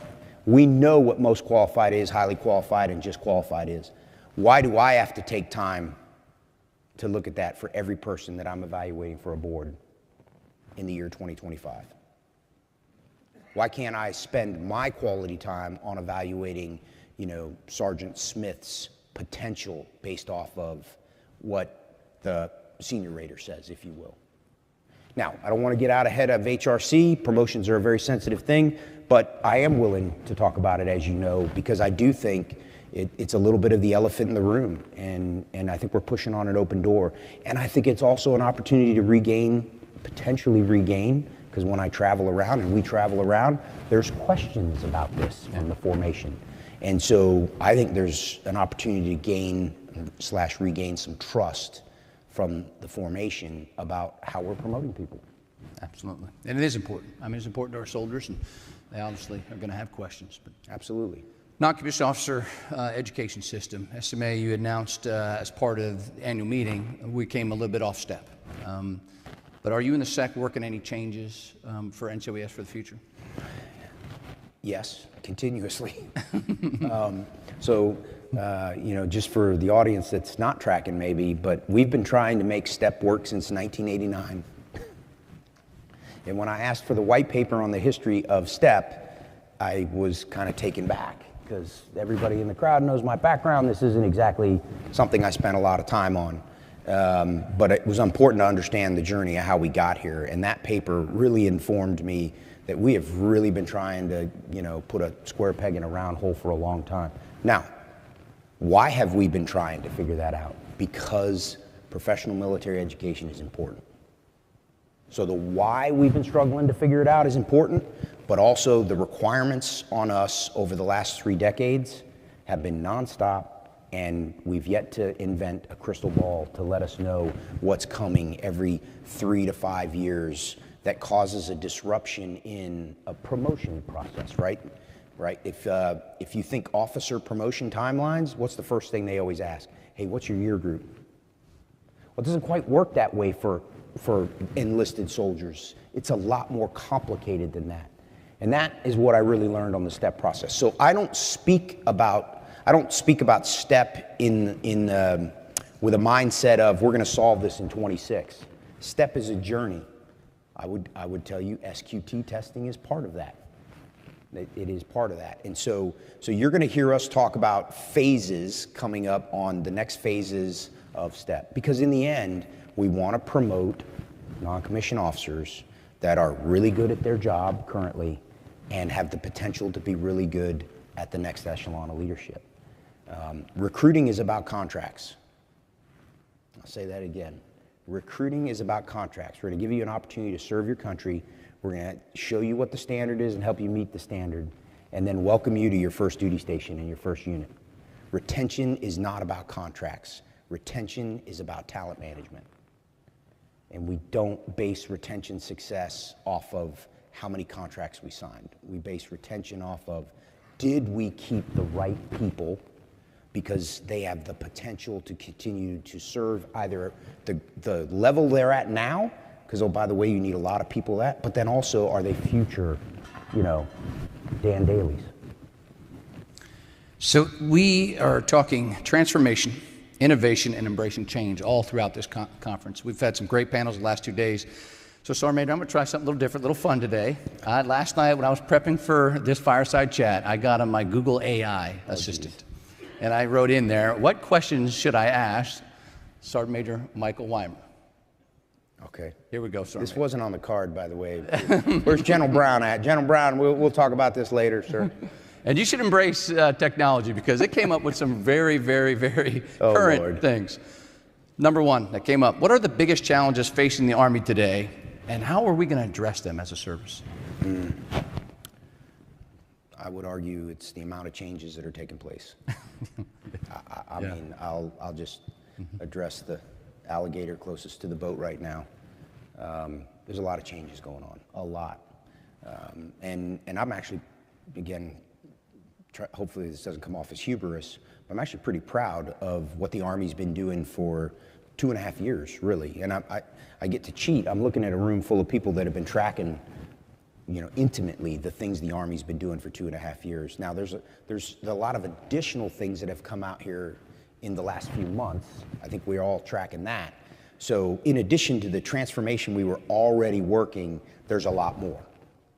And as leaders, because there's a lot of leaders in this room, and I shared this with some senior sergeant majors here at lunch, I have to keep an eye on the amount of change. And the chief and I talk about this, everybody has bandwidth, you can't keep changing so fast, you don't take time to explain why you're changing, right? You got to get the buy-in. I don't want to quote a bunch of different, Silicon Valley books, but we all read those things like there's a process to quality change. And so that's something I'm watching, right? Like when we talk PME and all things the Senior Enlisted Council's doing, I want buy-in because I want it to change at the lowest level. I don't want compliance, I want commitment. Yeah. And you get commitment by explaining and getting people to understand why the change needs to happen. So let's flip that question a little bit, SMA. We know the changes we make at the strategic level and how they're sometimes acknowledged and not and understood sometimes, right? Confusing at the lower level. When you're traveling around the Army today, what's causing chaos for the young soldiers out there? What is it that they see as challenges? I think it's the amount of information they have. I mean, it's unprecedented. Specialist Weimer didn't have access to any information. I mean, I just call it as it was. Like, there was nobody in the barracks that had access to the information you have now, and I lived in the barracks. Like, soldiers have access, and families. Soldiers and their families are, staff sergeants and buck sergeants are reading back the NDAA to me. Anybody in here, don't raise your hand, think I knew what an NDAA was when I was a staff sergeant? The answer is no. So that changes the dynamic of leadership responsibility in that formation. So now if you're a leader that doesn't understand the changes that are happening and buying in, committed to be able to articulate that down to the lowest level of leadership inside your formation, it creates tension, and I think it creates a little, unnecessary chaos. I think you used the term chaos, right? I think it's a good term, but that's why I'm hard on leaders and like, hey, you better be tracking, you better be studying, you better be learning, you better be asking smart questions. And then you got to figure out how to translate that down to your soldiers and their families. One more from the AI assistant, because it's actually a good one. It's actually a good one. From a warfighter's perspective, where do we need help from industry? Oof. It's a tough one, I know. Well, actually, it's not. I just don't want to get in trouble.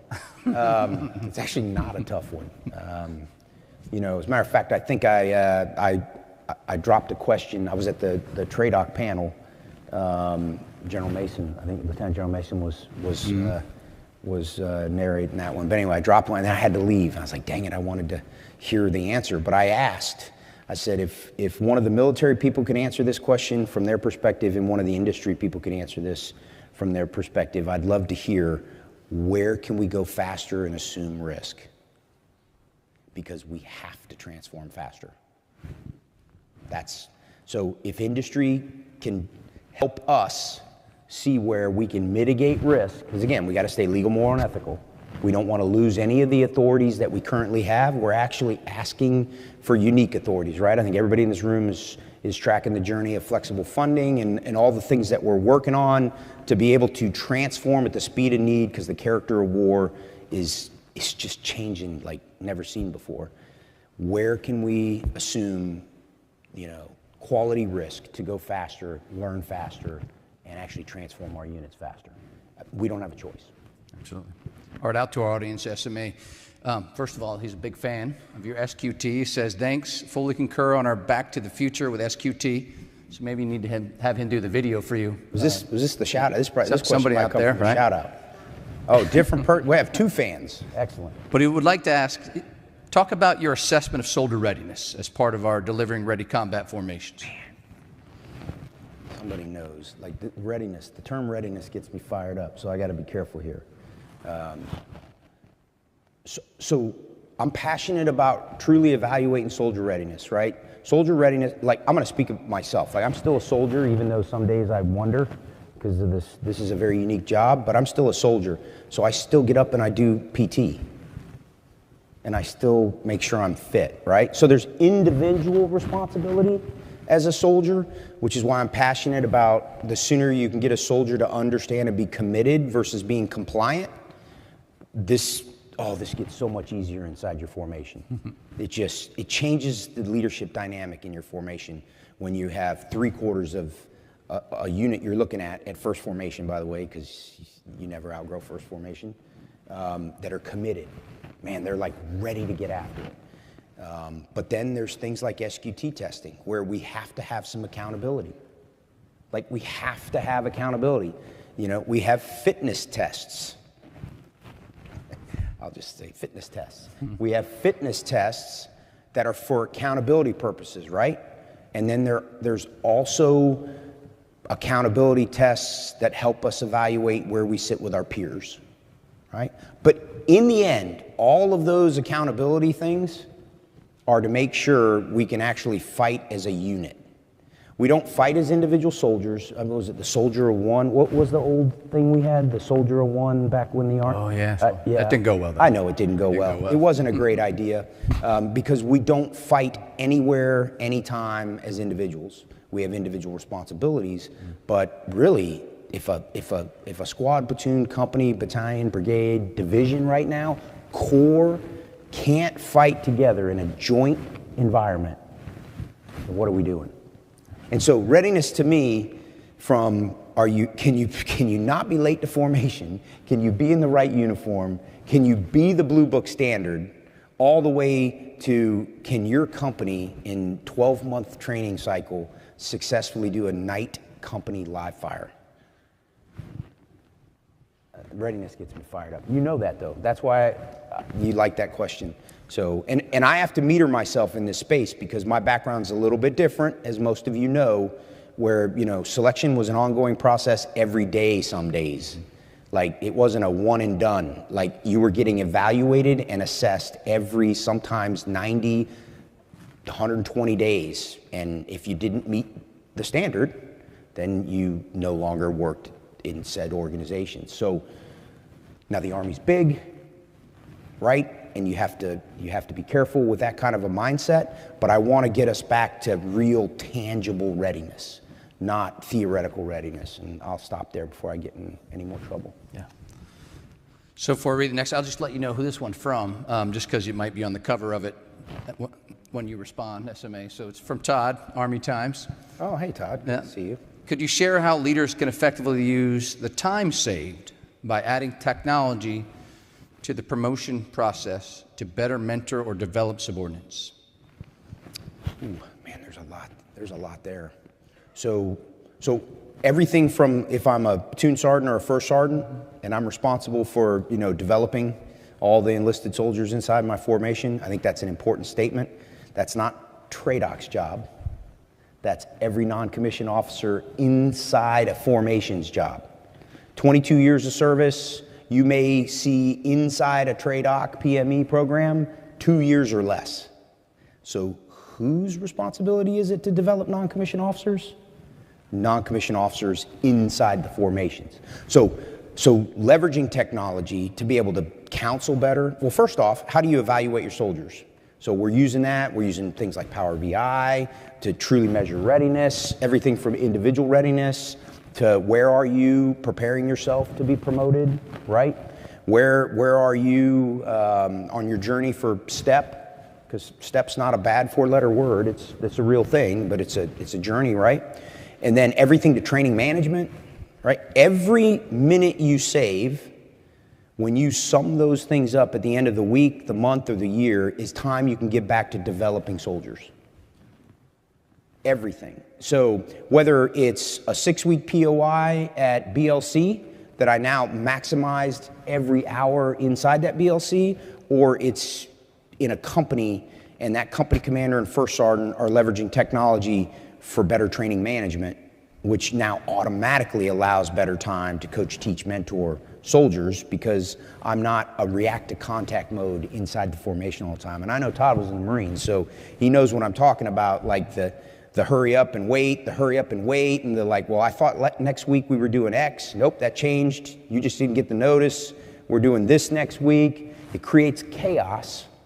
And I think, I actually know, because we're already starting to leverage some technology. I saw some pretty good stuff here. I won't mention partners by name from industry, but I saw some really good stuff that's already starting to be used. Everything from joint staff level to corps, divisions, and I think it's got application all the way down to like company level for training management. One last question, and then I got one final question for you, SMA. I know we're running really short on time, but you're a sergeant in the Army, so we'll just stay up here as long as we want, right? I mean, it's as the Army grows in MDO, what other changes might we see in MOS reform, like the perspective of possibly an enlisted Space Force MOS? Yeah, I'm not gonna touch that one. What I am gonna do is I'm gonna talk about how we can't create a new MOS to solve every problem. It's not possible. We're trying to care, feed, and ensure it's quality over quantity with all our current MOSs and CMFs. I think we talked a little bit about that in the last 30 minutes with it's about quality over quantity. Because again, once you're in and you're assigned to your first unit, it's about managing talent at that point, right? Which starts with, are you really any good at your job? What we are having to do though is we are having to, everything from, what is MDO? What are your responsibilities with MDO as a staff sergeant? What are your responsibilities as a platoon sergeant? What are your responsibilities as the brigade ops sergeant major? Right? And so instead of like creating all these one-off unicorns that every staff at echelon needs to be good, which by the way makes you one deep, we've got to cross-level that a little bit more. Now that's easy to say and hard to do. But we don't, as an Army, we cannot resource new MOSs to solve every one of our new problems. Can't do it. That's why, we're here with industry. We talk about, in the UAS world, we talk about it needs to be intuitive. It needs to have, open architecture and common controllers. And there's some things in the people space. That's why I really enjoyed the last TRADOC panel I sat on, is like how we transforming training. I think it's a key piece to that. Now, you can't expect a buck sergeant to know everything, but as you grow in your journey as a non-commissioned officer, we're going to put some more rocks in your rucksack along that journey, and a lot of those are in the MDO space. Last one, SMAs. 250th anniversary, the legacy of the American soldier. We're going to celebrate it. We've heard you and General George talk a lot about it. What can you share with us? What are we going to see around the June timeframe this year? You're going to see a show like we've never done before. Like we are. To be honest with you, it's pretty. It's bold. Like our plan to celebrate the 250th is bold. We are going to be down on the mall. We're going to be celebrating globally, to be honest with you, depending on what time zone you're in. It won't be exactly at the same time, but even, just to give you an idea, the event that's going to take place down at the national capital, the nation's capital on the mall, we're going to broadcast it. It's going to be broadcast around the world.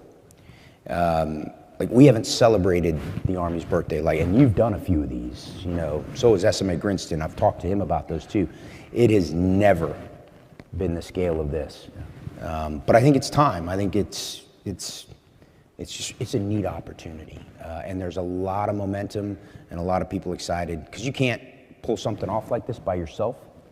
And so I haven't been given complete Durloff to share much more than that, but it's coming. And if you have an opportunity either at your home station to join the celebration, do it.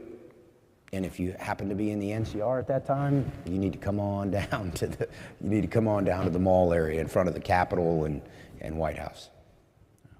Well, SMA, thanks for your time today. You're always kind to give us time to talk about all the great things our Army, our soldiers are doing, what you see in the future. Ladies and gentlemen, please join me in a round of applause for our 17th Sergeant Major of the Army. Thank you.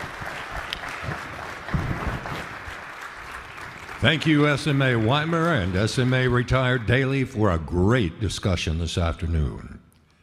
Now we would like to recognize some outstanding non-commissioned officers. The Army's commitment to improving overall nutrition sustainment, or Action Award, is an initiative that enables the enterprise as a collective effort to enhance readiness through nutrition. The lethality of our soldiers depends on their physical and cognitive performance, in which nutrition is the most critical component of a conditioned warfighter. To promote excellence in nutrition, the Army created the Command Sergeant Major Retired Troy Welch Action Award to reward this excellence based on his legacy and commitment to the culinary craft for our Army. Each year, Army Materiel Command will recognize 2 soldiers who made a significant and measurable contribution to Army sustainment operations by possessing sterling leadership and demonstrating improvement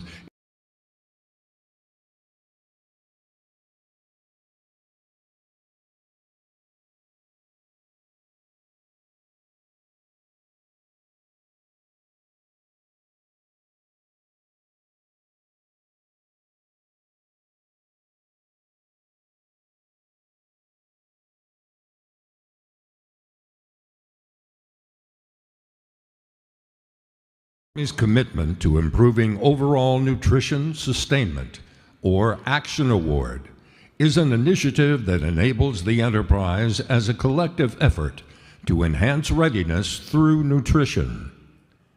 The lethality of our soldiers. Command Sergeant Major, United States Army Forces Command. Yay, yeah. It's unfair. Who came with his own cheering section. And lastly, Command Sergeant Major Ray Harris, United States Army Training and Doctrine Command. There you go. It's a competition now. We will now start with opening comments. Sergeant Major Hester, over to you. Okay, thanks, Julie. Thanks to AUSA, too. These are always great events, and we're really appreciative of what they do for our soldiers and our families. So I just want to start off with saying and pointing out the obvious that the character war is changing really rapidly.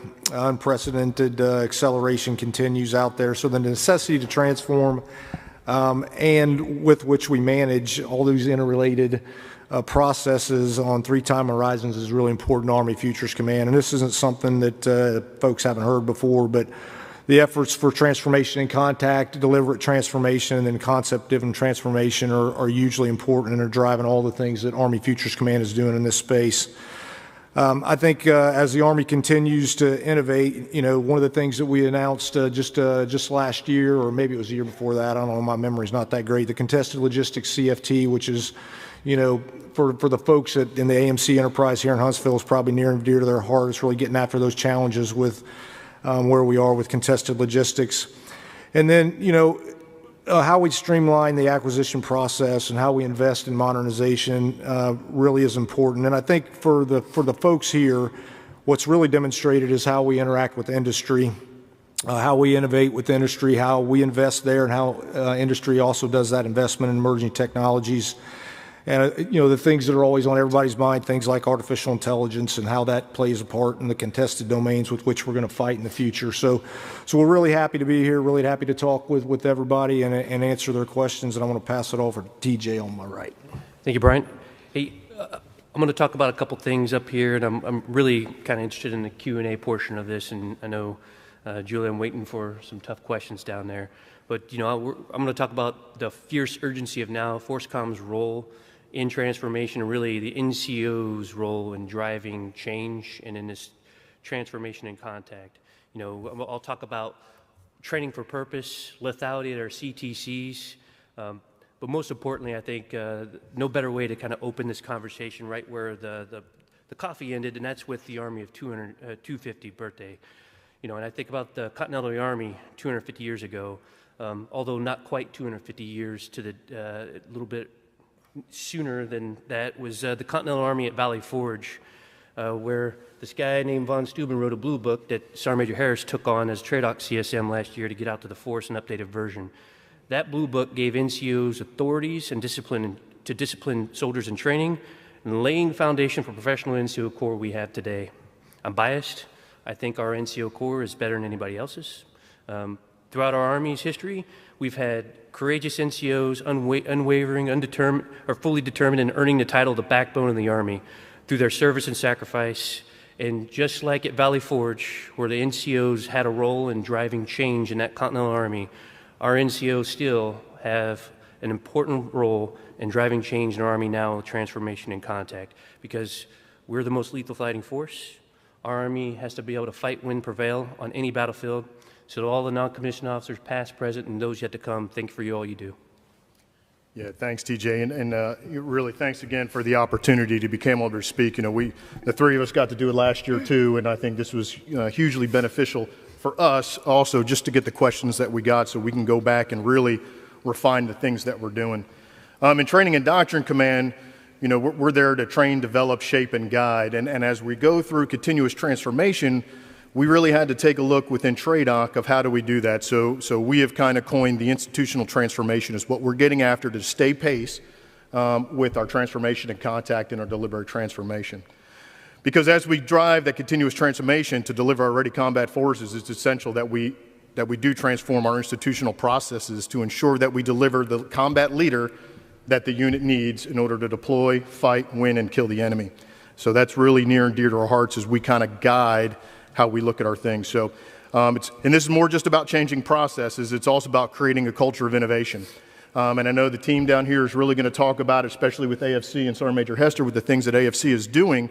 But the great thing about our non-commissioned officers, like Sergeant Major Holland said, is that they are the backbone, right? And they drive the transformation that we're doing because they can see the need and the requirement at the speed of what we want. And then they give it to big guys like us, we're really those two right there, and they try to figure it out, and then we try to put it into proponency, into doctrine, and how we fight to go win. So really excited to get after questions, and if you listen to the fireside chat before with the SMA, I can dive in on a lot of those things, because really the topics I'm going to talk about, or would like to focus on because it affects our non-commissioned officer population, is really, you know, our PME review, functional courses. We talked about the kind of the SQT MOS competency assessment, talk about those things about how we in Training and Doctrine Command are going to deliver the leader that you need in your formation. Thank you. Awesome. So we're going to get started. Let's begin. For all three of you, what does continuous transformation within your specific organizations look like, and how do you translate that at echelon? All right, I'll try to start off there. Well, I think continuous transformation, just like I described, is interrelated across 3 periods of time, right? The chief made a decision we were going to do transform and contact. That was, we know we have some technologies and some things that are ready right now that we should be able to put into formations to make them more lethal and make them more protected, and we have to prioritize that with everything we have. We might fight tonight, and our formations need to have the best things out there that industry can produce or that our labs and centers can produce. So, transform and contact. The deliberate transformation thing, about 6 years ago, we started off with 6 priorities. Those 6 priorities have stood the test of time. We have aligned funding to those, and we're continuing to drive forward. And candidly, we've had way more success than we thought we would, and now we have challenges with funding all those things. So the fact that we wrote some things on a napkin, so to speak, and we've been driving to that, and it's right in that deliberate transformation space. It's critically important. And then, we have to try to understand and get it about 50% right when we think about concept-driven transformation. So the future operating environment is a thing. We're trying to make the best guess that we possibly can, and then what do we need in the future to be able to get after the way the enemy is evolving, the way the battlefield is evolving, the way the world is evolving. So it's really, from our perspective, is about how we can deliver in transformation contact, how we can drive that deliberate transformation, and then how we do future, PCC and the Future Studies program to really get after that concept-driven transformation. You kind of hit a little bit of it in your opening statement there, Brian, too. We go to war with the Army we have. We have an eye on the Army we want to modernize into, and transformation is strategic risk to accelerate pour gasoline in what we're trying to get to maintain that tactical to strategic advantage over our adversary. So, the current conflicts that are out there, you can name a few of them, whether it's Ukraine, what you see on Gaza, but they illustrate the changing character of war and new forms of battlefield mass that demonstrate our need to not just master warfighting at echelon and continually transform to win the next fight, but really it's about how we as Forces Command help increase the Army's warfighting advantage through experimentation, partner with AFC and TRADOC, the transformation that we have at our DIRT CTCs with your scientists, the ACMs and the CDIDs, and those field assessments help inform the Army what works and to really accelerate that process. And 2 quick points about that transformation. First off, there are challenges with transformation. I think we all recognize it. The system fights you. TIC 1.0 set the conditions for TIC 2.0 success. But in the end, what TIC is and what TIC isn't, commanders can still task organize for purpose. They can experiment with what and how they train their soldiers. And there are things that they have in their hands right now inside their formations where they continually build readiness to fight and win tonight, but also use some of the things we had that TRADOC is developing in the institutional environment with simulations in the virtual training environment with our UAS and counter-UAS, where we could still maintain at the tactical edge of transformation and waiting for whatever new commercial off-the-shelf item or what other new system we have, unmanned system, that could be deliver our formation to be successful. Yeah, I mean, from our lens, talked a little bit about it earlier. My opening statement is about, how do we keep up with the speed of need and the speed of transformation and the speed of the change of the operational environment to make sure that we, again, deliver those NCOs or even our officers and warrant officers. So, working with CAC about how we develop, our warrant officer intermediate course, how we develop and put things into, BOLIX, the IBOLIX, Captain Career course, and all those things because they are symbiotic, right? We got to make sure that our officers, warrant officers, and NCOs know synergistically a lot of the same things because they're going to bring the same capabilities to bear regardless. And you see it in different formations, the kind of who runs the fight, who brings enablers to the fight, and to be able to see that helps. And so part of that isn't just our PME education that we give as we look at transforming and the way we deliver the, the material, but it's also our functional training courses, 198 functional training courses that we do. It's our Foundry courses. Do we expound Foundry past the G2 Enterprise, right, our Intel Enterprise, and say, here's a new exquisite piece of kit that we need to get out to the field fast, right? So we have what's called the MARC concept, and it's our mobile readiness training concept that goes out, and we've done it with C2 Next and a bunch of other things that says, here's this new piece of commo equipment. We're going to send experts your way, kind of like, a net def team, if you will. But we send them out there and then we train them, and that's what helped in TIC 1.0 really to get a lot of that stuff out there. So sans, just the PME and brick and mortar, there's all these other things that we're doing to make sure that we maintain the relevancy for our warfighters as they get out. So again, this institutional transformation is crossing multiple facets of how we educate, train, and develop the force, with our leadership. Okay. As the former G2 Sergeant Major, I'd love to hear that you're still talking about Foundry. That's great. So TJ, when you were talking about TIC, and you started to pull this thread, so I'm going to go ahead and have you expand upon it.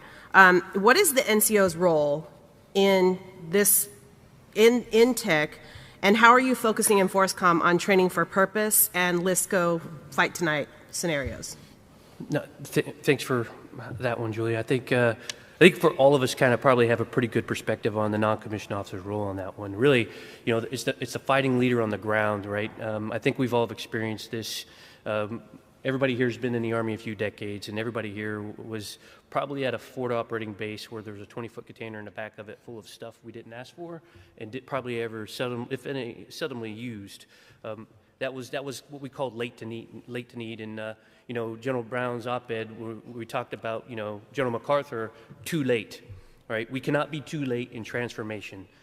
So what the NCO at the tactical edge can help with our scientists, instead of the scientists building things in a nice little clean laboratory, they're out there rolling up their sleeves in the dirt with the non-commissioned officer. And non-commissioned officer not developing requirements, but giving candid feedback, form factor, functionality, all the little things that they're going to try to break. You know, I always say, if you want to find out if something works, you can put it in the hands of a paratrooper in 82nd Airborne Division. They're purpose-built to break things, right? And that's exactly what the NCO's role is out there, to make sure that it doesn't break in times of need when you're, you know, you're a two-way live fire. So how we continue to build, really, it's total Army readiness. You know, we're elevated from foundational training to multi-echelon training to now the division training strategy. We're putting divisions in the dirt, and boy, are we learning a ton. It's also helpful when we have AFC out there with our Project Convergence series to help do more assessments and validate some things that we're able to do. From you know, the warfighter is great for, you know, to put yourself in a simulation and test staff processes, but once you put a division staff in the dirt with a Corps headquarters on top of them, boy, you're exponentially learning.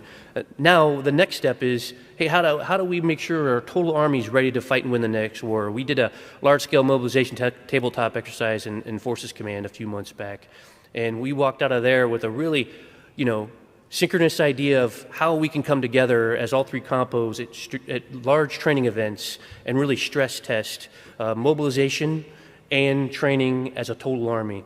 You look at the National Guard's Minuteman concept, you know, we're looking at how we can work within the constraints of the 15-day AT window and do a mobilization at the battalion or company level into a CTC for a battle period, a discrete training event, right?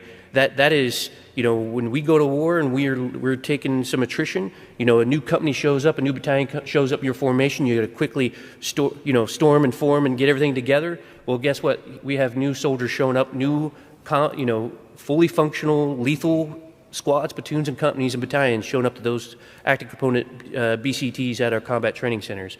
The other one, too, is really our United States Army has, you know, a reserve has CSTXs. They have these two big annual events that kind of offset every other year, right? The Global Medic and our Mojave Falcon. So this year, we're going to take Mojave Falcon, happens at Fort Hunter Liggett up in Northwest California. We're going to stretch them over the tyranny distance, that large-scale sustainment exercise, and they're going to have to sustain all the way down to the National Training Center over a dirt CTC. That's the first time we're going to do this, and they're not going to do this in simulation with training aids. They're going to do this with real soldiers actually fighting a fierce OPFOR and Black Horse, and then we're going to get better, and we're going to do it next year with Global Medic at GRTC. We're going to stretch it from Mississippi all the way into the Joint Readiness Training Center. So that's a couple of ways. That's over 300 miles, mind you, when we look at Hunter Liggett all the way to the NTC. So that's pretty good. Yeah, no, that's great. And it also shows how you're leveraging Compo 2 and 3 in this, because there are challenges at the speed of, you know, transforming total force. You know, you've got the active component, but the Compo 2 and 3, it's a different challenge. It's just a different monster that you're up against to get them to transform in contact. So that's great. Julie, can I just add a couple things to what please. TJ said, and I'll try to be brief. But when we think about dot mil PFP, so there's a huge opportunity for the O, you know, organizational innovation that non-commissioned officers can play a huge part in, right? When we bring a new capability to the formation, we might think that we're going to use it and fight with it in one way, but when we deliver it and they take it to the dirt, to the dirt and start to use it in Forces Command, where are they seeing opportunities organizationally to change, right? Is the rifle squad today going to be the same rifle squad that we're going to have 5 years from now or 20 years from now? That might be driven by the reps and sets that are happening in the dirt CTCs or home station training or wherever. The other part of this that's hugely important is the leader development part of it, right? There's a lot of opportunity for leader development to be happening as we go through this process, right? When we take this piece of kit and we put it in the hands of soldiers and leaders, non-commissioned officers can really inform where we need to make changes to PME or where we need to make changes to home station training. So the O and the L are hugely important in the, you know, for the non-commissioned officers to be able to inform that in a meaningful way. No, that's great. I'm going to pivot to TRADOC for a second. Talk to me about MOS proficiency changes in TRADOC and how that's enabling combat readiness. Yeah, thanks. And this is going to be, you know, definitely spawning off what the SMA said during this fireside. So, you know, as we talk about MOS proficiency, you know, kind of SQT, it's really a two-prong approach. And this is really where, you know, us and Forces Command are really into it. So you think about tactile and cognitive, right? The operational unit, And I own that too, because my soldiers got to, within TRADOC, got to make sure they meet the same requirements, right, to be fully validated as a soldier. But that is their tactile function to go out and do their individual critical tasks and the Army Warrior tasks, which is really codified in your digital job book through DTMS to say we are proficient at these individual critical tasks and Army Warrior tasks, that are designated for us to do. Then when they come to the institution is the second part of kind of the SQT. It was the MOS proficiency, really MOS competency assessment, where we test their cognition on can they remember what their job is, right? A lot of folks, it's easy to remember. If I put my hands on it, I can replicate it a million different times. But if it's also not locked in your memory bank, we got to be able for you to be able to pivot off of what you're doing to make a quick adjustment or a quick decision to get after something. And these are all basically based off your baseline skills at your grade plate in your MOS of what you're doing. So we got about 330 different tests that we give out at every level of PME right now that we're kind of piloting, experimenting through, and we're done the last phase actually in like 4 days. We are done, then we're going to compile the data, build the COAs for a COA dev for the SEC to go through and say this is how we want to implement it, maybe for all of FY26, and this is what we want it to be for 27. So what is that progressive plan? You hear the SMA say it all the time, enlisted promotion is a journey right now through STEP and everything else. So how do we get it to the right fit we want it to be? We don't want to rush to failure. We have to back off it, then get back on it, then back off it, get back on it. We want to build a sustainable model that makes sense, that validates and certifies that non-commissioned officer is ready to go be a squad leader, is ready to go be a platoon sergeant, is ready to go be a first sergeant.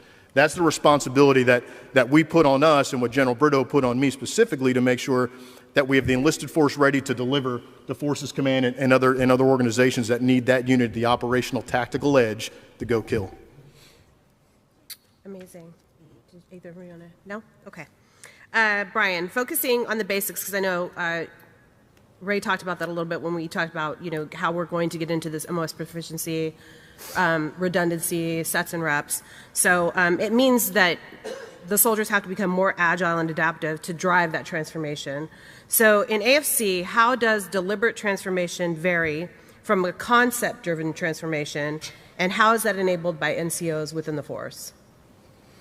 Well, I think there's a couple ways that it's driven by non-commissioned officers. I think we talked a little bit about the differences in deliberate transformation and concept-driven transformation, so I won't go back there.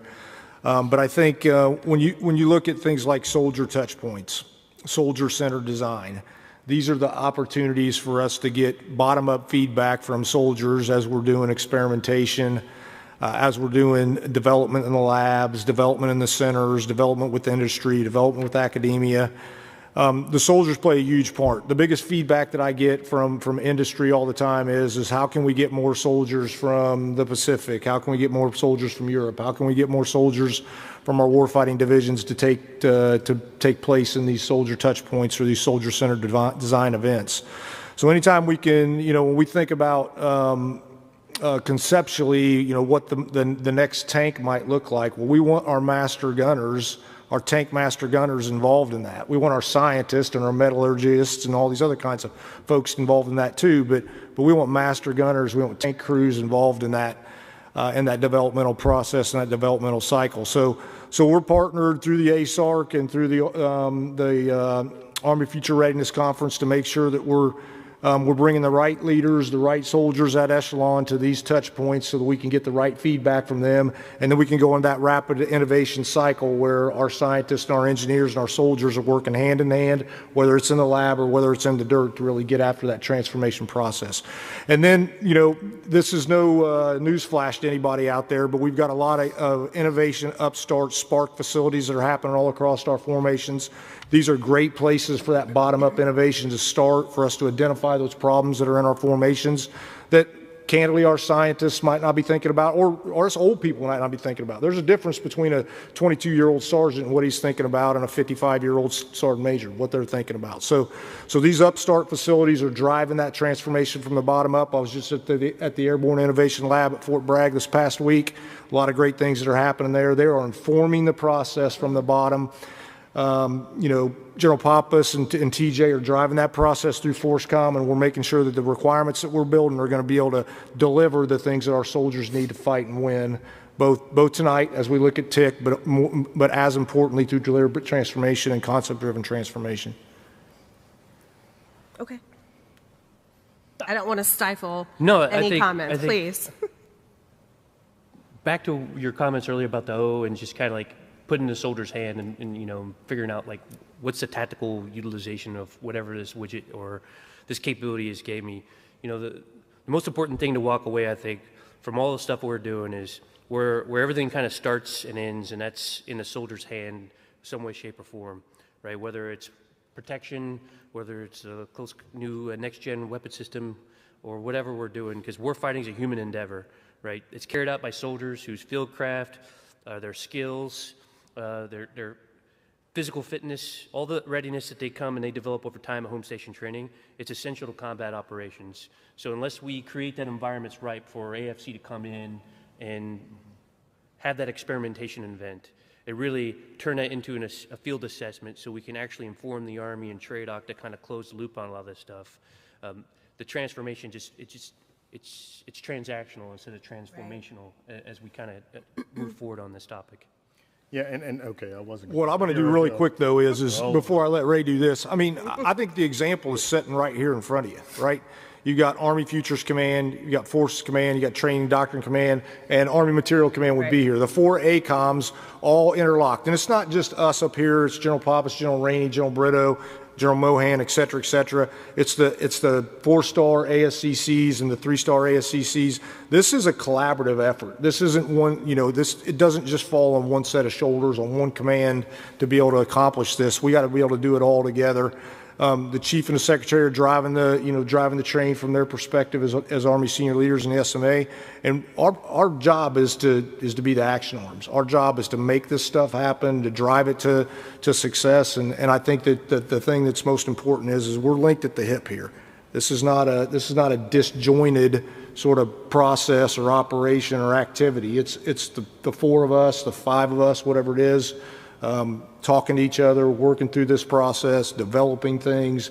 I mean, it's not a day or a week goes by, normally that we're not collaborating in this space. So I'm sorry, Ray. I didn't no, Brian. I mean, that's actually perfect. And so, and because as I say, where we fit in it is our teams from CAC that go out there, and watch and monitor all this, right? Because there's lots of transformation going on. There's lots of experimentation and testing all these things. But then we got to have the team that triages it and determines what needs to be doctrine, what doesn't need to be doctrine, what's good for just the unit to have as a TTP or a local SOP, and what actually informs how we're going to train as we fight and or develop the material that's going to go on the battlefield for our soldiers. And so, I mean, that was a perfect because I was just going to talk about the synergy between all 4 ACOMs and how we have to come together to get after that transformation, all 3 echelons of transformation, and I think that matters. No, it 100% does, because none of it can be done inside of a vacuum. And so if the institution and the operational force and what you're doing inside of AFC and also what AMC is doing, if it's not interwoven, then it does become siloed, and then that change becomes remarkably harder. So kind of to that point, as the Army formations continue to transform in contact with any transformation and changes to organizational structure and MTOs, that can come with challenges. So what would you like leaders in the room to do back at home station within their formations to facilitate this change to keep us driving continuous transformation? Just keep telling us what they need, right? I mean, there's a number of different ways to do this. I mean, we want soldiers to tell their sergeants, that tell their lieutenants, to tell their captains, that work its way all the way up to the ACOM level, to the Army senior leader level. We can't be in all places at all times, and we don't have all the answers, but we're the ones that own the requirements. I mean, the process starts with, do we have a gap, and then divestment. I mean, so that's a huge, that's a huge life cycle of things that are happening, and it's got to be informed by the warfighter before it can be driven into a lab or a center, or it can be delivered by industry, et cetera, et cetera. Brian, you brought up the innovation labs and the outposts that are out there. We got a lot of good soldiers out there. Spend a lot of time trying to solve localized problems, and there's always a problem that requires a brigade commander or a division commander or even Futures Command of the Army to take on as a total Army solution, right? Every once in a while we find a couple of those, right? It enhances the overall Army's warfighting effectiveness. What we don't want is everybody kind of spinning on their own and burning independent resources. We want this stuff synchronized, and there's venues to do that. I would also say when it comes down to any and all things transformation, transformation in contact is an Army operation, right? If you look at the TIC 1.0 brigade, the 2nd Brigade 101, that was our first TIC brigade in Forces Command. The division itself executed mission command on top of that brigade to enable it to transform in contact, right?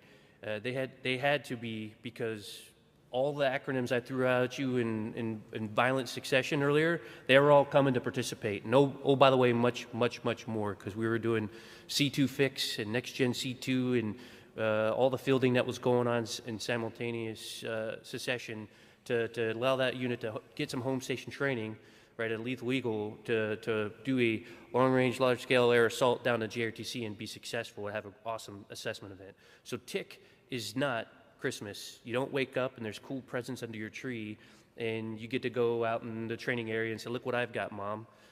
What it is a very complex and synchronized operation that the total Army approaches, and it comes down to a targeted organization. It's outlined in op orders and ex orders. You know, we do this in the operations process. It's synchronized in the ASARC and all the other conferences we do to make sure that everybody arrives at the right time and place to enable that unit to, whether we're doing the MRTs or we're doing NetNef or it's just a scientist showing soldiers how to utilize the tool, they got to be able to do reps and sets of home station training, or we'll never break it out of the tough box or the Pelican case at the CTC, right? Because it's a capability we have to make sure that isn't something we will actually use. It works, and it operates on our mesh networks and everything else in their next-gen C2, because that might be something that we want to leverage in larger quantities later down the road. So I just want to highlight the importance of it. Yeah, I want to talk really the other side of that, and that's those units that aren't in TIC, right? There's only so many formations that are out there that are actually going through, you know, that went through TIC 1.0, that's going to go through 2.0 as that expands out. And so, you know, you asked, what do you want leaders to be able to do at home station? And I've always been of the principle of you got what you got. And so how are you going to organize the formation and the equipment that you have currently right now to be successful for combat? How are you ensuring that you're fighting hard every day when you go out to train? How are you ensuring that you're fighting under the harshest conditions you can while you train to build that grit, to build that resilience? Because you may not get that next cool thing, right? We still have to determine what is the right thing we want to put in the formation, and then it takes time to get it to that formation. So you may not get that kit for 10 years. So you can't harp on that cool kit that's coming out either. And so let the TIC formations really focus on that for you. That's what they're designed and why they were picked to do it. But the ones that aren't in those things, you got what you got. How are you going to organize for combat to go fight? Yeah, it's interesting because when SMA Weimer came to do the coffee series, he talked about that too. And there is a hunger in the operational force and a desire. Like everyone wants this. Everyone wants to transform in contact.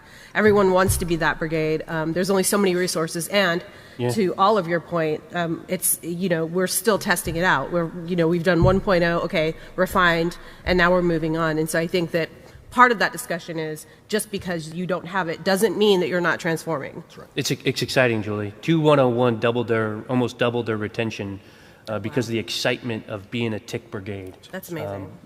It was purely just the culture that was in that formation to be the lead in an effort for the Army. It was infectious. I'm sure, yeah. And the purpose. Yeah. It's exciting. So we're going to take some questions. First up. Well, we just took a bunch of questions, Julie. Well, those were from me. I still have more, but we're going to transition real quick. Sergeant Major Holland. Oh boy. Can you discuss how FORSCOM is focusing on training management and ensuring battalions and companies can actually train on night lethality, our #1 MOE, MOP? Signed, yours truly, the Sergeant Major of the Army. Well done. You finally got that question. I think that was asked of you during the fireside chat, SMA. It almost sounds like it's kind of inherent in what we should be doing anyway, right? Fight and win at night. You know, I was a young paratrooper in 82nd, and I date myself, many moons ago. but there was this nice little call pamphlet that said 82nd Airborne Division, we own the night. When did we ever stop thinking that we didn't own the night? You know what I mean? So, interestingly enough, both combat training centers, the National Training Center and the Joint Readiness Training Center there in Forces Command, they're direct report units to the FORSCOM headquarters, the commander, and I get a chance to go out to every rotation, and I get to do one thing that my boss absolutely enjoys the most is making sure that they're actually executing his readiness guidance and what was agreed upon during the pre-CTC kind of dialogues between subordinate commanders and himself. And that's not just commanders that are in there going out there and getting a good rep set against Geronimo and Black Horse. That's also our CTC operations group, or OCTs, to make sure that our formations are in fact getting stressed the way we design the CTC training objectives to. FORSCOM Commander's Readiness Guidance has two important things in there, and you would ask, like, why does a FORSCOM ACOM headquarters have those in there? And it's, you will train at night, right? You will train at night, bottom line. And the other one is you will do sustained training operations of over 10-day exercises to stress your sustainment resources. So what you'll see at CTCs, because I might dabble in lethality down the line here a little bit, but we actually measure the ability of movement and maneuver and combined arms operations at night at both CTCs. And since the command emphasis was placed on that SMA, we have gone up exponentially.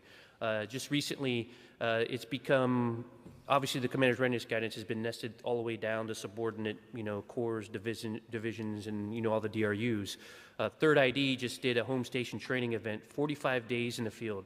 Guess what? The OR rates were really high because everybody was in the field and they were completely laser focused on warfighting. Their gunnery was exceptional. The culture of just getting out there and getting the rigor of fighting through the friction of just getting to the field, because those 5-day duty day, we kind of sometimes mix up between duty days and training days. Nothing ever really good happens on Monday when we're trying to mobilize and get out to the field, and then everybody wants to get the tanks parked online on Friday so we can get home and enjoy Saturday and Sunday with the family. But when you unburden the unit and go start training days, sustained training days in the field, and do field maintenance, and you start doing things at night, then you start realizing, like, hey, my STANO, that's Surveillance Target Acquisition Night Observation, for those that haven't been in the Army a few decades, those systems, I don't have enough of them, or they're not all serviceable. And then we realize the most two fundamental things that are on every AR to CTC is PCCs, PCIs. Maybe we should do more of those and create opportunities to do more of those. So I think SMA, we've grown a lot in Forces Command just by driving things at the CTC and measuring what matters. I take my job seriously, and I would tell you that at echelon, commanders and command sergeants major all the way down to first sergeant company commanders, they get it, they understand the message, and they know that they're going to be put to the test against Black Horse and Geronimo. Okay. Thank you, SMA, for your question. For all of you, are there venues by which NCOs and TIC brigades can share lessons learned with fellow NCOs in non-TIC brigades to take on these tasks? Let me answer. Let me go first. Anybody heard of the Harding Project? How about we pick up our pen or paper, it's probably actually a computer, and think of a title, and not fall forward in the process, and write about it, and ask the NCO Journal to publish it. Ask one of the Infantry Journal or the Armor Journal or the Sustainment Journal to publish it. I mean, it's a great opportunity. It builds understanding, it builds the cognitive space, and it communicates the lessons that we're learning from a non-commissioned officer's perspective. Yeah, the one I have, it's ran by CAC. It's called Quickfire. And Quickfire is a tool you can download on your phone, and that's how we're getting a lot of lessons learned from overseas right now, both in Europe, in Indo-PACOM, and out of the TIC brigades. And so it allows real time for a soldier, a leader, to get on their phone, whenever they're coming back recovering, because obviously we don't want them on their phone while they're training, but they get on there and say, hey, here's an observation that we have or a lesson that we found, and then it goes in the Gonculator, and then we use that. And so now we have this repository of all these lessons learned. It goes back to what I said earlier. Then the team kind of goes back and triages and says, ASLs, here's where we think we need to adjust, and we propose this as a way to fight. And that's how we kind of turn those lessons learned, those observations, indicators, into doctrine. And so Quickfire, I implore everybody, if you've never heard of it, go on the CAG website, download Quickfire and utilize it, and we can do it for anything. Doesn't have to be for TIC. It's any observations, lessons learned that you've seen throughout training, whatever it is, and that helps us in real time get feedback. Yeah, it's informing the M too, in Very much .NO so. PFP. I mean, we've got CACs and direct support for AFC for this endeavor, and we're learning a lot of lessons from Quickfire and bringing that into the development of M along .NO PFP. That's important too, because I think especially for the generation that we're talking about, inside of these formations, you're absolutely right. They need to be writing. However, they also will be using devices and apps, which can in real time inform what the changes that need to be made. But 100%, yeah. Julie. I mean, all of our young people are intuitive in that space. Right. I mean, they can use Reddit like it's going out of business, right? So They sure I can. mean, they communicate, somewhat effectively there, somewhat not effectively. But the point is any way we can enable them to write down the things that they're learning and then share them with the decision makers. I think that's, and not even just the decision makers, the people to their left and right. No, yeah, absolutely. Ranger Holland, this is for you. Delivering ready combat formations is our Army's current azimuth, as it should be. As we transform, it's tough for our active component formations. How are we progressing with our Guard and Reserve formations and capabilities? This is from Mick.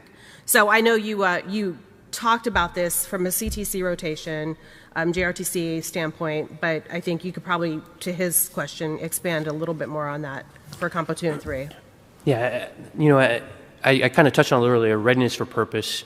I'll kind of speak in generalities with it. The number one thing we kind of fight with building generational readiness or developing readiness for purpose in both the National Guard and the United States Army Reserve is really time, right? It's the available time to train for those soldiers because they have a full-time job for a lot of them that are out there, and just like the service retained formations that are in Forces Command, there is an insatiable demand for our soldiers and our formations globally. And it always feels like we don't have enough of them. And then we got to look at where that capability that the combatant commander is where's it nested? That combatant commander wants that thing in his theater, his or her theater. So where does that capability reside? Is it in the active opponent? Is it in Compo 2? Is it in Compo 3? And then a lot of our sustainment is in combat support, combat service supports out there in Compo 3. And when we go back to when, February, a few years back, when Ukraine was invaded by Russia, a lot of what at the time the combatant commander wanted in EUCOM for sustainment was in the reserve. But at the time of need, time of crisis, there just wasn't enough in the active component, really in the service retained formations and Forces Command to deliver at the time of need. So when we look at readiness for purpose, it's the time of crisis, large-scale combat operations, you snap the chalk line, and where everybody's at, that's where you're at, and everybody else get ready, and that time-phased action starts progressing. For us, we take a hard look at not just what is out there that's employed around the world in the theaters, but also what's out there in the Joint Exercise Program. We want to make sure that when we're committing, whether it's state partnerships or the Joint Exercise Program with our Compo 2, Compo 3 formations, that formation that's out there is a contiguous formation, right? It's a warfighting element. It's not aggregated readiness where I'm bringing people across multiple states or multiple UICs to build a derivative UIC to meet a desire just to have a group of people in a theater doing something. Because really, when they come home, they didn't build readiness, right? Because those soldiers are going to break high five on a great exercise, a great training rotation, and they're going to go back to their old formations, and that formation needed them when they were doing their annual training and everything else. So I think we're taking a hard look at is how do we prevent a majority of that from happening globally, reduce the impact of our Compo 2, Compo 3 formations, and really what I talked about with the Minuteman and with Global Medic and Mojave Falcon is creating those venues to meet Compo 2, Compo 3 within their annual training windows, those discrete training periods to drive up their collective readiness.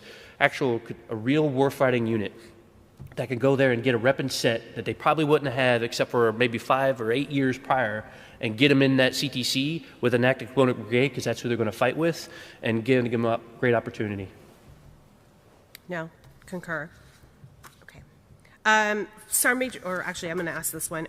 So for all three of you, NCOs have always contributed to innovation and transformation, from plows to defeat the hedgerows in France to innovative strategies on missions in Iraq and Afghanistan, and today, creating new ways to repurpose and employ drones. What forums are your organizations utilizing to amplify soldiers and NCO voices to inform transformation? I think we talked about Yeah. that with I think between Quickfire, the Harding Quickfire, Project, the Muddy Boots, and, forum that we do. Is there anything Center else that for you Army would add? Lessons Learned. I mean, there's, There's already a relationship even out there below that, right? I know when I go across, and I just came back from Poland, and I was checking on units out in KRF rotation in the pen, and I go to CTCs. The units that are out there, they're taking a lot of lessons learned from, the information they gather from the 101st, and those NCOs at 101st are sharing, just like commanders are sharing out there. Right. So there's also, there's the professional sharing, and then there's the, the below the wave tops of who kind of thing. So when you look at like 3D printing replacement parts or FPVs or other things like that, nobody's recreating the wheel. We're all actually steadily advancing the ball to whatever that next CAD design is for a rotor blade on on an FPV as an example. So it's happening with probably more routine Right. frequency than we probably realize. No, that's great. I guess as a follow-up to that and to all the things that you have already talked about, for the quick fire, what's the utilization rate on that? Do you have a way of being able to see how often that's being used? Yeah, we can pull all the data from every touch point, and I mean we're in the tens of thousands of reflections that have come in right now since we've launched that. It's probably way higher than that by now, because people are starting to utilize Right. it, and we're seeing the return on it, being able to get things into not necessarily doctrine faster, but into how we integrate them into different activities that we do. So yeah, we always got a way to Great. measure our performance and effectiveness on those. Okay, amazing. So since we're talking to you right now, you talked about MOS proficiency and also the kind of redundancy that you're doing inside of TRADOC to get after the basics and all of that. So what institutional transformation are you doing to enable TIC across the Army? Yeah, one of the big undertakings we have, and Sergeant Major Everett's in the audience right here, so you can get with her afterwards and make sure everybody consumes all of her time as we talk about our PME review, kind of what we're doing. So we've been after PME review for probably about 9 months now, really taking a good hard look at our Common Core and our proponent phases of PME. Proponent phase is still kind of going on. It's our phase 2, phase 3 of our NCO education going on right now to make sure, are we delivering not only the right topics, but the right amount of time per topic that we want. And so Common Core, I will tell you, we already snapped the chalk line. We made the decision to reduce things that are not mandated for us to teach in PME, that are unit commander responsibilities to teach, are going to be pulled out of Common Core. That's a commander's responsibility. They teach it because the NDA says it, and so does 350-1 says commander unit responsibility. That frees us up time to get after other things. So we're able to repurpose time for training management in PME now. Right, so instead of doing, I'm just going to throw a number out there. Instead of if it was 15 hours before, it's now 45 hours of training management that's going to go to our non-commissioned officers to truly understand what that means to them in their formation as they continue to matriculate an echelon and levels of responsibility. So we're looking at those things like that. Now we're doing this for every level of PME that we're doing it. We're doing it for MLC, where MLC is going to be redesigned. I will tell you that right now, and we're going to look at things of, what is it going to mean when a Master Sergeant graduates MLC? Okay, they need to know talent management probably a little bit more. So we'll repurpose some time towards talent management, a little bit more towards training management, a little bit more towards these things that that are not just for Master Sergeants, but will help them be a really good First Sergeant when they come out to their organization. All right, and so we're going to take a look at that. We're taking a look at Sergeant Major's course. in the things that we teach there, and then how we're going to, again, we have to adjust the OV. We have to be relevant. We have to be adaptive in our PME to make sure we deliver those soldiers. So as we look at the institutional transformation, those are the things we're doing and how we deliver. So really linking in with academia they lead the way in large language models and how they deliver, education for reps and sets to really develop that cognitive behavior for their students to be able to not just learn and dump, right? We never want a soldier to come to an NCO academy, learn an information, dump a piece. And so what does that mean? That could mean that I got to go back to the SMA through the SEC and say, I want to increase something by 2 more weeks because we're not getting the outcome of what you want. If the Army, if the operational unit wants this from a non-commissioned officer, or warrant officer, I need 2 more weeks to get after that. Or we're going to defer and transfer the risk back to the unit to teach that, right? And so that's how we talk, General Brito and I talk in training and doctrine command is levels of risk. Is it transferred? Is it deferred? Or is it going to be a shared risk because we just don't have the time and we got to understand what it is we want? So that's kind of how we take a look at that. And I think to kind of, as supporting fires from FORSCOM, because you're receiving this inside of your formation. So I'm interested in what your perspective is on how you're enabling that when they get to you at the first duty assignment, what he's institutionally doing, but also, I guess, at echelon, because he's talking about PME. So how are you and FORSCOM enabling that, what he's doing inside the institution? So we actually kind of talked about this at lunch a little bit, and this morning as well with the SMA is, training management, right? And for FORSCOM's approach, I talked about our growth from the foundational training to the multi-echelon training to now division training strategy. We're always in competition for time, so really for the product that we're receiving from IET, AIT, and out of PME, it's, what we're doing at home station is just fundamentally three big things to our approach. It's train as your life depends on it. The home station training builds proficiency, but it can't replicate the friction of live environment that'll enable our formations to build that warfighting readiness for LISCO, right? So soldiers that leave AIT, they're disciplined, they're fit, they want to be experts on whatever profession that they join the Army to be that MOS competency, and our leaders that come back from PME all fired up and ready to go to leverage that experience. It's creating that training environment at home station to bring it all together and to build overall lethality, because it's not just readiness, it's lethality. It's fight, win, survive, thrive, dominate an adversary. And that inner survivability is lethality. We have to prepare our soldiers to overcome the realities of warfare. Discipline and resilience degrades in combat. So, I steal this one from my boss. If you have a discipline problem in your formation, you think you're going to go to war and it's going to get better, you're mistaken, right? It degrades. All right? You have to have a culture of being a disciplined, winning formation at home, and you have to work tirelessly every day, whether it's in the field in home station training or you're going to LISCO, to continue to maintain that same level of competency and discipline.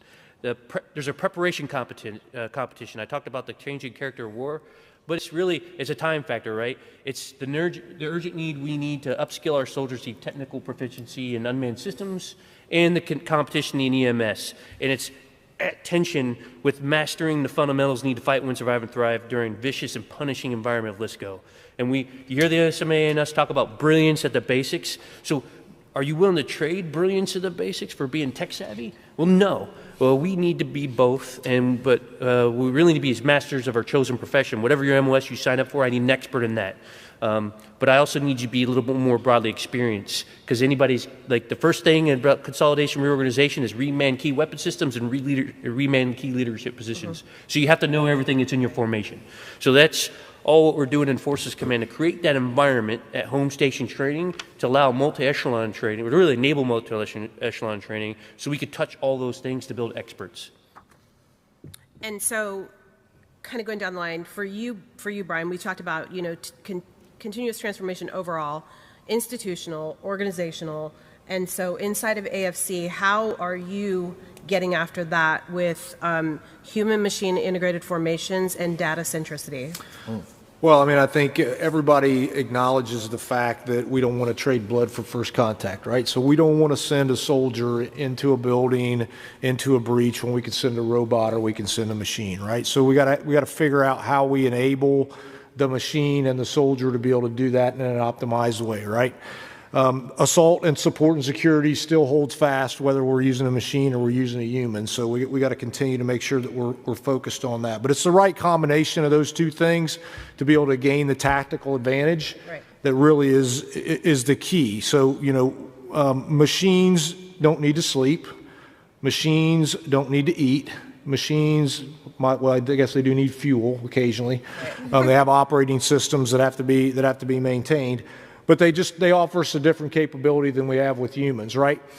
On the flip side of that, machines are not curious, all right? They don't abide by the law of land warfare. It takes a human to be able to do that, right? It takes a human to be able to solve complex problems that machines might not be able to do. They may have some sort of artificial intelligence, some sort of autonomy stack that allows them to do some human-like activities, but at the end of the day, we still want commanders making decisions about the execution of violence. So the integration of humans and machines to tackle these challenges in the future is it's both neat, it's innovative, and it's a necessity. We can't continue to think that we're going to put humans in these situations where we can just trade that for a machine. And if the machine gets blown up, we'll just throw another machine at it. And so this isn't probably the way other folks may talk about this, but it's absolutely applicable to the way we're gonna fight in the future. It's going to be increasingly violent. There's going to be no place that you can hide. So you got to be, you just don't want to be understood, and machines are going to offer us the opportunity to do that. Where a machine might be able to say there are 1,000 command posts out here, but we know there are only one command post out there. That's part of data centricity, which is the second part of what you're talking about, Timmy. So when we think about data centricity, we think about reliability, the redundancy of voice communications. We think about a common operating picture that can be seen at the corps level all the way down to the squad level. It's scalable within that formation. It allows us to do things like coordinate fires faster. We don't have the luxury to be able to outshoot our enemy. Right. We have to be able to make decisions faster and then kill the archer rather than take care of the arrow, so to speak. So it allows us to do things like digital fires, offensive and defensive, non-lethal fires, et cetera, et cetera. So the future looks like it's both, adaptable in this space. It's going to change very rapidly. But also, data centricity is going to be able to get us balance, right? When we think about that shooter stance, we want to have balance on the balls of our feet. We want to be able to react quickly. And data allows us to have more information to make better decisions faster, right? So it's really all about the ability to take in all of the data that's happening across the battlefield, analyze that data rapidly, get that data to a decision maker, a commander, and then allocate a certain resource so that we can be successful in the close fight and in the deep fight. So there's a lot of great opportunity within both human machine integrated formations and our focus on doing that to the best of our ability. Just think about the breach at the National Training Center. There's a lot of humans that get thrown into that breach right now. We want to throw a lot of machines into that breach. We had some really good successes at Project Convergence, most recently with the Sandhills Project, which is a partnership with ForceCom and 20th Engineer Brigade as an example. A lot of really good lessons learned with human-machine integrated formations in that space. And then with regard to data centricity at Project Convergence, and really it goes back even farther than that to NetModX back in the fall. There's a lot of really good opportunity for command posts at echelon to be able to see things and understand things that they've never been able to see or understand, and it's common to everybody at the lowest level. Right. And I'll add on to that, only because as you talk about the data centricity, as we talk about the data literacy and acumen, again, that's where we're partnered with AFC to determine what is the requirement and how do we put that in PME. Right. And so there's a baseline of data acumen that every NCO, every soldier must know or should know going in. And it's as simple as how do I, for a sergeant or a staff sergeant, how do I analyze this ACFT data or my weapons qual data to understand where a gap may be so I can have a better effect, so I'm now a more lethal soldier or squad or platoon for my fighting formation. And so by doing that, we do, and so now it's into the PME, and it's slowly getting in there. Our Cyber Center of Excellence has been doing it for a long time, but geared towards their CMF specifically. And so now we look at through AFC and kind of those conversations of how do we baseline this data literacy, data acumen, and get in all levels of really all PME for all three cohorts of enlisted warrant officer and officer. One other thing really quickly on that, because you talked about the partnership between TRADOC and AFC in this space. Think about each individual soldier's signature in the EW environment. Yeah. That's part of data centricity, data literacy, data acumen, right? When, we carry around a computer in our pocket everywhere we go. We're not going to be able to carry that computer around everywhere in our pocket when we're playing the away game. So we got to be able to get soldiers to understand how important that is at the user level, and really in its infancy in their understanding of seeing themselves in the spectrum. And then how do they affect the spectrum? Because again, it goes back to, there's so many sensors out there that can see us. We just got to make sure people can understand what they see. Tactically, operationally, what you're both doing is kind of enabling our success, found at the edge, kind of, but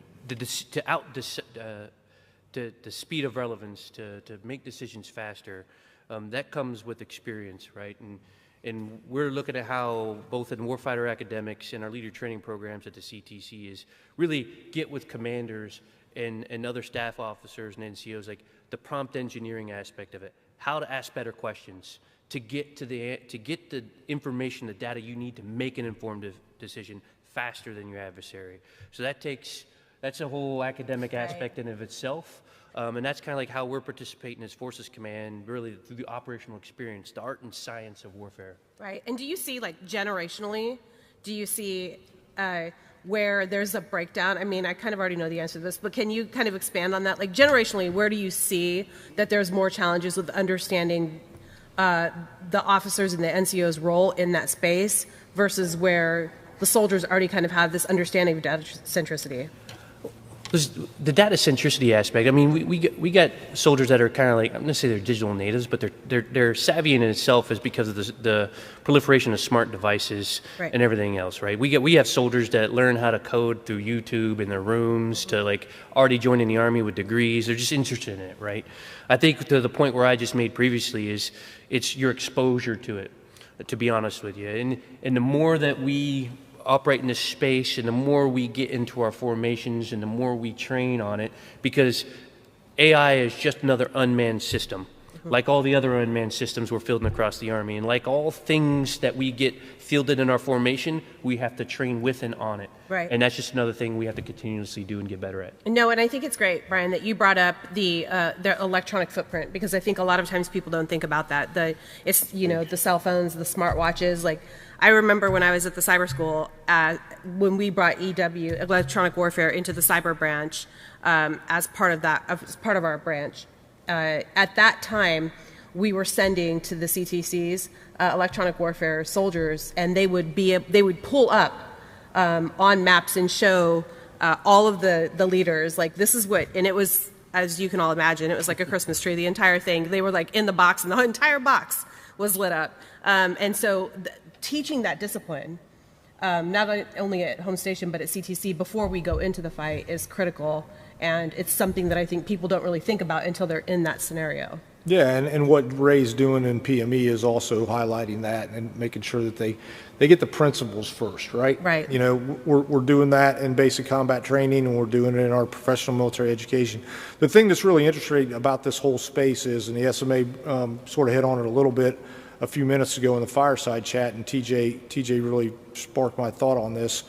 Our soldiers, when we think about our next generation command and control as an example, it is a interface and a user interface and a user experience that's very common to something that they would see before. Right. Or they have seen before when they pull up their iPhone or they pull up their Android phone or they use their ATAC device. It's very, very similar in that. So it's with that intuitive. respect, right? Like if you go to Google Maps, you know what you're going to see on Google Maps. You know, we want to make sure that when they click on what they think is the common operating picture, the application for the common operating picture, it's very intuitive to them. It's very common to them, and they understand it, and the interface just makes sense to them. Right. This doesn't take a lot of training, and our focus on next generation command and control is it can't be something that takes us to develop a school in TRADOC to be able to get this as us to be proficient at it. Right. And be able to operate it in the harshest of conditions, right, in a contested environment against a determined enemy,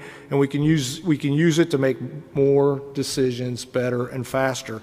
And when we get the feedback from soldiers, from the 18th Airborne Corps, from the 82nd, from the 1st Cav that were just at Project Convergence, they're like, "Hey, we want more of this. This is so intuitive to us. This is so easy. It's so common. The interface looks like something I've seen on my bat phone before, and I can just go through it. And it takes a matter of hours to train them how to do a fire mission, as an example, right, where FATADs, if you can get it to work, might take 6 months. All right, nothing against FATADs. Well, maybe a little bit against FATADs. But my point is it's got to be intuitive. It's right, got to be faster. It's got to be easier for them to do, and it can't cost us hours and days and months of training to be able to integrate it at the tactical edge. It's got to be quick and fast and easy. No, that's great. Okay, well, thank you so much for all of your comments. I think everybody here probably, I would assume, learned a lot. I know I did. So thank you, as always, for your time, gentlemen. And thank you for the participation in the room and such a candid conversation on such a complex topic as the Army is transforming. Transformation and change is always hard. So knowing that we have senior leaders that understand how that needs to happen at echelon is critical to success. For everyone in the room, AMC is not here, at least on the panel today. Army Magazine, a little shout out to Army Magazine. There's a lot in this. There's articles in here about how Material Command is delivering combat effective formations and what they're doing in their role. So please, you can go online and read the articles about what AMC is doing. One more thing, registration is now open for the Army 10 Miler.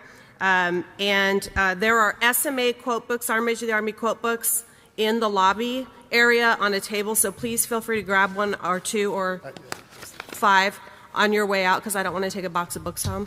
So thank you so much for today. Army Strong. Let's hear it. These NCOs are unbelievable. The backbone of the Army. Thanks, sir. Just a great job. Just amazing. Hey, thanks again. Truly incredible presentation. So we have a reminder, there'll be some bonus content right after this, just in about 15 minutes. General Rainey will be doing the Strategic Land Power Dialogue. It's an AUSA, Center for Strategic International Studies joint effort. It usually is done in D.C. at CSIS headquarters, but we'll do it here since everybody's here. And Dr. Tom Carrico will be with General Rainey, and you're welcome to watch. It's also being streamed live on their YouTube channel, so a little bonus info. The exhibit halls are remaining open until 1700 tonight, and again, there's refreshments over there. Tomorrow morning, breakfast and all the coffee service will be at 0800. We'll start at 09 with General Rainey with a keynote presentation, which will be great, and we've got a great panel and a final keynote. And then, again, a tremendous job today, really amazing, but it's going to be even better tomorrow, so you won't want to miss it. So this concludes programs for today, but again, the exhibit hall is open until 1700. Head on over there, and I hope to see you tonight at the Rocket City Bash. There's always a great event. That starts right around 5, and I hope to see you there at the Rocket City Bash. Thanks.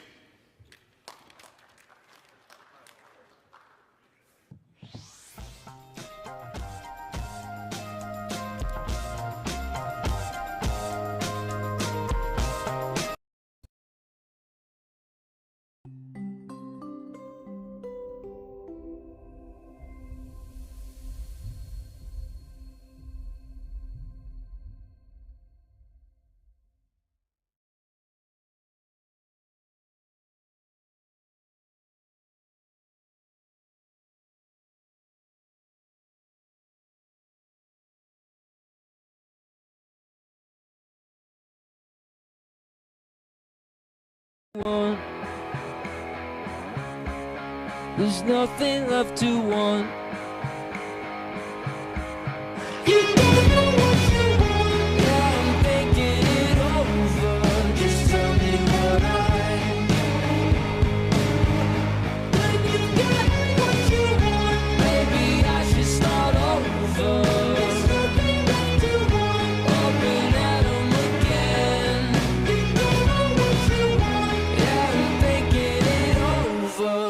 Tell me what you want.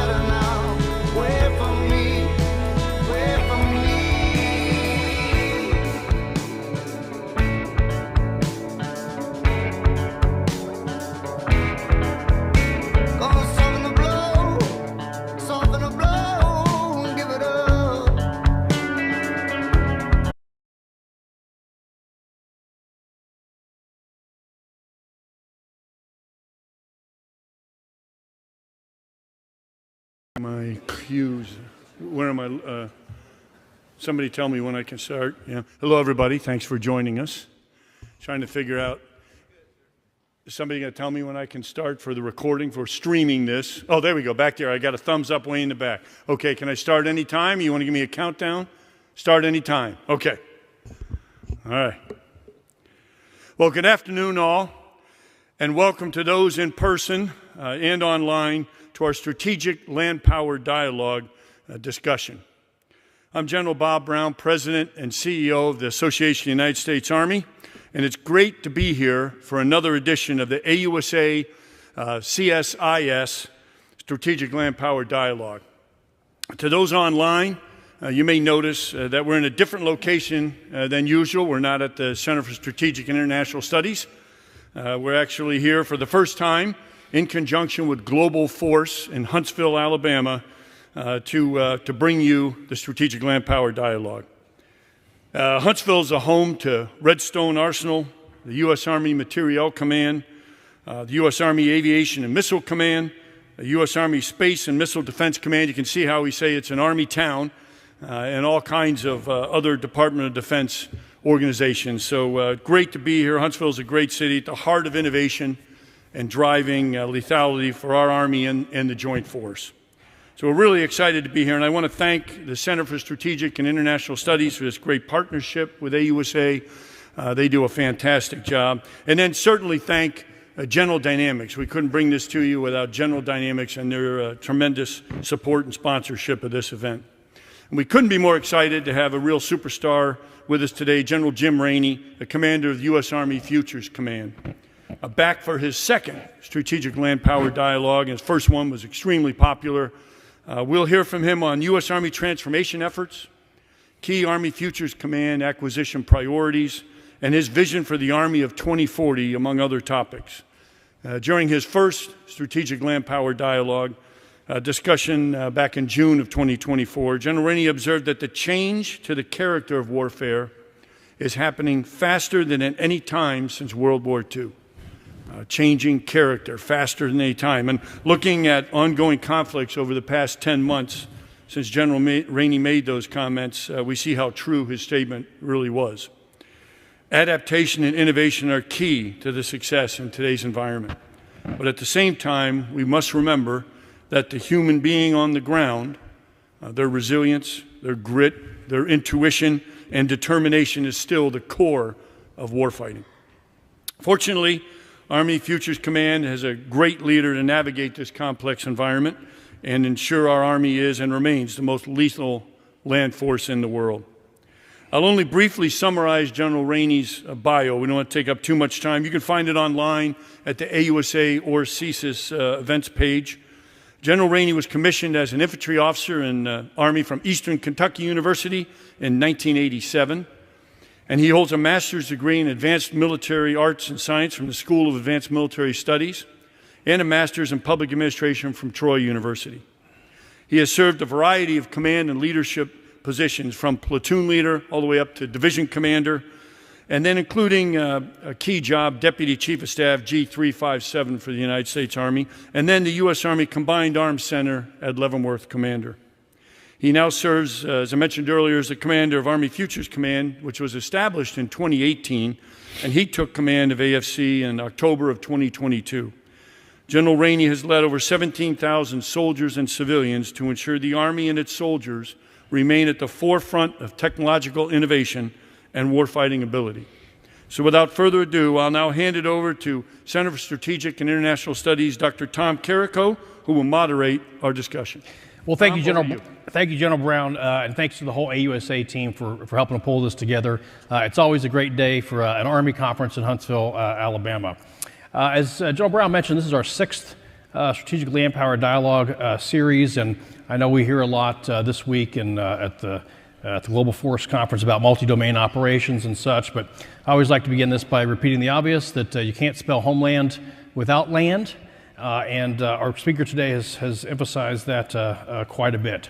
So we've got a lot of topics, and I've got a lot of questions that I'll be posing to you, General Rainey, but thanks to the resilient Army networks from the new Army Command and Control, CFT. We've got questions coming securely to this tablet from online. I've already got 10 that have come in, so please go online and submit them, and I'll be able to direct them to General Rainey as well. General, Bob Brown just mentioned there your comment about the rapidly changing character of warfare. Before we dig into anything about Army Futures Command, anything TIC and all that kind of stuff, let's start from the beginning about how you see the threat environment changing, especially. What are you seeing in Ukraine and CENTCOM and the Red Sea, all that kind of stuff? Let's start with the threat. Yeah, thanks. And before we start, thanks to AUSA, General Brown, your leadership, your team, another world-class event. The opportunity to gather and talk. I did more industry engagements in the last 2 days. You saved countless TDY dollars. Me and other Army senior leaders, and great to see everybody and in the crowd and online. Thanks for 1,600. I drive the prime slot. End of the day. So. I think there might even be a couple people out in the audience who don't work for me, which is good. not here as hostages. And Pappas is here, but I'm his ride home, so that doesn't count. No, but I thank you. Yeah, so character of war, right? Just not to be pedantic. Nature of war, immutable things that are not changing, probably will never change. And let me start there. The good news for the United States Joint Force and U.S. Army is the war remains a contest of will between human beings, which means it's fundamentally a human endeavor, which is good for us because our number one asymmetric advantage over anybody we're ever going to fight is we have better people. We have an all-volunteer force that fight for things they believe in. We don't dump prisons to build our Army. So we have a non-commissioned officer corps that is the envy of the world. We sell a lot of stuff, foreign military sales. What you can't buy is the world's best non-commissioned officer corps. We have better leaders and more of them at scale than anybody we're ever going to fight. And the men and women that command our formations have a skill set that's been honed over 16, 20, 24 years and can do things that if we get into a conflict, they will have an advantage over anybody they fight because of the way we train, right? So, and then the second thing that's also good news is apparently I see no indication that the land is not going to remain a decisive domain. So we fight as a joint force. Every domain matters, but people insist on living on the land. Every joint capability, as awesome as they are, has a land dependency.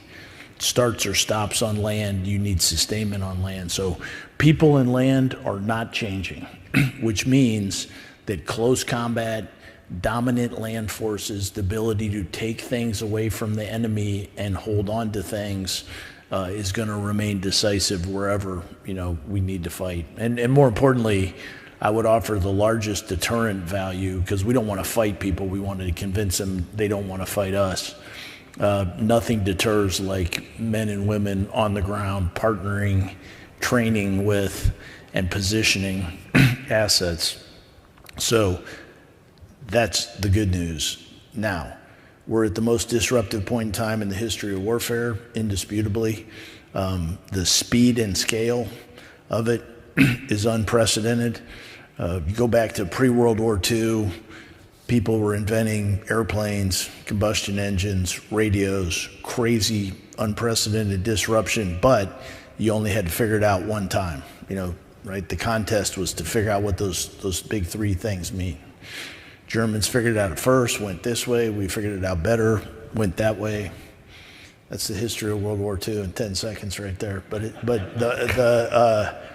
So what that means is the key characteristic we want to build into our forces is adaptability, right? So the best Army characteristic to have is to be adaptable.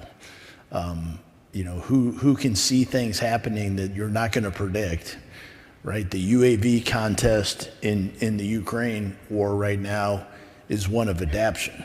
It reminds guys my age and General Pappas's age of our fight against, Sergeant Major Daly, a lot of you, the fight against IEDs, right? It was move, counter move, right? We figured out how to attack the network, but it was iterative and constant. So I think that the ability to adapt faster is something, and again, that plays to our strength because we teach leaders. Right? We train people for the known, but we educate our leaders for the unknown. So we bake in that inherent adaptability to look at a complex problem and solve it faster. So I can go on. I'm going to talk some tomorrow about some of the things that are absolutely urgent in terms of changes that we should get after.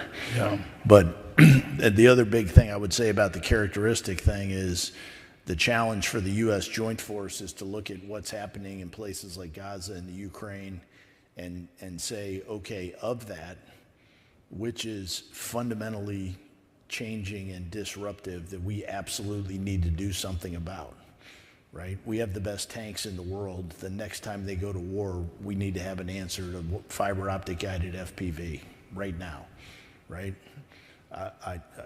No Army leader wants to see videos of a U.S. rifle squad helpless against a swarm of UAVs, right? We need to put that kit in their hands before they go to war again. So there's this sense of urgency, but of the things we're seeing, you should ask yourself, would the U.S. Joint Force fight that way? Would we have the same problem? And there's examples in that space also. The ruthless approach and ethic we have about training makes us able to maneuver, right? Mission command, the way we our units get better when they lose commo with their higher headquarters. You know what I mean?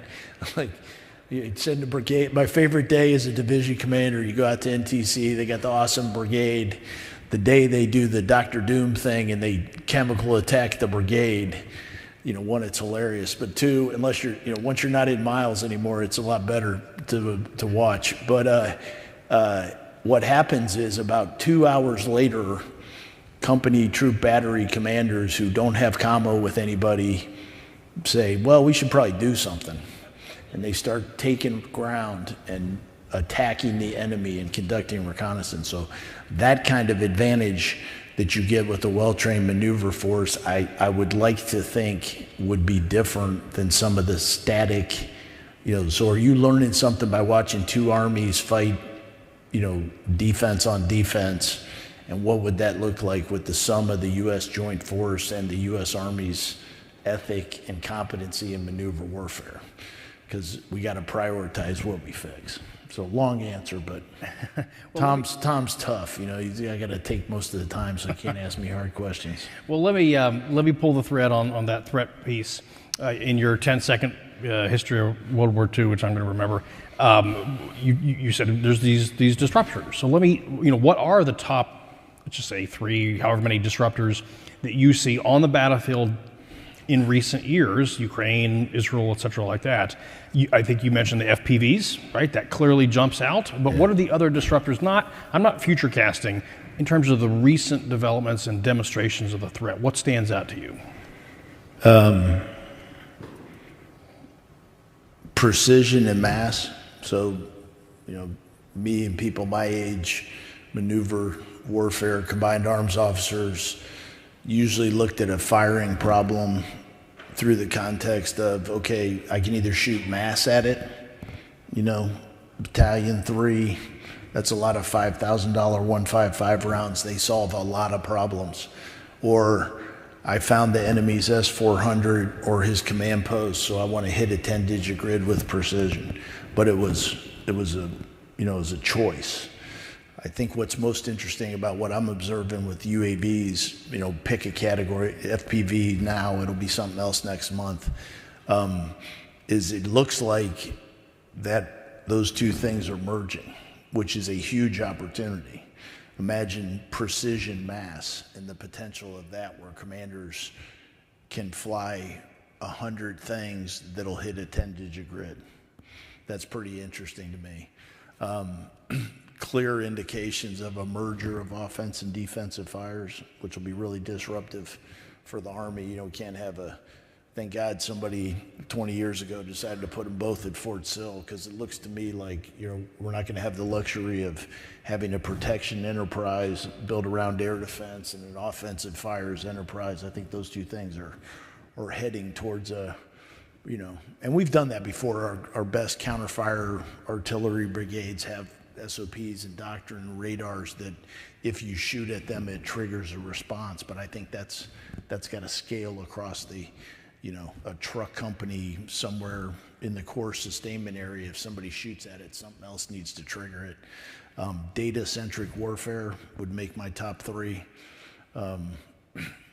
I got a couple other ones, but I got to talk for an hour tomorrow morning, so I'll stop. Gotcha. Well, somewhere Dick Formica is nodding, I think, approvingly in terms of offense-defense integration fires. And we'll be out to Fire Symposium here in just a couple of weeks, so we can nerd out there about that as well. I've got a lot here, but I also want to pull the thread of what you just said a second ago about training. I think you said it twice. Yeah. And so my question to you in terms of connecting training, NTC or otherwise, do you believe we're adapting sufficiently and quickly enough to change Army training to react to what we're seeing on the battlefield today? I would never say that we were training enough, training hard. We trained to standard until we run out of time. That's how we were raised. No, I wish we had more money to upgrade National Training Center, upgrade JRTC. I have some concerns about, like, if you're out there in industry, you know what we need right now is the ability to replicate the UAS threat during training at home station. So, Bradley platoon, tank platoon, shooting gunnery, we got to be able to swarm UAVs on them. Platoon live fire, air assault at JRTC, we got to be able to replicate that threat, and we need to do it at a price point that is ridiculously low. We don't need the Gucci cameras and everything else. We just need to be able to start making sure our lieutenants and sergeants get used to looking up with the same intensity that we secure 360. So there's little things, but I'm very proud of the Army. One thing that we have not done is walked away from the fact that our ability to maneuver is an asymmetric advantage, and we're underpinned by that. I don't know a single senior leader in the Army that would ever willingly send soldiers into harm's way that were untrained, right? So the modernization money that is there comes after we ensure that whatever size Army we have and whatever it looks like is as well trained and well led as possible. I think connecting that with your previous it's still, you know, the only place I've ever lost a fight is at NTC and JRTC, both Polk and Chaffee, because I'm old. But like that ethic of, you know, your worst day, you know, like your worst day in combat is not going to be as bad as your worst day at the National Training Center. I would defer to some guys that got a little closer field of the operating force, but I was just out there. You know, the way TRADOC takes the worst thing Russia can do and the worst thing China can do and makes a hybrid enemy, and the way General Pappas and his team and FORCECOM, you know, make sure that and the world-class OPFOR and the OC ethic that we have.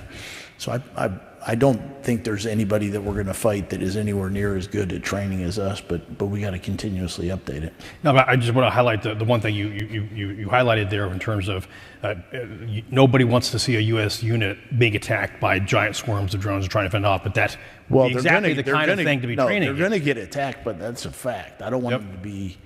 I don't want them to not have a solution to that problem. Bingo. That's what keeps me awake at night. And we're going to dig into the protection in just a bit here, but let's stay kind of big in terms of the Army vision. When we talked last June, you know, you were talking about the Chief of Staff's priorities about transformation across 3 timelines. Mm-hmm. Before we kind of dig into that, I wonder if you could just sort of talk about what are those 3 timelines and how are they coming, and then we can kind of dig into it. Yeah, so we only have one Army, so we have to transform continuously, and that means be better tomorrow than we are today, next year or 2.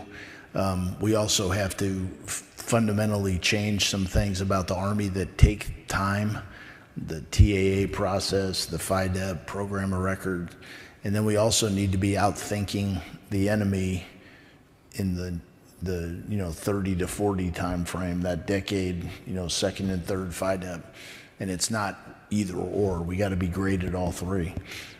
The sense of urgency that our Chief of Staff and our Secretary have about right now we have a bias for that transforming in contact period of time, which is kind of a floating window of this afternoon to, 24 months.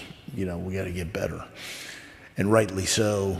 I would say that, I won't speak for the chief, but he's deep in that space. And you heard General Ryan in the panel he was on. I thought that was phenomenal.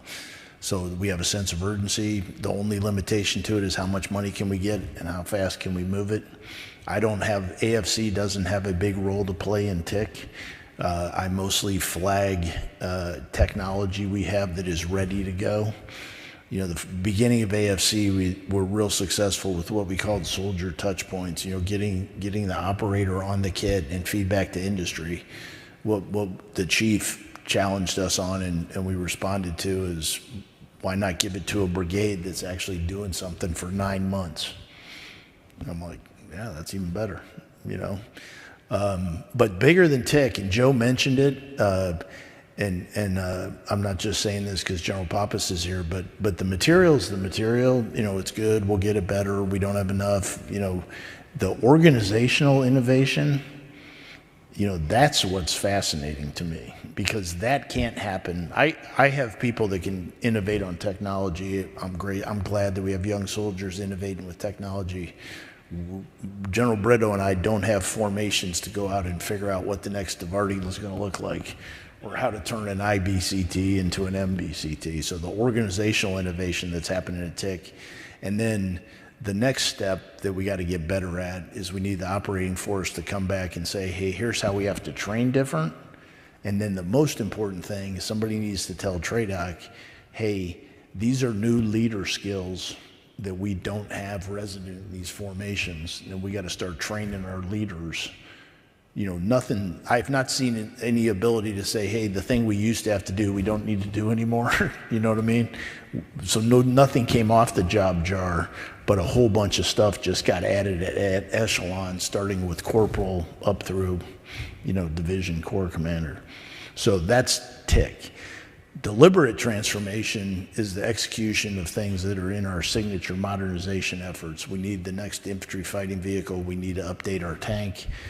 We got a major program with FLRAA, the ability to vertical envelopment our enemies with infantry squads. I don't think that's going away. Not only do I not think that's going away, I think that's how you stay out of trench warfare. So things like that take a little more time, that are a little more complicated, that have more DOTML PFP implications. You know, if you have to build a new motor pool because you're building a new piece of kit, that's not TIC, you know. And then concept-driven transformation, you know, that's really what AFC puts the majority of our weight. Dave Hodney and his team out of the Future Concept Center, that's wargaming, figuring out what is fundamentally going to be different. And in that space, you have opportunities to do really big things. So all three of them matter. Can I ask about maybe some specific, you mentioned vehicles there, but specific successes and shortcomings that have been identified that stand out to you from that process so far? Which one? I mean, like, TIC? Yeah, from TIC. Yeah, I mean, like we put kit in the hands of soldiers, and I got to be careful with the industry guys, and they're getting user feedback, right? Like, you know, if you build a piece of kit that's not good in the humidity, that's designed to deter China in the Pacific, that's a little bit of a problem. You know, somebody came back to me like, hey, this is great, but it doesn't work in the cold. That's a problem if you're in Alaska or anywhere else that gets cold. So like those kind of things. Chief hates a piece of equipment we have. He's like, I want to kill it. And I said, don't worry, it just committed suicide. You know, we took it out to the PCC and it like went green to red like a frog in a blender. You know, like 3 of the 4 of them broke before they got out of the Dust Bowl, you know. So like but that's not failure. That's awesome. I just saved a ton of money and figured out and learned a whole bunch of stuff. And I heard you last year's Fire Symposium. You know, I'll tell you another one. We were well-intended.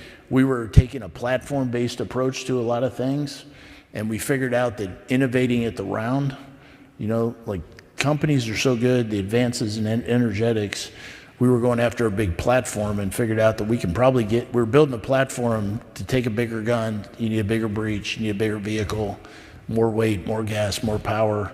And then like somebody said, well, we haven't figured out the platform yet, but we doubled the range of the rounds with a better energetic solution. Did we waste money on that platform, or did that lead us to a gigantic savings and a fundamental different approach? Right. I've heard you say more than once that, you know, innovation is spurred on when somebody's shooting at you. Yeah. And, you know, I've heard you say that the need for adaptation should be measured in weeks, right? Not months and years. So how would you say the AFC is getting after that and incentivizing that cultural shift? What are you trying to instill, and how's that coming? And what are your metrics for success on that? Yeah, I would answer that in the context of the Army more than AFC. I think that, you know, what I actually said is the bit closer you are to getting shot at, the better you are at innovating, you know, which is true.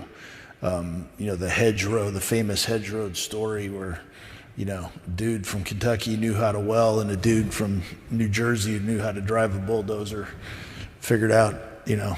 Now what was also that part of that story is guys like Eisenhower and Marshall said it and said, okay, let's bring the Defense Industrial Base to bear in support of that specialist and staff sergeant.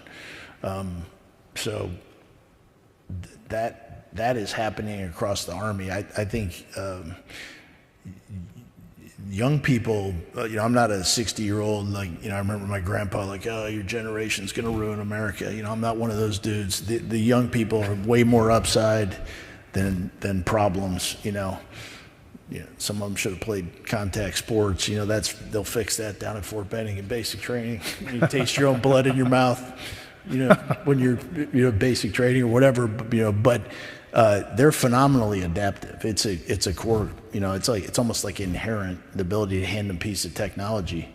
Trainability, you know, the requirement documents we've written recently in AFC are about trainability.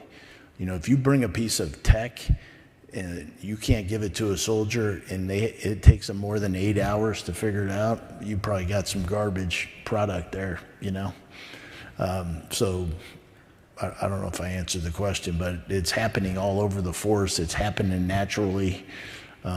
leaders in the force, I think, are doing a good job of balancing, because being able to walk 20 kilometers with a heavy ruck in the rain and kill people at the end of the, you know what I'm saying? Like, that's more important than innovating, because you can't innovate your way out of, the horror of being in a rifle squad and a tank platoon when nothing works except for the enemy. You got to be able to win that fight.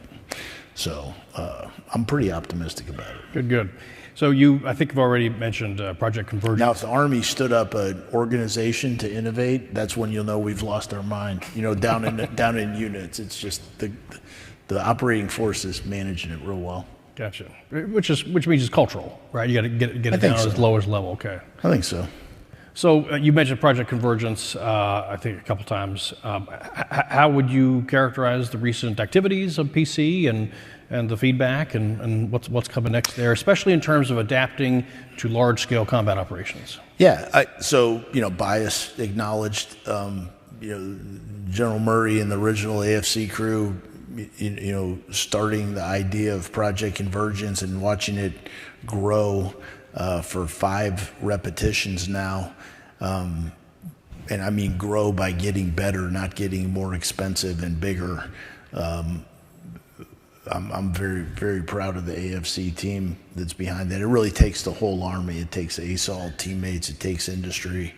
So it's still ongoing. So Part A out in the National Training Center just wrapped up. Part B, for the first time ever, we're actually going all the way out into theater, into Indo-PACOM to experiment, at actual, so you can't walk from one tent to another to work out a connectivity problem. If one of those talks is in Hawaii and one of them is Guam, we're actually so we're raising the bar every year.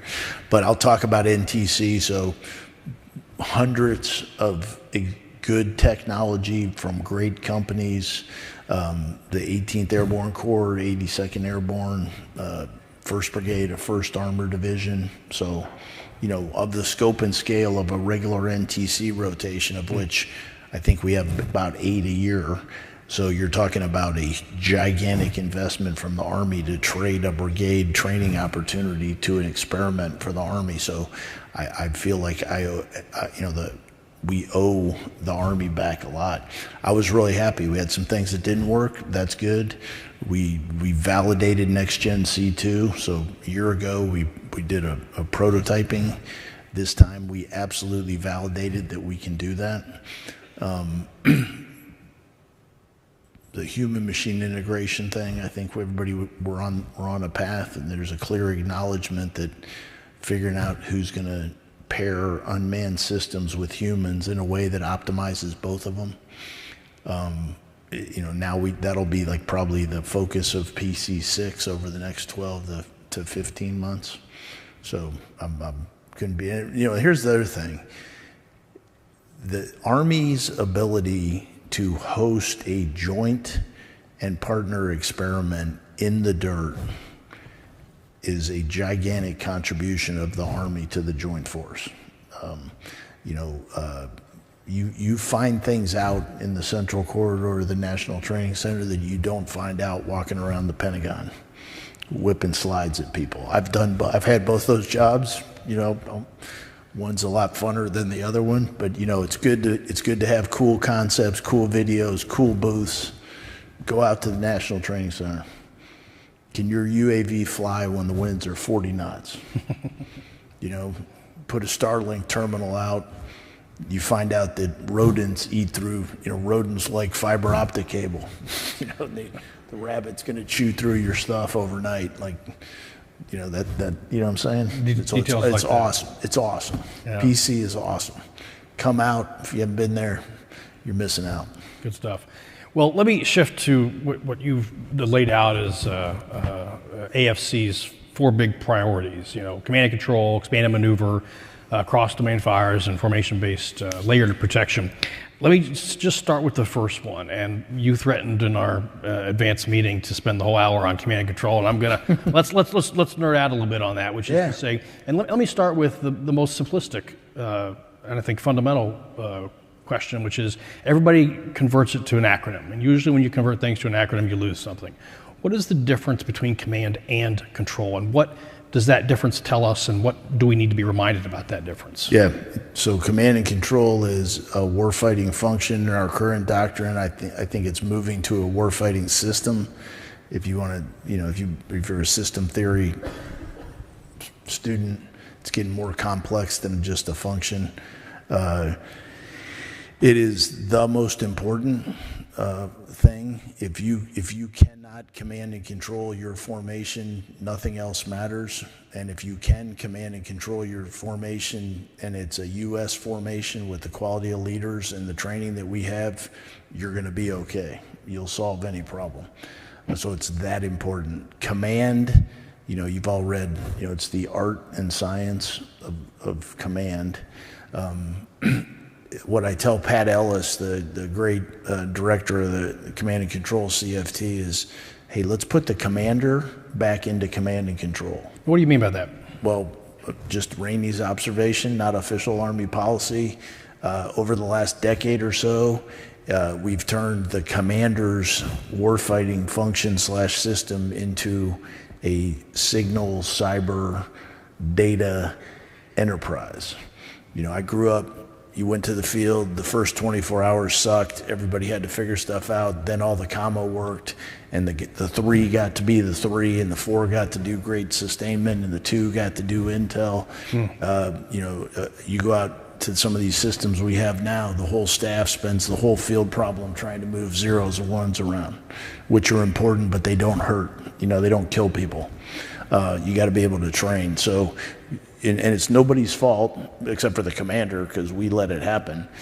So let's get the commander back in charge, and understand, visualize, describe, direct, lead, and assess. Right? Ops process. That's what commanders do. And they got to be able to do all those things, and they got to be in charge, and they can't be dependent on a gigantic staff. They got to be the best at everything in their formation. Control is what staffs do. Commanders command, staffs control. Impose my will on the enemy, our own formation, which sometimes is harder, and the terrain, right? Impose my will, control that. I'm going to issue guidance. You turn it into an order that enables intent-based warfighting, and you pay attention to what's going on. We're not going to have targeting meetings in large-scale combat operations. I'm going to tell somebody, here's my priority of fires. Somebody's going to stick an attack guidance matrix in my face. I'm going to say, yeah, move those 2, and that's it. And then things need to happen. So command and control. And I'm with you on the acronyms. Like, I challenge, whenever anybody says C5 ISRT, the conversations go downhill. I'm like, what are the 5s? And 2 of them are the same freaking thing. We don't have phones anymore anywhere except for maybe my grandma's house. So we've lost our mind. It's command and control. We got commanders. They have staffs. The only reason we have staffs is so the commanders command. Let's get back to basics and leverage our superpower that is commander-centric, intent-based warfare. Nobody can do it like us. But let me I don't not push back, but let me pull the thread of what you said. There's too much focus on, I think, you're pushing 0s around and stuff like that. And yet, when I think about, on a bad day, the commander may not be able to have that active, continuous engagement. Mission command is all about that. And so, in that respect, isn't the focus on the beeps and squeaks and getting those things hardened and all that kind of stuff to hopefully be able to preserve the active and continuous engagement of the commander? Otherwise, look, they may just get jammed out, and that comms are going to be cut out. Yes. So data-centric warfare, thank you. Data-centric warfare is the future. Whoever figures that out is going to have such an asymmetric advantage. So that's what Next Gen C2 is about. That's why it's the chief's #1 priority. And really, if you think about AI, LLMs, machine learning, what is happening, whoever creates a state of data accuracy and accessibility that then enables what's happening with AI, LLMs, machine learning, so you can take advantage of that, is going to give you such a marked advantage. It's going to deter. It's going to, it's a counter to magazine depth. It solves all of our problems. So yeah, we should be all in on that. I didn't mean to make light of that. I meant that we can't have the entire staff focused on, right, focused on doing that at the expense of dominating their warfighting system. Break. We need to be able to fight when that stuff doesn't work, right? The good news is if we can't talk, the enemy won't be talking. You know what I mean? So we got to win fights with hand and arm signals, whistles, tracer rounds. You know, the PACE plan is not going away. But at the high end, primary and alternate means of communication. The U.S., with our dominance in AI, technology, every advantage favors us. We should double down on data-centric warfare to capitalize on that. So it's not either or, it's both. And to part of what you just said there, I've heard you say that a big part of staying ahead of the Chinese is going to require us to slow down and confuse their ability to understand and make decisions. Yeah. And so I hope nobody comes up with the C3 counter C2 kind of an effort, but that's the idea, which is, and by the way, that's going to, I think, potentially be a pretty significant counter to the promise of precision mass, is if you can confuse their targeting, all that kind of stuff, they're just back to mass again, right? So how do you think about the priority of countering their C2, of confusing them, back to deception and all this? No, it's a great point. And actually, so back to you said 4 priorities. We have modernization priorities. Those are the chiefs and secretaries. You know, what we're talking about in AFC is the emergence of like 4 big challenges that we're thinking about and experiment and wargaming against. So the first and primary one is C2 and counter C2. So it's an acknowledgement that no matter how fast we get, we are going to have to put 49, 50, 51 cents of every dollar into countering the enemy's ability to command and control, right? Because they're going to be in fixed sites. I'll tell you another big one. The U.S. is not going to, the U.S. is something that's not changing. We are not going to walk away from values-based warfare. That's what separates us, right? So for me to practice ethical decision-making and ethical management of violence and kill people, I need more time, right? We're not going to go full auto. We don't drop bombs into schoolyards. We do collateral damage assessments. We value minimum force, proportionality. So I think our system needs to be 10 times faster than the Chinese. So we're going to be faster than them. But part of that 10x advantage is going to require us to slow down their command and control system by doing a lot of things. Deception, being unpredictable, attacking critical nodes, confusing them, degrading his ability, right? So the ubiquitous sensing of the battle, you know, we're a couple years away from everybody being able to see everything all the time.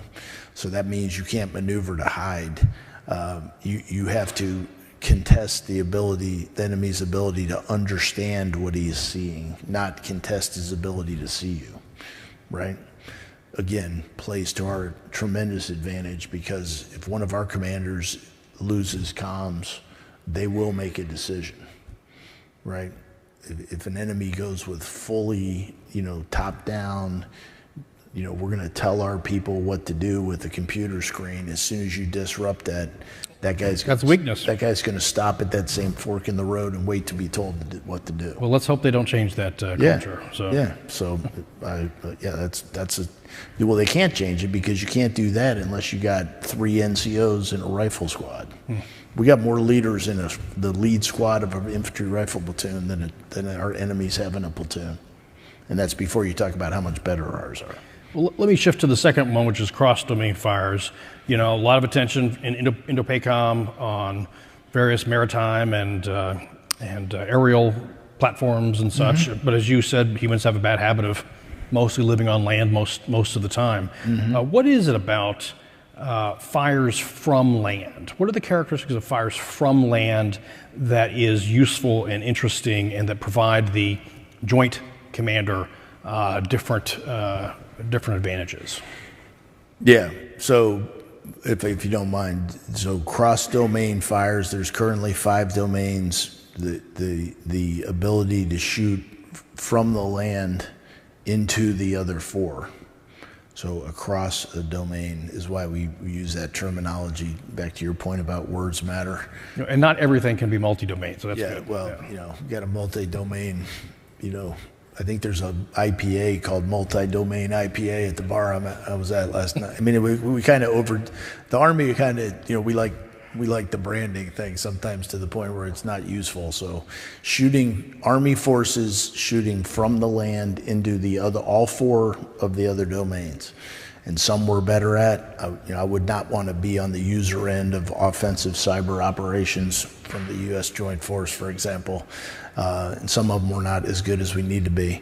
So that's what it's about. And the equally important to our commanders is back to training and education, the competency of being able to bring effects from all four domains to bear at the decisive point in support of my ground maneuver plan. Right, that's something we need to get better at.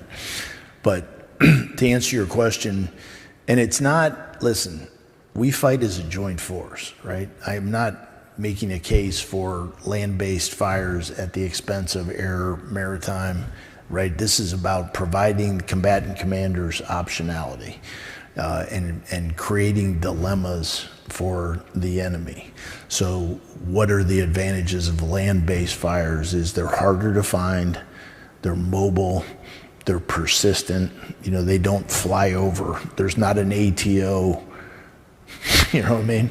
You don't need to figure out how many times in 96 hours am I gonna have a really good US Army SF detachment with long-range rockets, right? So it's persistent, it's mobile. Now it has disadvantages. The sustainment's much more challenging. When the enemy does find you, survivability is extremely. So it's about giving a combatant commander a toolkit that he or she can choose to use however they want, and not letting the Chinese build a defense against one part of the joint force. Yeah. Forcing them to worry and defend everywhere. And you said 5 domains. How are you thinking about, and how is the Army thinking about non-kinetic fires? And how are we wrapping our arms around that from a doctrinal and operational perspective? Well, I wish I could phone a friend, great General Beagle and his team here. I haven't read lately, last couple months, but whether it's kinetic, non-kinetic, lethal, non-lethal, I think I'm real interested in the idea of reversible and non-reversible, because kinetic and non-kinetic, it's like multi-domain. I'm not sure everybody's tracking. You ask 5 people, you get 6 answers. So I think we need to be clear in our doctrine. But when I say fires, I absolutely believe that the lethal, non-lethal, whatever you call it, they're inseparable, and it's becoming more so. And offense and defense are becoming hopelessly intertwined. And I would, the firing solution, commanders shouldn't be limited by whether or not they want to do reversible or irreversible things to the enemy. Well, the third category is expanded maneuver, but there's a formulation that I've heard you use a couple times, and I love it, which is the maneuver in support of fires as opposed to fires in support of maneuver, that it is the increased salience of fires. How's your thinking on that? What are you seeing on that front? Well, it's never going to be, only one of the two, but and I'm not a historian, but I've been doing this a while, and I like to read. If you look at the history of the U.S. Army, we pretty much maneuvered to emplace fires. Patton's great. You got to have a rifle squad that can win, but you ought to do everything else before you do that.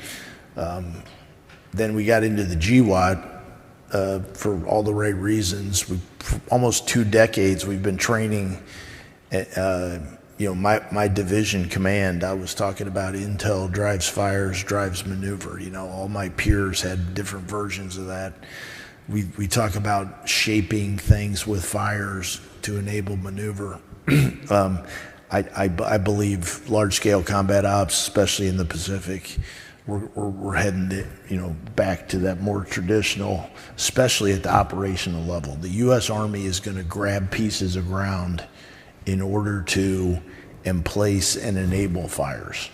And I think at the tactical level too, I mean, the close fight is not going away. We absolutely have to maintain that dominance, but man, is it getting lethal. 500 to a kilometer plus or minus from the line of contact, like holy crap, that there ain't a lot of good solutions in there.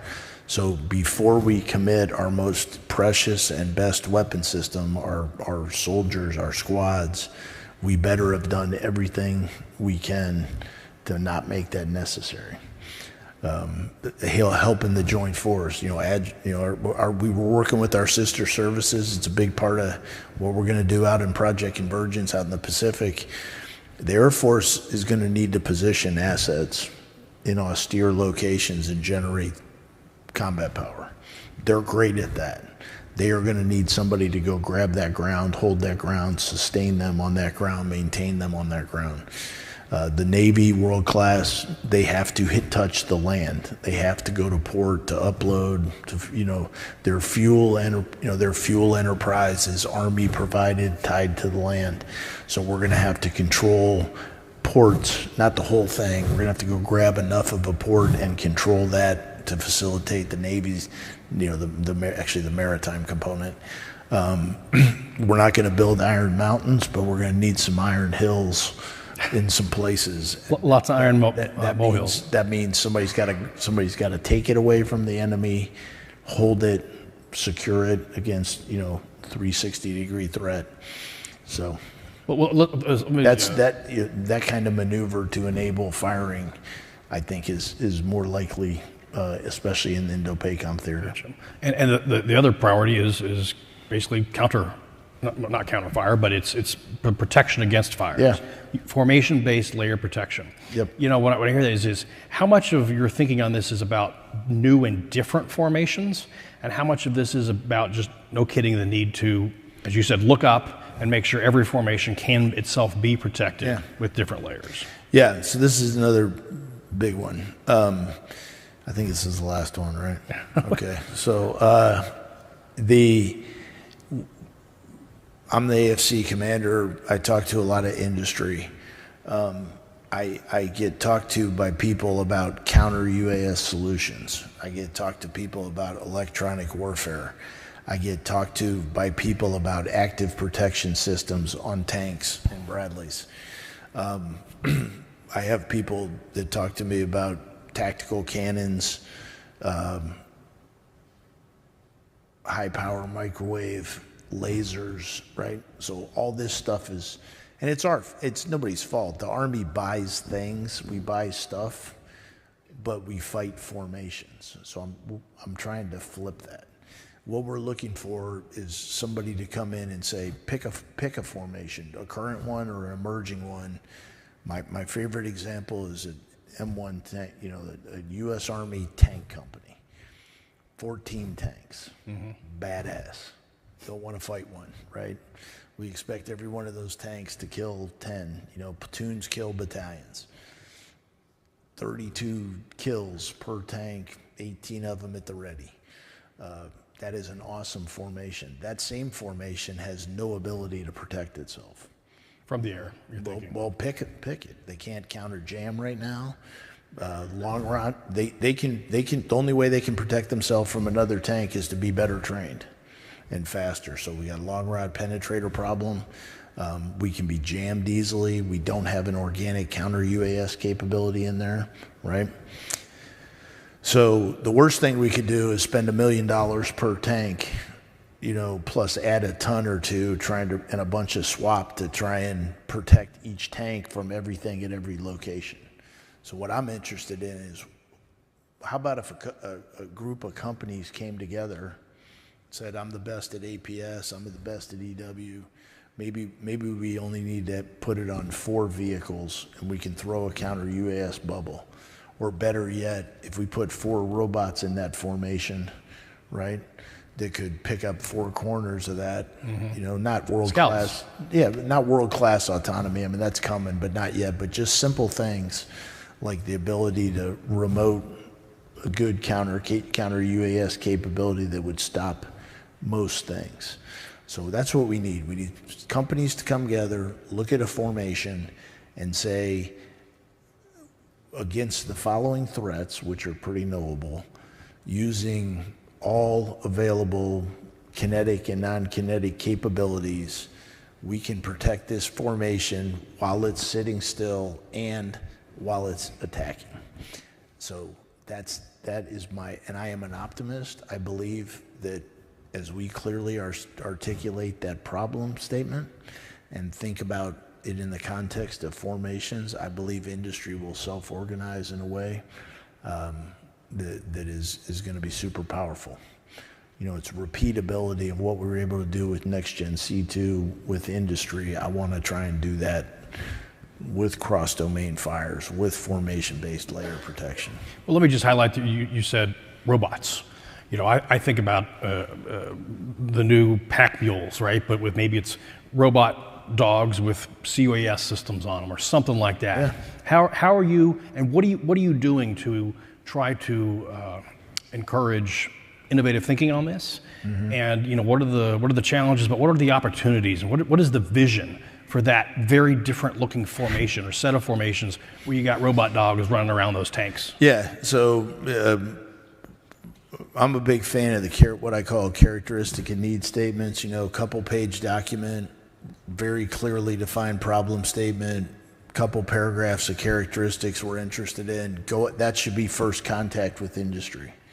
You know, not a 500-page RFP, not a 800-page requirements document. Just go out to industry and say, hey, here's the problem we're trying to solve. So, to answer your question, we are trying to figure out how do you optimize a combination of humans and machines in a way that dramatically increases the value, lethality, survivability of the formation. So, offload risk onto robots, you know, no blood for first contacts, one of my favorite things to say. Like the technology today, there is no excuse for us ever entering a building. The first thing in a building the next time we go to war should never be a human. We shouldn't find IEDs and minefields with vehicles that have humans in them. I mean, that is, you know, the enemy's always going to have a good day, you're going to have a bad day, but there is no technological reason why we should make contact with a human being. So offload risk onto machines, and most importantly, so that the humans we have are doing the things that only humans can do. Because the cognitive load we're stacking on leaders is getting pretty significant. And what are those things? Robots are not going to be curious, you know, computers are not curious. They don't there's no ethical, they don't do ethical decision making. They don't demonstrate free will, thank God. But like one of the superpowers of the U.S. fight man and woman is they do stuff that nobody told them to do. Sometimes they do the opposite of what you told them to do because they know it's right. So you're not going to write an LLM for initiative, you know, I don't think, not anytime soon. So who puts those things together in a way that makes a better formation at the end of the day? So examples, one use case is how do you make a formation better, right? Infantry company, armor company, artillery battery, air defense battery, engineer company. Come look at what we have and what we do and tell me how you could bring autonomy and really unmanned systems to bear. And it's not just, you say robots, people think ground, it's unmanned system. UAVs are unmanned systems, subsurface, surface, subterranean, right? So look at a formation and say, here's some ways you could do that better. Lower the risk to the force. You know, we ought not breach minefields, and we're not. Out of Project Convergence, the technology just blew me away on the ability to, you know, we started a year ago. I was like talking to my guys. I'm like, hey, I want the MICLIC to not have humans in it. I'm like, did that, live fired, awesome. We got with some companies and started saying, hey, this is what we're trying to do. They're like, okay, well, how much, I mean, do you really care about that? Like that MICLIC, we're all proud. Like, look at that, unmanned MICLIC. They're like, that's kind of, what are you trying to do? Like, well, we're trying to put those explosive charges in a line through that mine wire obstacle. They're like, okay, well, would it be all right if we just put a UAV up and map the minefield and then launch 20 UAVs that had line charges that land exactly where you want them? I'm like, yeah, that'd be cool. And we did it. We didn't do it, they did it. And then we got them with one of Drew Pappas's, great engineer companies, and there some captains, a couple sergeants are like, could you fly that stuff to the other end of the obstacle and start breaching your way backwards? Because that would be really cool. Like, and the young guys like, yeah, do you understand how UAVs work, man? You just they go wherever you tell them. And Not you know what I mean? So that kind of innovation, make our formations better. Another one is look at everything we do in the Army and say, why couldn't we do this autonomously? 10 truck company exists to move X amount of stuff this far, takes this many humans. Aviation FARP operations, bunch of trucks, bunch of gas, really dangerous. How many humans do you really need? Because there are a few. Like, I wouldn't want a robot, mixing gas and ammo, while I was sitting in something that, I'm probably not, I want to look out and see another set of eyeballs somewhere out there in the dark. But most of that, you could do it. And then the third one is, where could autonomy lead to a fundamentally different way of doing things? Penetrating A2AD with autonomous systems. What would you do? How would you do an air assault